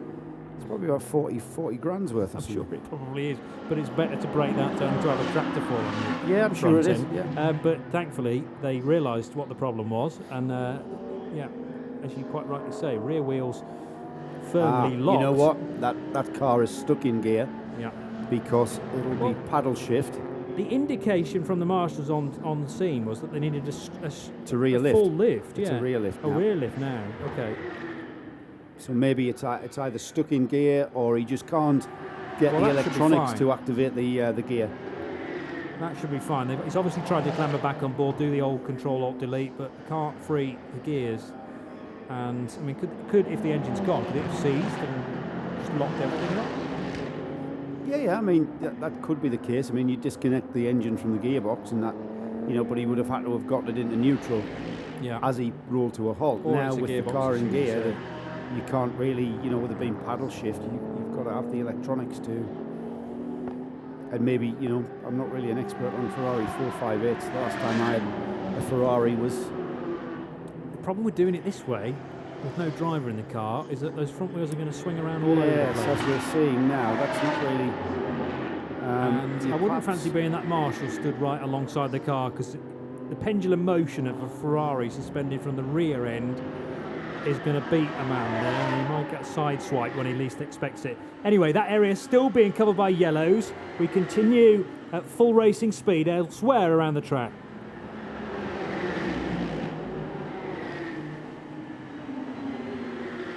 Inside the 4th hour of the Mugello 12 hours, but that means we're only 40 minutes away from our evening pause in the 2016 running of the second round of the 24-hour series.com here in Tuscany. Another 40 minutes to go, and we'll wave the checkered flag. We'll put the cars away for the night, but they can't be touched, remember.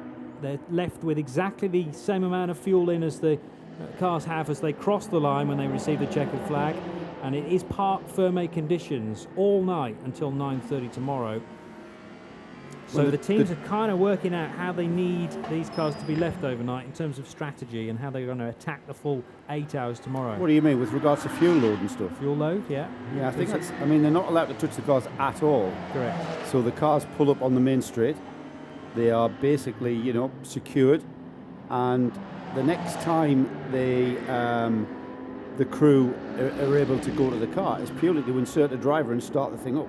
Yeah, and you can change drivers. Nick makes the point in my ears, so that you don't have to start tomorrow's race with the same driver.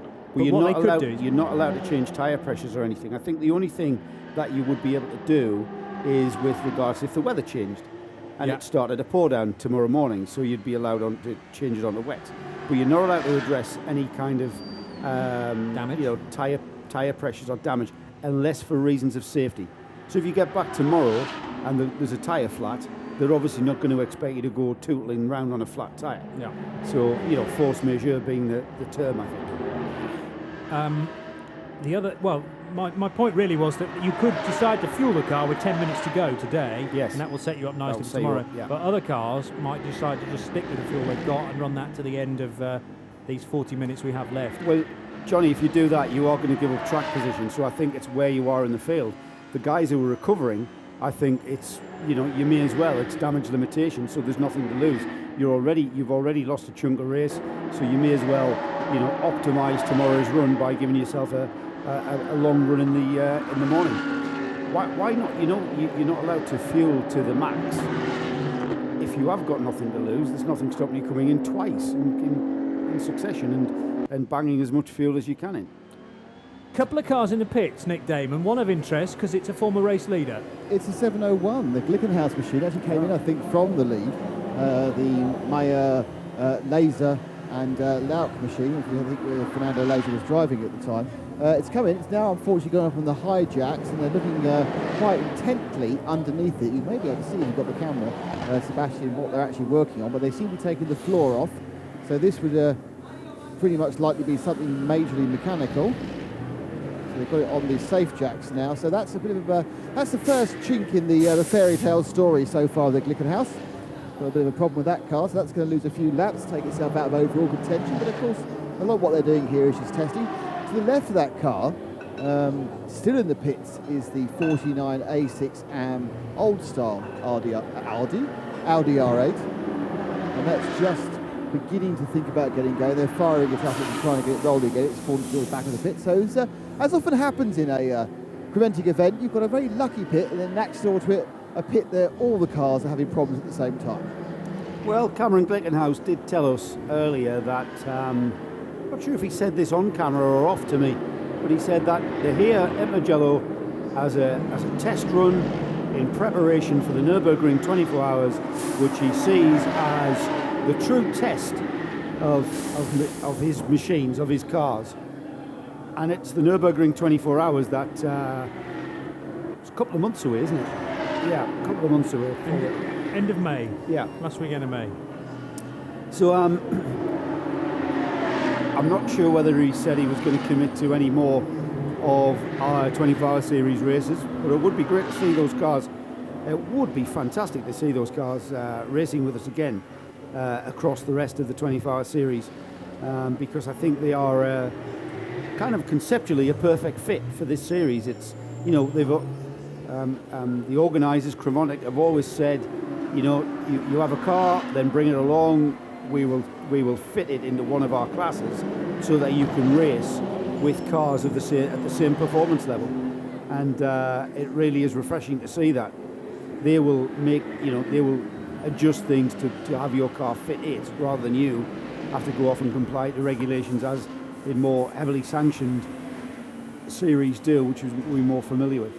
So I still think he's mad as a box of frogs, is Cameron. Every time I speak to him, he's got this enthusiasm. All right, he's American, so he's very positive in his personality. But when he starts talking about his cars, he just bubbles with enthusiasm and passion for what he's doing.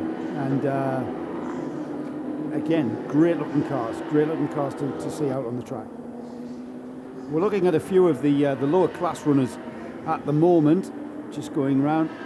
There's one of our BMW friends. It's the 145 Bonk Motorsport car, driven at the moment by Jürgen Meyer.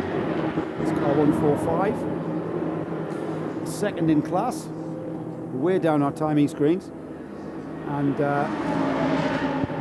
I would imagine driving one of that particular car, that BMW around here, is all about keeping the momentum up. You've got, you're going to be driving the car absolutely flat everywhere and just not wanting to, because basically you haven't got the grunt or the power to get you out of trouble. So very, very smooth style, keeping up momentum through the sweeping nature of Mugello. And that picture there shows us in perfect style just what I mean about the contrast of corners here. And that's classed as a slow section of track, and it certainly isn't by a lot of standards. Just to go back to what is actually deemed in the supplementary regulations as the intervention break, that's what happens tonight between 6 p.m. and 8:30 tomorrow, effectively. 9:30 is the restart of the race. We're into an intervention break, which is pretty much parc fermé conditions by any other name. And if you do contravene the intervention rules, it's a 10-lap penalty. Wow. 10-lap penalty in case of You mean deliberately through being needing to? You're not going to cheat and sneak in. Well, you might do my mistake. In the dead of night, though, you're not going to. You can't by mistake, Johnny, walk out onto the track tonight and start, getting the setup bed out and putting a different setup on the car, or even cleaning out an air duct. You're not going to do that by mistake, are you? You just haven't read the rules, Johnny. You're just not allowed. Look, it's pizza time, Johnny. Go on. It's pizza time. Look. Oh, you're having pizza. The pizzas are all out. Oh, yes. That's a great Cremontic thing. 45 minutes to go, free pizza. What What would be better than that? And I'm going to follow around, not for the reasons you think, but for a pizza-based reason. I tell you what would be better than that. A dough-based treat? Yes, exactly. Do I need to bring a dough-based treat to you guys? Well, that would be lovely. Yes, that would be very nice and keep us going for a Let me see if I can get one, and I will run it up to you. Do you have a selection of choices of pizza, Nick, or is it pretty much margarita? I have the pizza. Excellent. You'll be going quiet down there for a little while. No, there he is. I will bring the pizza to you. Look at that. I'm bringing the massive. No, That is not massive. the TV. It's for radiolemon.com. Here it comes. Well done, Nick. And hey, I tell you what, he's found his vocation there. Pizza like delivery Hankook guy. rice. It's a production as well. Pizza delivery guy. I hope it's chicken KF, by the way. I hope it. Oh, keep it warm. It's right. Johnny, that's a huge pizza for small guys like you and I. It's a very large pizza, but somehow I think we'll get through it. Yeah, I think so. Right, so there's a relatively small list of things you can do during the intervention break. All right. So on the start grid, you're not allowed to work on the car, with the exception of the following tasks. You can adjust the mirrors, you can clean the windows, you can adjust tyre pressure, but only with small hand tools, not with a big compressor. You can put a drinking bottle in the car. You can read out data logger, get the data off the system effectively. Only if this can be done without opening the bonnet though. And you can warm the engine up. Drive shafts on air jacks is allowed. It's not allowed to open the bonnet, engine cover. Any other work on the car is strictly forbidden, e.g. removing or changing tyres, opening the bonnet, refuelling, etc. And if you do decide to do any of those things, it's a 10-lap penalty. We will come back to that, Johnny, and we will come back to that number 37 Porsche also, which is being recovered as we speak.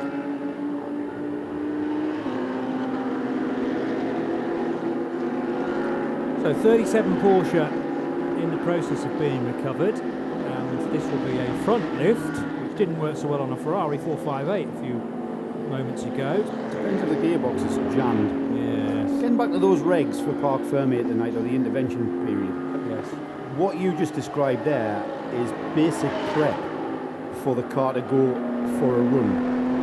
So you wouldn't be expected to turn the key and go racing. There is a warm-up process on a race car. Tyre pressures, just getting the tyre pressures correct after they've settled.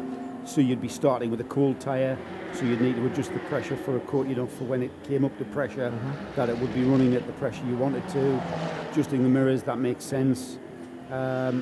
Replenishing the driver's drinks bottle, for instance, that's, you're inserting a new driver, it's kind of a fresh day. So everything you just described there is kind of very basic preparation for starting, and the pizza has arrived, for starting another run. What is it then, Nick? It's already sliced too. Right, okay listeners, we may go a little silent here for a little while, but just talk amongst yourselves. It's cold. Who cares? True. I haven't eaten since It's a long time since lunchtime. And it's 5:30. That's easily dinner time. So keep talking, Johnny. Thank you, Nick. I'll keep talking, and you start to I'll have a bite, then you'll polish have a that bite. off, eh? You might need a bit of help in a moment or two. Well, the Porsche's rejoined, thanks to a bit of help from the snatch vehicle that was in attendance, both doing a front lift and a bit of a straight toe together. Are all four wheels straight on that car? Look to be okay, but it'll be a relatively ginger lap back for the driver involved. It's number 37, by the way, the Porsche that we talk about, and I will get the driver that is at the wheel of that car in a moment or two, just as soon as my timing screen updates. But the race is led by Ryan Ratcliffe, Welshman, on board the Optimum Motorsport Audi now, and Nicky Pastorelli driving the Treble 3 V8 racing car, a name I'm far more used to seeing in a Corvette, Chevy Corvette, the former GT1 car that V8 Racing often bring to Dubai. But they've got this Renault RS01, bright orange car, number Treble 3 here this weekend, and Nicky Pastorelli piloting that in second position. A pit stop for Kenneth Heyer in his number 10 Hoffa Racing Mercedes. So from third position, Ken brings that car down pit road. Thomas Much at the wheel of the 702 car is fifth, and in sixth position it's Christian Poulsen in the 55 Massive Motorsport run Aston Martin Vantage.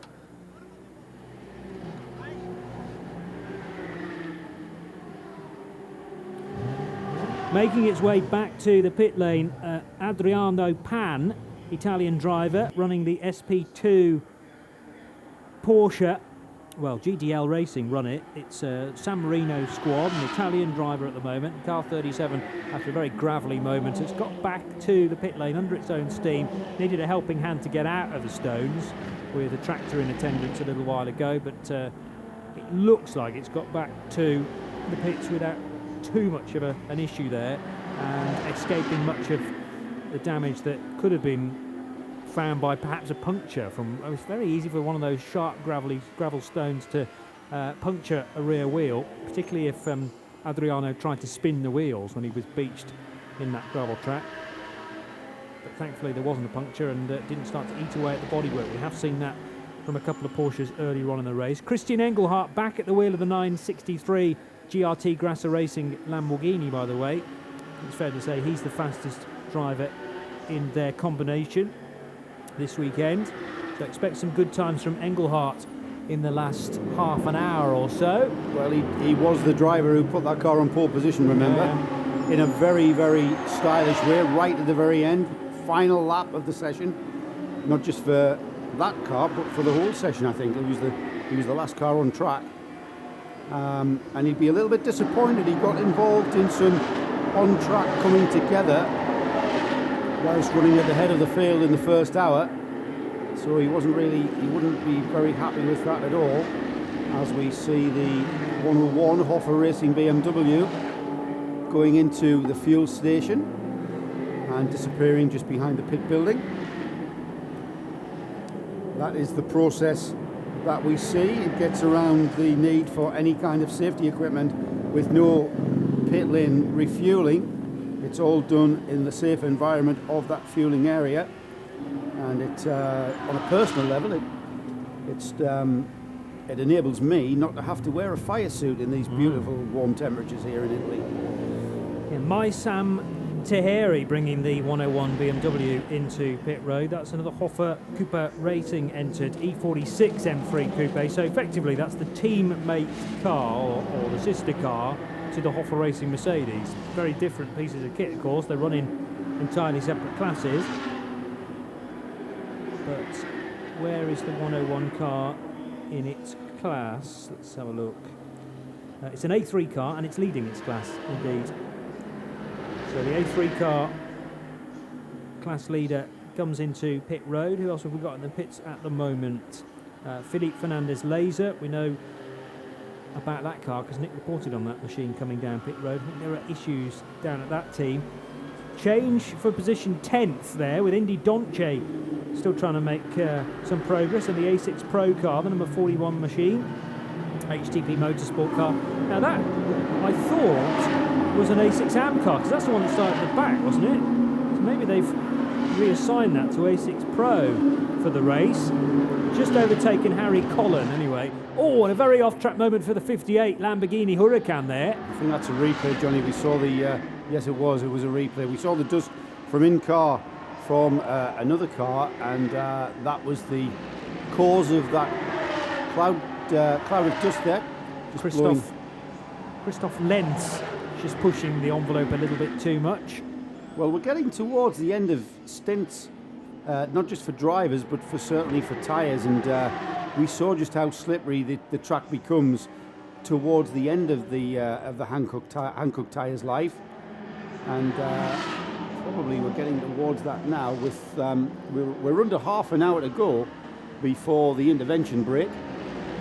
So, in fact, to be precise, 24 minutes left of this 4-hour segment of the 12 hours of Mugello. And the 101 car has made it out of the fuel station and is now at its pit box, where we are now about to see a driver change. And that's the Hoffa Kuiper Racing BMW E46. Can't see who was getting into that car. I think it might be Michael Kroll. Michael or Martin, I always get mixed up with those guys. Let me find out who it is. And Hoffa Racing, also with the BMW SLS, of that team in the A6 category. Always goes very well. And it is indeed Martin Kroll. 50-50 chance. And I got it wrong. So Martin Kroll, I think, was climbing aboard that car. Go ahead, Nick. Hang on.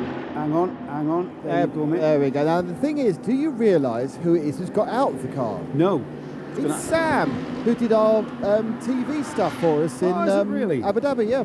Miss Sam Tahiri. Yeah, so he's actually Sam Tahiri. Sam Tahiri, so yes. I'm giving him his running Sunday. in the little radical things, wasn't he? Or little Yes, he wolf was. cars. Yes, he before. was. He also ran, I think, in a various saloon in Dubai, but he is one of our friends from Abu Dhabi. That explains the wolf overalls, Nick. There, see, it's all coming easy now. Yes, so it's here's Martin. It's not Martin Kroll who's got in it. He's just there. It's not Martin Kroll who's got in the car. Looked like him from behind. Man, I've had a disaster, everybody. I've had a clipboard issue. No, you've forgot your clipboard. I've just had my clipboard knocked out of my hand by a mechanic, and my papers have gone everywhere. Well, you're not a clipboardy kind of person, Nick, or else you would have ensured that it was clutching it to your chest. We clipboardy people, Johnny, know how to handle our clipboards. It is a clipboard disaster. It is. Have you rectified it? Have you I gathered have yourself picked up together? several pieces of papers. I've made Martin Kroll laugh, so that helps. Yeah. Well, you are in the entertainment business. We are, absolutely, here at RadioLeMans.com. And I take it, Nick, you're down there. You're going to get a word with Sam? Yep, I think so. I think we like to keep our friends as much publicity as possible. Misan Tahiri, giving him his full Sunday name, but affectionately known to us as Sam, the man who provided our television feed at the Abu Dhabi Gulf 12 Hours. So, yes, you'll have to turn me down for a second because I need to talk to Kurt. Okay, sir. Okay. As Nick sorts out that interview for us with Sam Tahiri out of the 101 BMW car. Certainly the things that we're interested in is just we talked to the faster class cars about how they'd handle traffic. It's equally as difficult in the slower class cars because you're constantly conscious of who and what is coming up behind you, and constantly looking in your mirrors before you turn in, because the last thing you want is not necessarily to trip someone up from a competitive sense, but the last thing you want is for someone to plough into the back of your car and wreck your race. So interesting facts. Not sure if Nick is ready. Yeah, Nick. Get down to Nick then. Hopefully got Sam. I have got Sam. But we're kind of, there's cars coming in and out.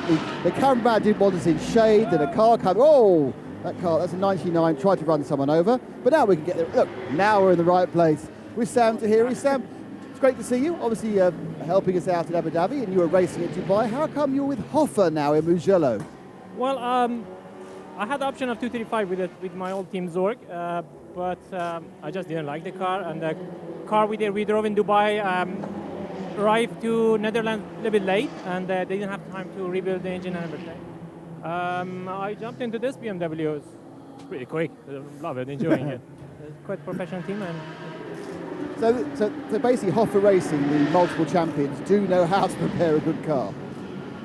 yeah, well, it's high level, very professional team, very knowledgeable. They know exactly what to do, zero mistakes, zero problems, except to the drivers when we go. We have to keep our nose clean, keep the car in one piece and bring it back. Yeah. So will you be doing the rest of the series in various different cars, or will you have your own car out for the rest of the races? Well, best of the series, Creventic, that's for sure. I love the endurance races. I did 12 hours in Abu Dhabi, but Creventic is something else. You do 85 cars, 100 cars in a grid, and you always have the challenge. You enjoy. You race every single moment. You know, it's pretty good. Yeah. Well, keep your nose clean. Enjoy tomorrow. We're hopeful. Thanks, Sam. Do you know, I just caught. I can see our picture up there. The light's gorgeous, isn't it? Yes, it's beautiful. It's actually making me look less unattractive. Fantastic. No, I need to be in this light the whole time. I feel it suits me. No, I wouldn't go that far. It would take a plastic surgeon for that to be achieved. That's from Miss Universe in Sunderland, 1934. Exactly. I did notice though, mate, over your shoulder, as Sebastian had the camera looking And behind you was this most beautiful blue sky. And here we are with the sun going down. It's now behind the grandstand in front of our position here. And it's got this beautiful orangey glow, this beautiful yellowy orange ambience about the place. And you're right, Nick, it is shedding. This is the light that we're seeing now, and the ambient light that we're seeing, that we're going to see at the end of the race, at the end of this whole race tomorrow, at this time. With 18 minutes to go before we stop things for the night, in exactly 24 hours, we're going to be 18 minutes away from the finish of this race. And what a lovely atmosphere, what a beautiful part of Europe to be in. It's, again, all credit to the Crevonic organisers to be thinking about coming to Mugello in the spring. And obviously, being in the middle of Italy, we're a little bit ahead of the kind of weather we see back home in the UK. It is absolutely gorgeous weather, not too hot, not too cold, just, you know, relatively chilly this morning, but nothing you couldn't live with. You can't live with. Beautiful, beautiful setting, the rolling hills of Tuscany. What a beautiful backdrop, and it's really, really evocative to be motor racing in such a fabulous venue. As we see a car off there, I think that was the Honda Civic there. We're in car with the Optimum Motorsport Audi R8, car 14, that is, and right off to the side was the Honda Civic. I'm trying to fathom out the number of that, Johnny. You don't know the number off the top of your head? No. I think it's 99. It is 99. Ricky Coomber. Yes, it is. Coomer. Now that car looked intact. Looked like he was just having a bit of an exploration foray onto the grass. Probably just checking the grass or the daisies, the length of the daisies, to see just how far into the spring season we are. But we're still. Well, that was fine. But Rick then needed to be careful as he rejoined, because he swung across, and unfortunately that's exactly where cars need to be on their approach to turn 3, because they go through turn 2. They can push out a little bit to driver's right, but then in trying to set themselves up for the racing line for turn 3, you've got to swing back across the track to get a wide entry into turn 3 and carry the speed through. I don't think he had a choice though, Johnny. He was needing to get back onto the track as, you know, safely and as quickly as possible. And I think Ricky was probably achieving that. We're staying on board though in the Optimum Motorsport Audi R8, car 14. Yes, Nick, go ahead. Quick one. The 55 car with one of the Porsches on board has done the clever thing. He's dropped off the lead lap, but he's done it by taking a huge slurp of fuel. But they've not changed drivers or anything else, because they get a free driver change in 17 running minutes time. Yeah. So he will go to the grid tomorrow, possibly not on the lead lap, but with a full tank. And that's worth, obviously, theoretically, about the same amount of time as an empty tank, being a lap ahead. It takes about 2 minutes to put the fuel in. So many strategies played out, but it does seem that we're going to end up with a maximum of 3 cars on the lead lap at the moment. Yeah, and that's exactly what we were talking about. Just sorry, Nick, who was that that's just done that? That was 55. Car 55, right. Now that is... Aston. Right. The Dane Train Aston. Yes, got it now. Is that the Massive Motorsport? Indeed. The Danish car. Yep. Our Dane Train. Now, we were talking about this earlier, Johnny, and it's like, what do you do? Because you are going to lose track position by doing that now and pitting and topping your fuel off. But it is going to give you a good run. We've just had another delivery of 5 pizzas, by the way. 5? Yeah, look over your shoulder. 5? Brilliant.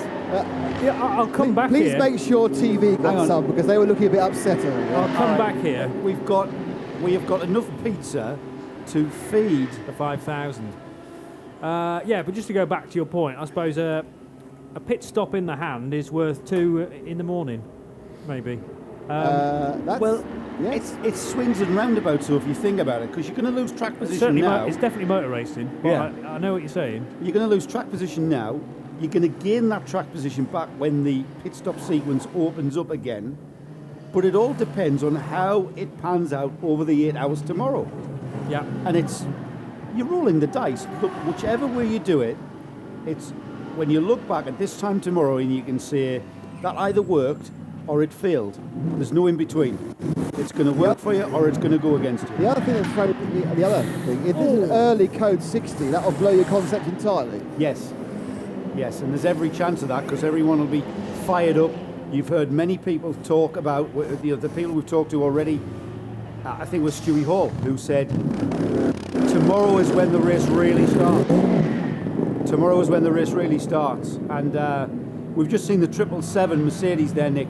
I saw you also in the picture there. Is there anything to report? I mean, they're just on a recovery drive, aren't they? They did a stop and they actually put new tyres on, because obviously what's not happening is that not many of these cars are coming in and changing tyres. So you're going to have different age of tyres, different amounts of...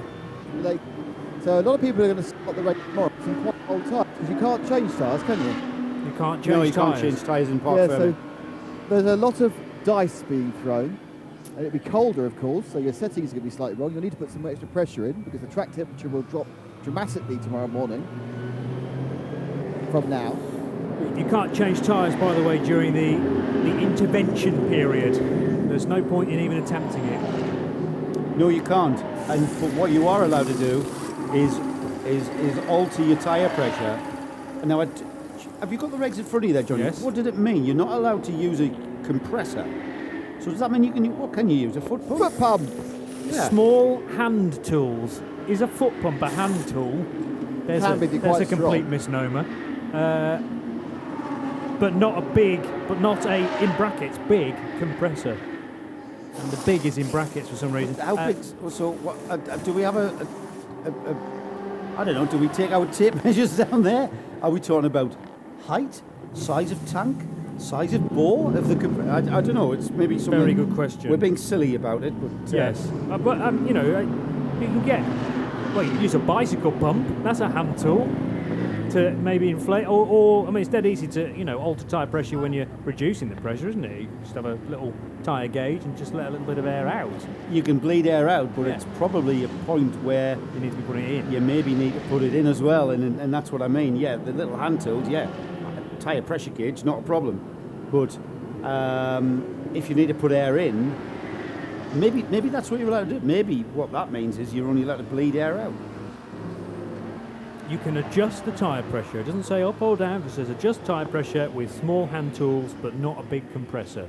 They don't want, you know, big bits of kit on wheels being taken out onto the grid, do they? Yeah, I can kind of see the point behind that. So 11 minutes to go for this first portion of the Mugello 12 hours, and as we went underneath the gantry there on board the GTL Racing number 67 Mercedes, confirmation of that, because there's a large digital clock which is suspended from the Mugello circuit gantry on the main straight, and it says 10 minutes and 36 seconds now to confirm. Sadly for the 67 squad, they're circulating down in 62nd position. Yeah, they've lost a lot of time in the pits, Johnny. I saw their car in the pits for quite some time. It was that fuel problem that they ended up changing the fuel cell and then found out it was a fuse. I've had that happen so many times. Not to me personally, but relying upon your auto electrician in your team who starts at the far end of something instead of small bit first, cheapest bit first, in fact. Replace the cheapest bit first. That's what you always do. Under 10 minutes to go then, under 10 minutes of racing left. So this is where you want to get into your best possible position to go into the break. And at the moment we've got the, would you believe, the Renault RS01 of V8 Racing, Nicky Pastorelli at the wheel of the 333 car in first place. Then we have the Glickenhaus, the car 702 of the Scuderia Cameron Glickenhaus. He is in second place. The driver of that car I'm trying to find is Thomas Much, the German driver. What's happened, Joe, is that Optima Motorsport have popped in for a refuel. So they've dropped off the lead and they've kept Ryan Radcliffe in the car. So they've done that. So it's Nicky Pastorelli now best part of a lap on the lead on his own, but with a relatively dry-tanked Renault RS01. Yes. Now, all right, Optima Motorsport looks, and I'm just waiting for the timing screen to cycle through, but it looks like he's 2 laps down off the lead lap now. Now that will come back to him tomorrow when Pastorelli, if he chooses not to pit now, but chooses to pit first thing in the morning, or very early in the race, and when we restart the race. So Radcliffe it is in car 14. We've been in car with Ryan for some time now. That car now in third place, the Optimum Motorsport Audi R8. And in fourth place is Kenneth Heyer in the Hofer Racing number 10. That car, as ever, just hanging about on the periphery of the front of this field, as they do, as the Hofer Racing Mercedes does. Every time, it's going to be there towards the end. It's the massive motorsport Danish Aston Martin. Poulsen, car 55 is the car we're talking about, and it's Christian Poulsen at the wheel of that, currently in 5th. And Kenneth Heyer cycles through. He's on the same lap as Ratcliffe in the Optimum Motorsport Audi. Just let's round off the top 10 then as we get towards 7 minutes, or down towards the 7-minute mark. So we are pretty much at the end of this first 4-hour segment. 5th place then Christopher Poulsen, as I said, in car 55. It's the car collection Audi R8 of Edelhoff, car 36 in 6th. Then we've got the number 23 car of Korn, is that, in the Verschoen Equipe, or the Equipe Verschoen Renault RS01. So great to see 2 of our Renault RS01s in the top 10 in this field. Then we've got Mercatelli in the Dynamic SRL Porsche. That's the first of our 991 class and the first car that we see in the field, 8th overall in car 56. The first car that isn't an A6 car. 9th place is the Icon, the 963, our pole position car. Started the race, the Lamborghini, the GRT Lamborghini started the race on the pole position. It's had an eventful 4 hours run and finds itself in 9th overall. And rounding off the top 10 is car 17, that's the Lafarge Mercedes, and that is the 2nd place car in the A6 AM class. I missed out saying that the leader of the A6 AM class is in fact the Renault RS01 of the Verschoen Equipe car, and that's in 7th place. That rounds off the top 10, and we are very, very close indeed, Johnny, to seeing the race being brought to a halt. And how do we bring the race to a halt? What colour flag do we use? It'll be a checkered flag. It's a checkered flag. It'll be a checkered flag. As soon as it'll be the first car or the car that's leading, and its first opportunity to cross the line once the 4 hours have elapsed. Yes, Nick Damon. There is a battle on the track, but we can't see it on the timing screens. But it's between first and second, because Thomas Much in the 702 is just 3 seconds away from unlapping himself in Nicky Pastorelli, and therefore being on the lead lap. Pastorelli and the 333 car have gambled on getting a lap on the field with an empty tack, but the 702 Glickenhaus needs to find 3 seconds in the next 3 laps and get past Pastorelli, and then he will be on the lead lap and laughing. I can't really, you know what, I can't really see the thinking there with the 333 car, because it's kind of a full security. All right, you go into the night in the lead of the race, but very, very quickly, if your tank's almost dry, you're going to get left behind. You're going to be back down to 3rd, 4th, maybe even 5th place if you have to forgo a pit stop very, very early in tomorrow's proceedings. So I really can't see the point, really. If everyone around you is pitting and topping off their tanks, then really you have to follow suit, really. You have to be flexible enough to react to what's going on around you. If you do the same thing, you get the same result. So doing something different he'll have probably about 20 minutes of fuel for tomorrow morning. If there is a code 60, they're winners. If there isn't a code 60, they haven't actually really lost anything. Yeah, it's a big, big gamble though, isn't it? And really, with 8 hours of racing left, the least you have to gamble. All right, maybe with a run to the flag with an hour, 90 minutes or so, then you maybe roll the dice to that effect. But certainly, I don't know. Maybe I'm a little bit conservative in that respect. So under 4 minutes now remaining as we look there to see quite a bunched field going into turn 1, and the number 10 Hofer Racing car, the Hofer Racing Mercedes I should say, has that lost out a position to the number 18 car? Where is that? No, it's certainly lost track position, but the number 18 Mercedes had quite an eventful run and is way, way down the field. So track position gained there, but not so much with regards to changing anything in the running order. 10 car snaking its way through the early part of the lap and trying to stick a lap on the number 35 Porsche. This is where you do not want to have an inadvertent clash with somebody that is a back marker. You've got to get through this traffic because you might be battling with somebody who's right on your tailpipes, but also everyone's concerned about just getting to the 4 hours with a complete car. Don't have a prank now, because this is the first third of the race virtually done and the end of it is in sight. Just got to get to parc fermé conditions, and yes, you can't really touch the car, but it'd be nice to stand back and have a look at it and think, well, that's not far off how it started 4 hours ago. 2.5 to go, and just trying to poke its nose at the inside of that Porsche was the Hoffa Racing Mercedes, and safely done by Kenneth Hyatt, running in 4th position, 3.7 seconds off the back of Ryan Ratcliffe. So who's catching who there? Last time around, Hyatt taking chunks out of Ryan Ratcliffe's time. So we may have a change, you know, with 2 minutes to go for 3rd position. They'll still line up tomorrow side by side on the 2nd row, but Kenneth Hyatt could finish the first 4 hours of this race in 3rd place. Well, you've got a very, very solid pair of hands on the wheel of that number 10 car. Kenneth Hyatt, son of the touring car legend Hans Hyatt, and so coming from a motorsport family, and there is the leading car there, the Renault RS01 of Nicky Pastorelli.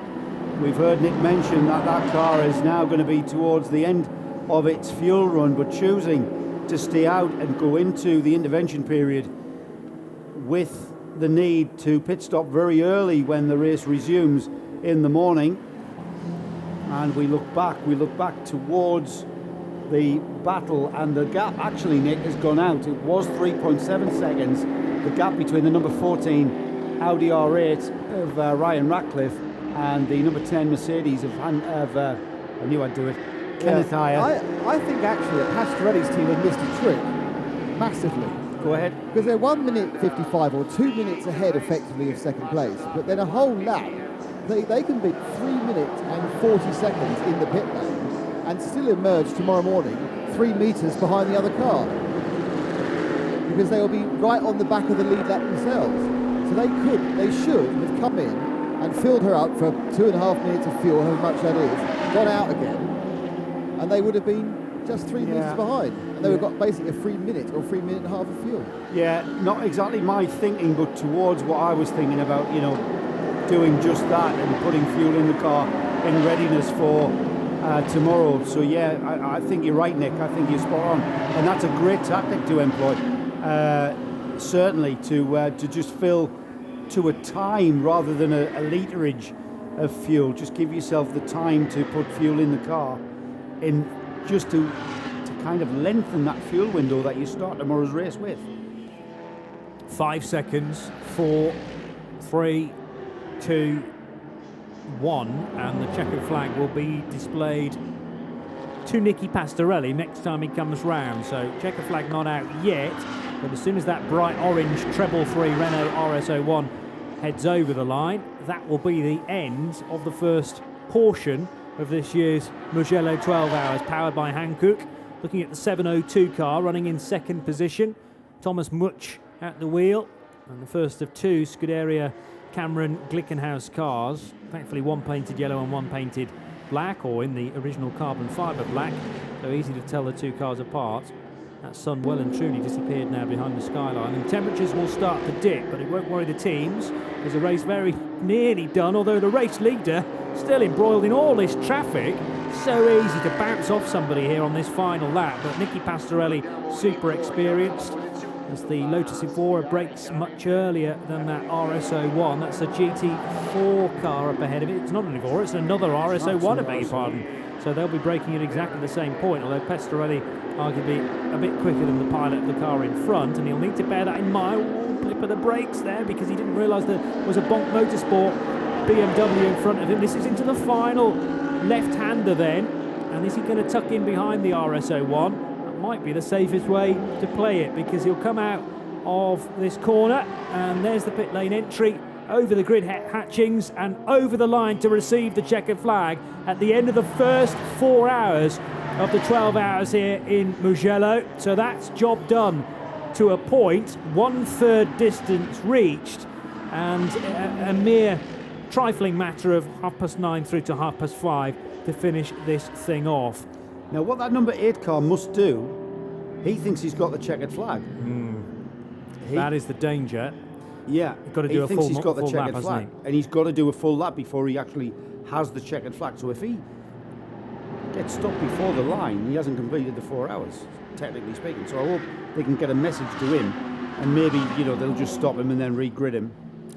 V8 Racing, though, and their treble 3 Renault RS01, driven by Nicky Pastorelli to end the stint, win effectively the first 4 hours of this race. Not a separate race, but nevertheless they got the checkered flag, and they finish a full lap ahead of the Scuderia Cameron Glickenhaus SCG 003C, driven by Thomas Much to the line. Thomas completing 119 laps. He didn't drive them all, of course. 120 laps completed by the treble 3 car. Third place, top marks to the 14 Ryan Ratcliffe-driven Optimum Motorsport car. Great stint from Flick Haig. Fantastic stuff from Joe Osborne to start that car off. And Ryan Ratcliffe was able to keep Kenneth Heyer at bay. Actually opened up a 10.5 second gap between him and Kenneth Heyer. The 11th place car, as you can see on the graphic, MRS GT machine. Further down the order in 22nd position finished the Vortex with its V8 power. That's a GC automobile by any other name. And the SP2 car finishing with 9 laps adrift of the race winner. Further down the order, the SP3 cars that finished nose to tail. NKPP Racing Seat Leon Cup racer just ahead of the Coroiser Lotus Evora, I noticed. So a couple of GT4 cars nose to tail there.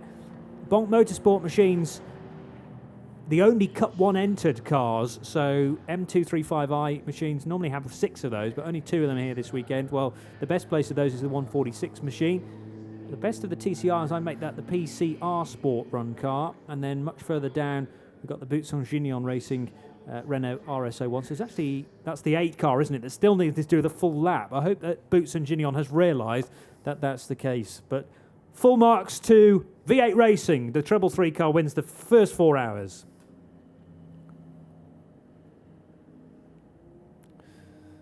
So, we have plenty of time to look back on the first 4 hours of this event. I think we're going to sign off on RadioLeMans.com in about 24 minutes. So, plenty of time for Nick Damon to do some hard work with drivers, he says.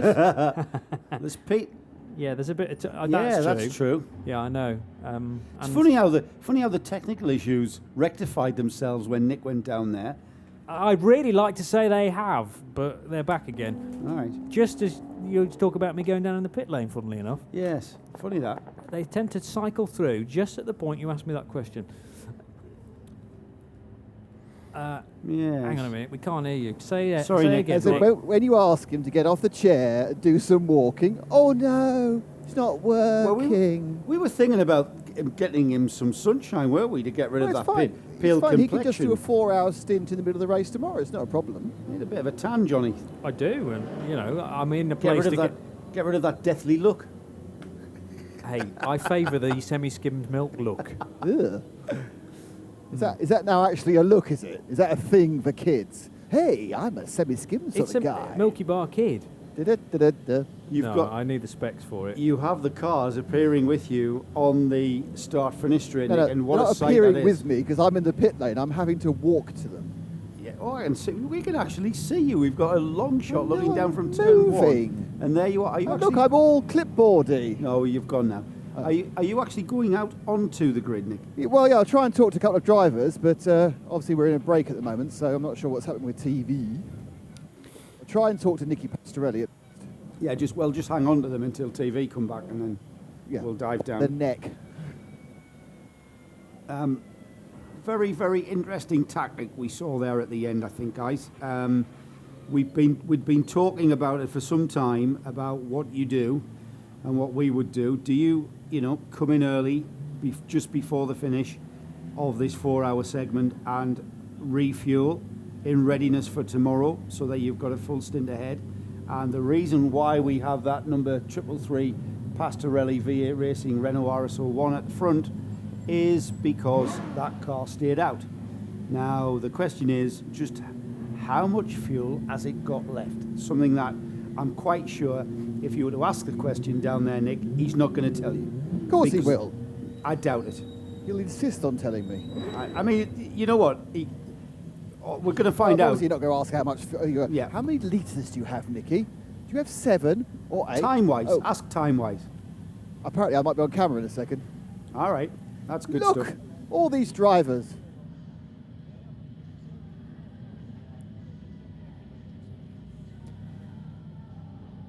So the after race sort of conversations can begin now, because we've had 4 hours of the Mugello 12 hours, and Nick Damon, our man on the spot, is there, as you can see. I'm spotty, and I've just dug up Kenneth Hire. Gertz is going to hate me now because I'm just going to talk to people. Kenneth, so the tactics are all playing out. Are you where you want to be with drive time, tyres and fuel? Yeah, normally we are absolutely on the plan. I think we are P4 overall in the moment. We have 1 round behind the second, so it's a bit too much. I want to gap it, but it was not possible. It was the same lap times every round, so it was not possible. And the last 15 minutes, I only save fuel for tomorrow. So, what can you do tomorrow to make up that gap? Yeah, that will be difficult.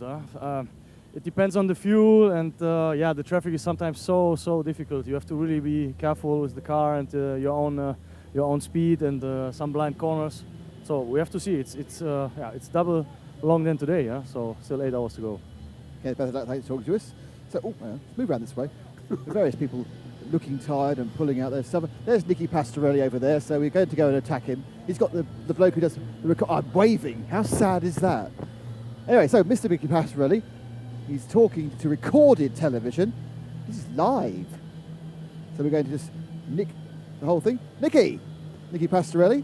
Where's my cameraman? There he is, on the car. Nicky, so you've taken the lead after 4 hours. You're a lap ahead, but you've got a lot less fuel than everyone else in the car. What are the tactics? Be as fast as possible tomorrow and try to finish in the lead at the end of the 12 hours. But, I mean, we've been talking about, the balance between, being ahead by a lap and actually what you can do tomorrow. I mean, it seemed to us that you had an option to come in, get a full tank of fuel and still be on the lead lap, just a couple of metres behind second place. Were you having conversations like that with the team management? Basically almost the whole stint. So I don't know exactly how far we are ahead, but this is one of the tactics that we talked about. We have several options, so we have the whole night to look at it, think about it, and decide what will be the best option for tomorrow. Now this RS01 suddenly has found a huge amount of pace in its latest form. I mean, how much extra work has been done since Dubai? Is it on a different balance of performance now? No, the balance of performance is the same. I just have to say that, we didn't run this car in Dubai, we ran the Corvette. But we did go testing between Dubai and this race to have the car in best possible way, best possible setup and reliability. It's working good so far. Let's see if it will last for 12 hours, but until now they did a great job. Miguel obviously ran a lot at the start, and Max, you've got a very strong team, so that's at least one thing you can cross off the potential worries. You've got all fast drivers. Well, I think that's one of our biggest advantages, that we have all 3 drivers are very fast, very consistent, don't make any mistakes until now, so let's hope we don't do that tomorrow again as well. That's one of our strong points.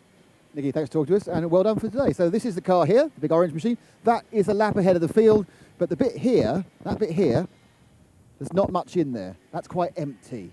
So the other cars, obviously, the Tervini, but this is the car that's currently in second. This is the Glickenhaus machine. The driver has disappeared. It was Thomas Mutch who took it in.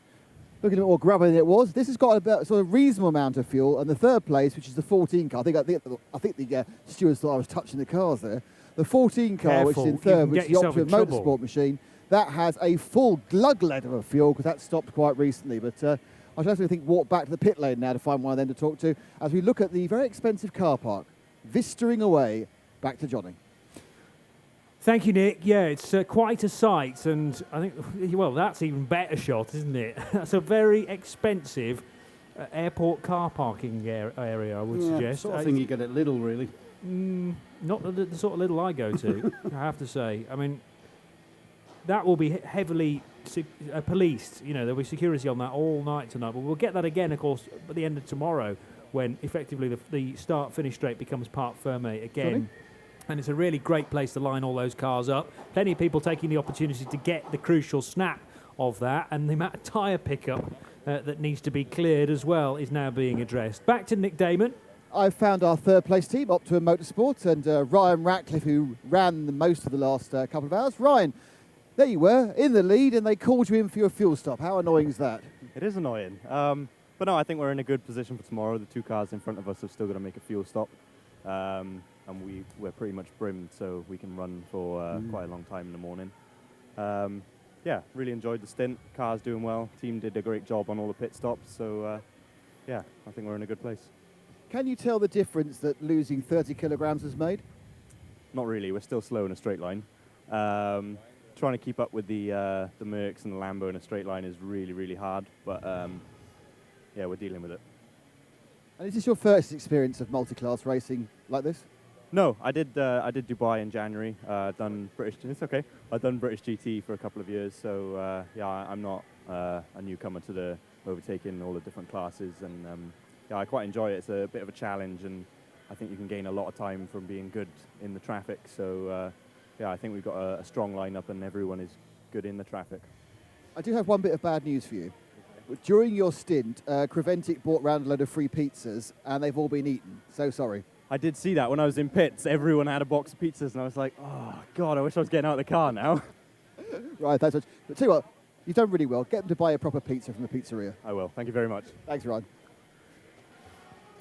Good work, Nick. Yeah, Ryan's always been a great kid. He's still relatively young, as you can tell, but lots of experience in GT racing at GT3 level as well. This is not his first chance. It might be his first opportunity in an Audi, but he's done some BMW Z4 action previously. A little bit naive, though, telling us exactly what fuel strategy they were on. I mean, yeah. I know it's not really it's not going to be a very well kept secret once we get underway tomorrow, because we're going to be able to see exactly what sort of fuel window these cars have when they start pitting for the first time.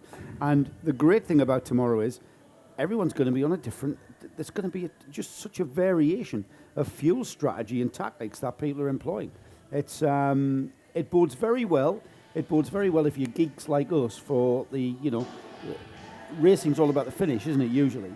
But for me, it's all about the technical challenge of the tactical aspect of this, as well as the mechanical and engineering side of things. But I'm looking forward to tomorrow, just to see how the difference of approach to this split race will pan out over the next 8 hours that we'll see tomorrow.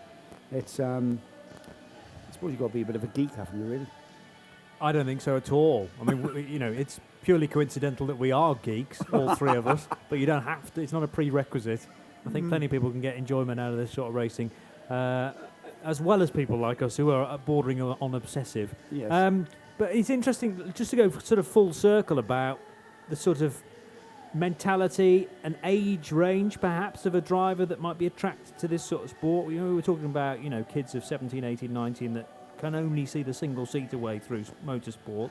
You almost do have to get to a level of maturity where you then bring in other elements to motorsport. It's not just a 25-minute dash where you go as quick as you can from the start to the finish. You have to think about, when are we going to fuel the car? You know, should we fuel it to the brim, or should we just do half, perhaps? And how does that set us up for part 2 of a race? That's totally alien to someone who's just used to watching Formula 1, for example, or Formula 3 or something like that. And you do it gradually. I mean, I understand it now after sort of gradually introducing these elements to a race. But if you are a young kid who is only used to one type of racing, it's quite a lot to take on board. You mean someone who's come from, say, Formula Renault or Formula 4 or... Yeah, but you know, you remember at the start of the day we were talking about can this type of racing be a development? Would it be worth putting in a young kid into this? Absolutely. Well, Conor De Philippi is a good example that I think Nick brought up earlier on, but he's quite a mature 20, 21-year-old, whereas younger kids might be like, no, all I want to do is Formula Renault, Formula 4 as it is now, BRDC Formula 4, and I'm Formula 1, and I don't care about these different elements in motorsport because it's all about my career path. Johnny, it's amazing how motorsport competition matures a child, whether that be male or female. You've got kids coming out of karting who are 15 years old, who are going into things like Ginetta Junior Series, and the maturity that you see is just phenomenal, and the kind of mental attitude that you see is phenomenal. That's it for now. We will join you tomorrow from 9:30.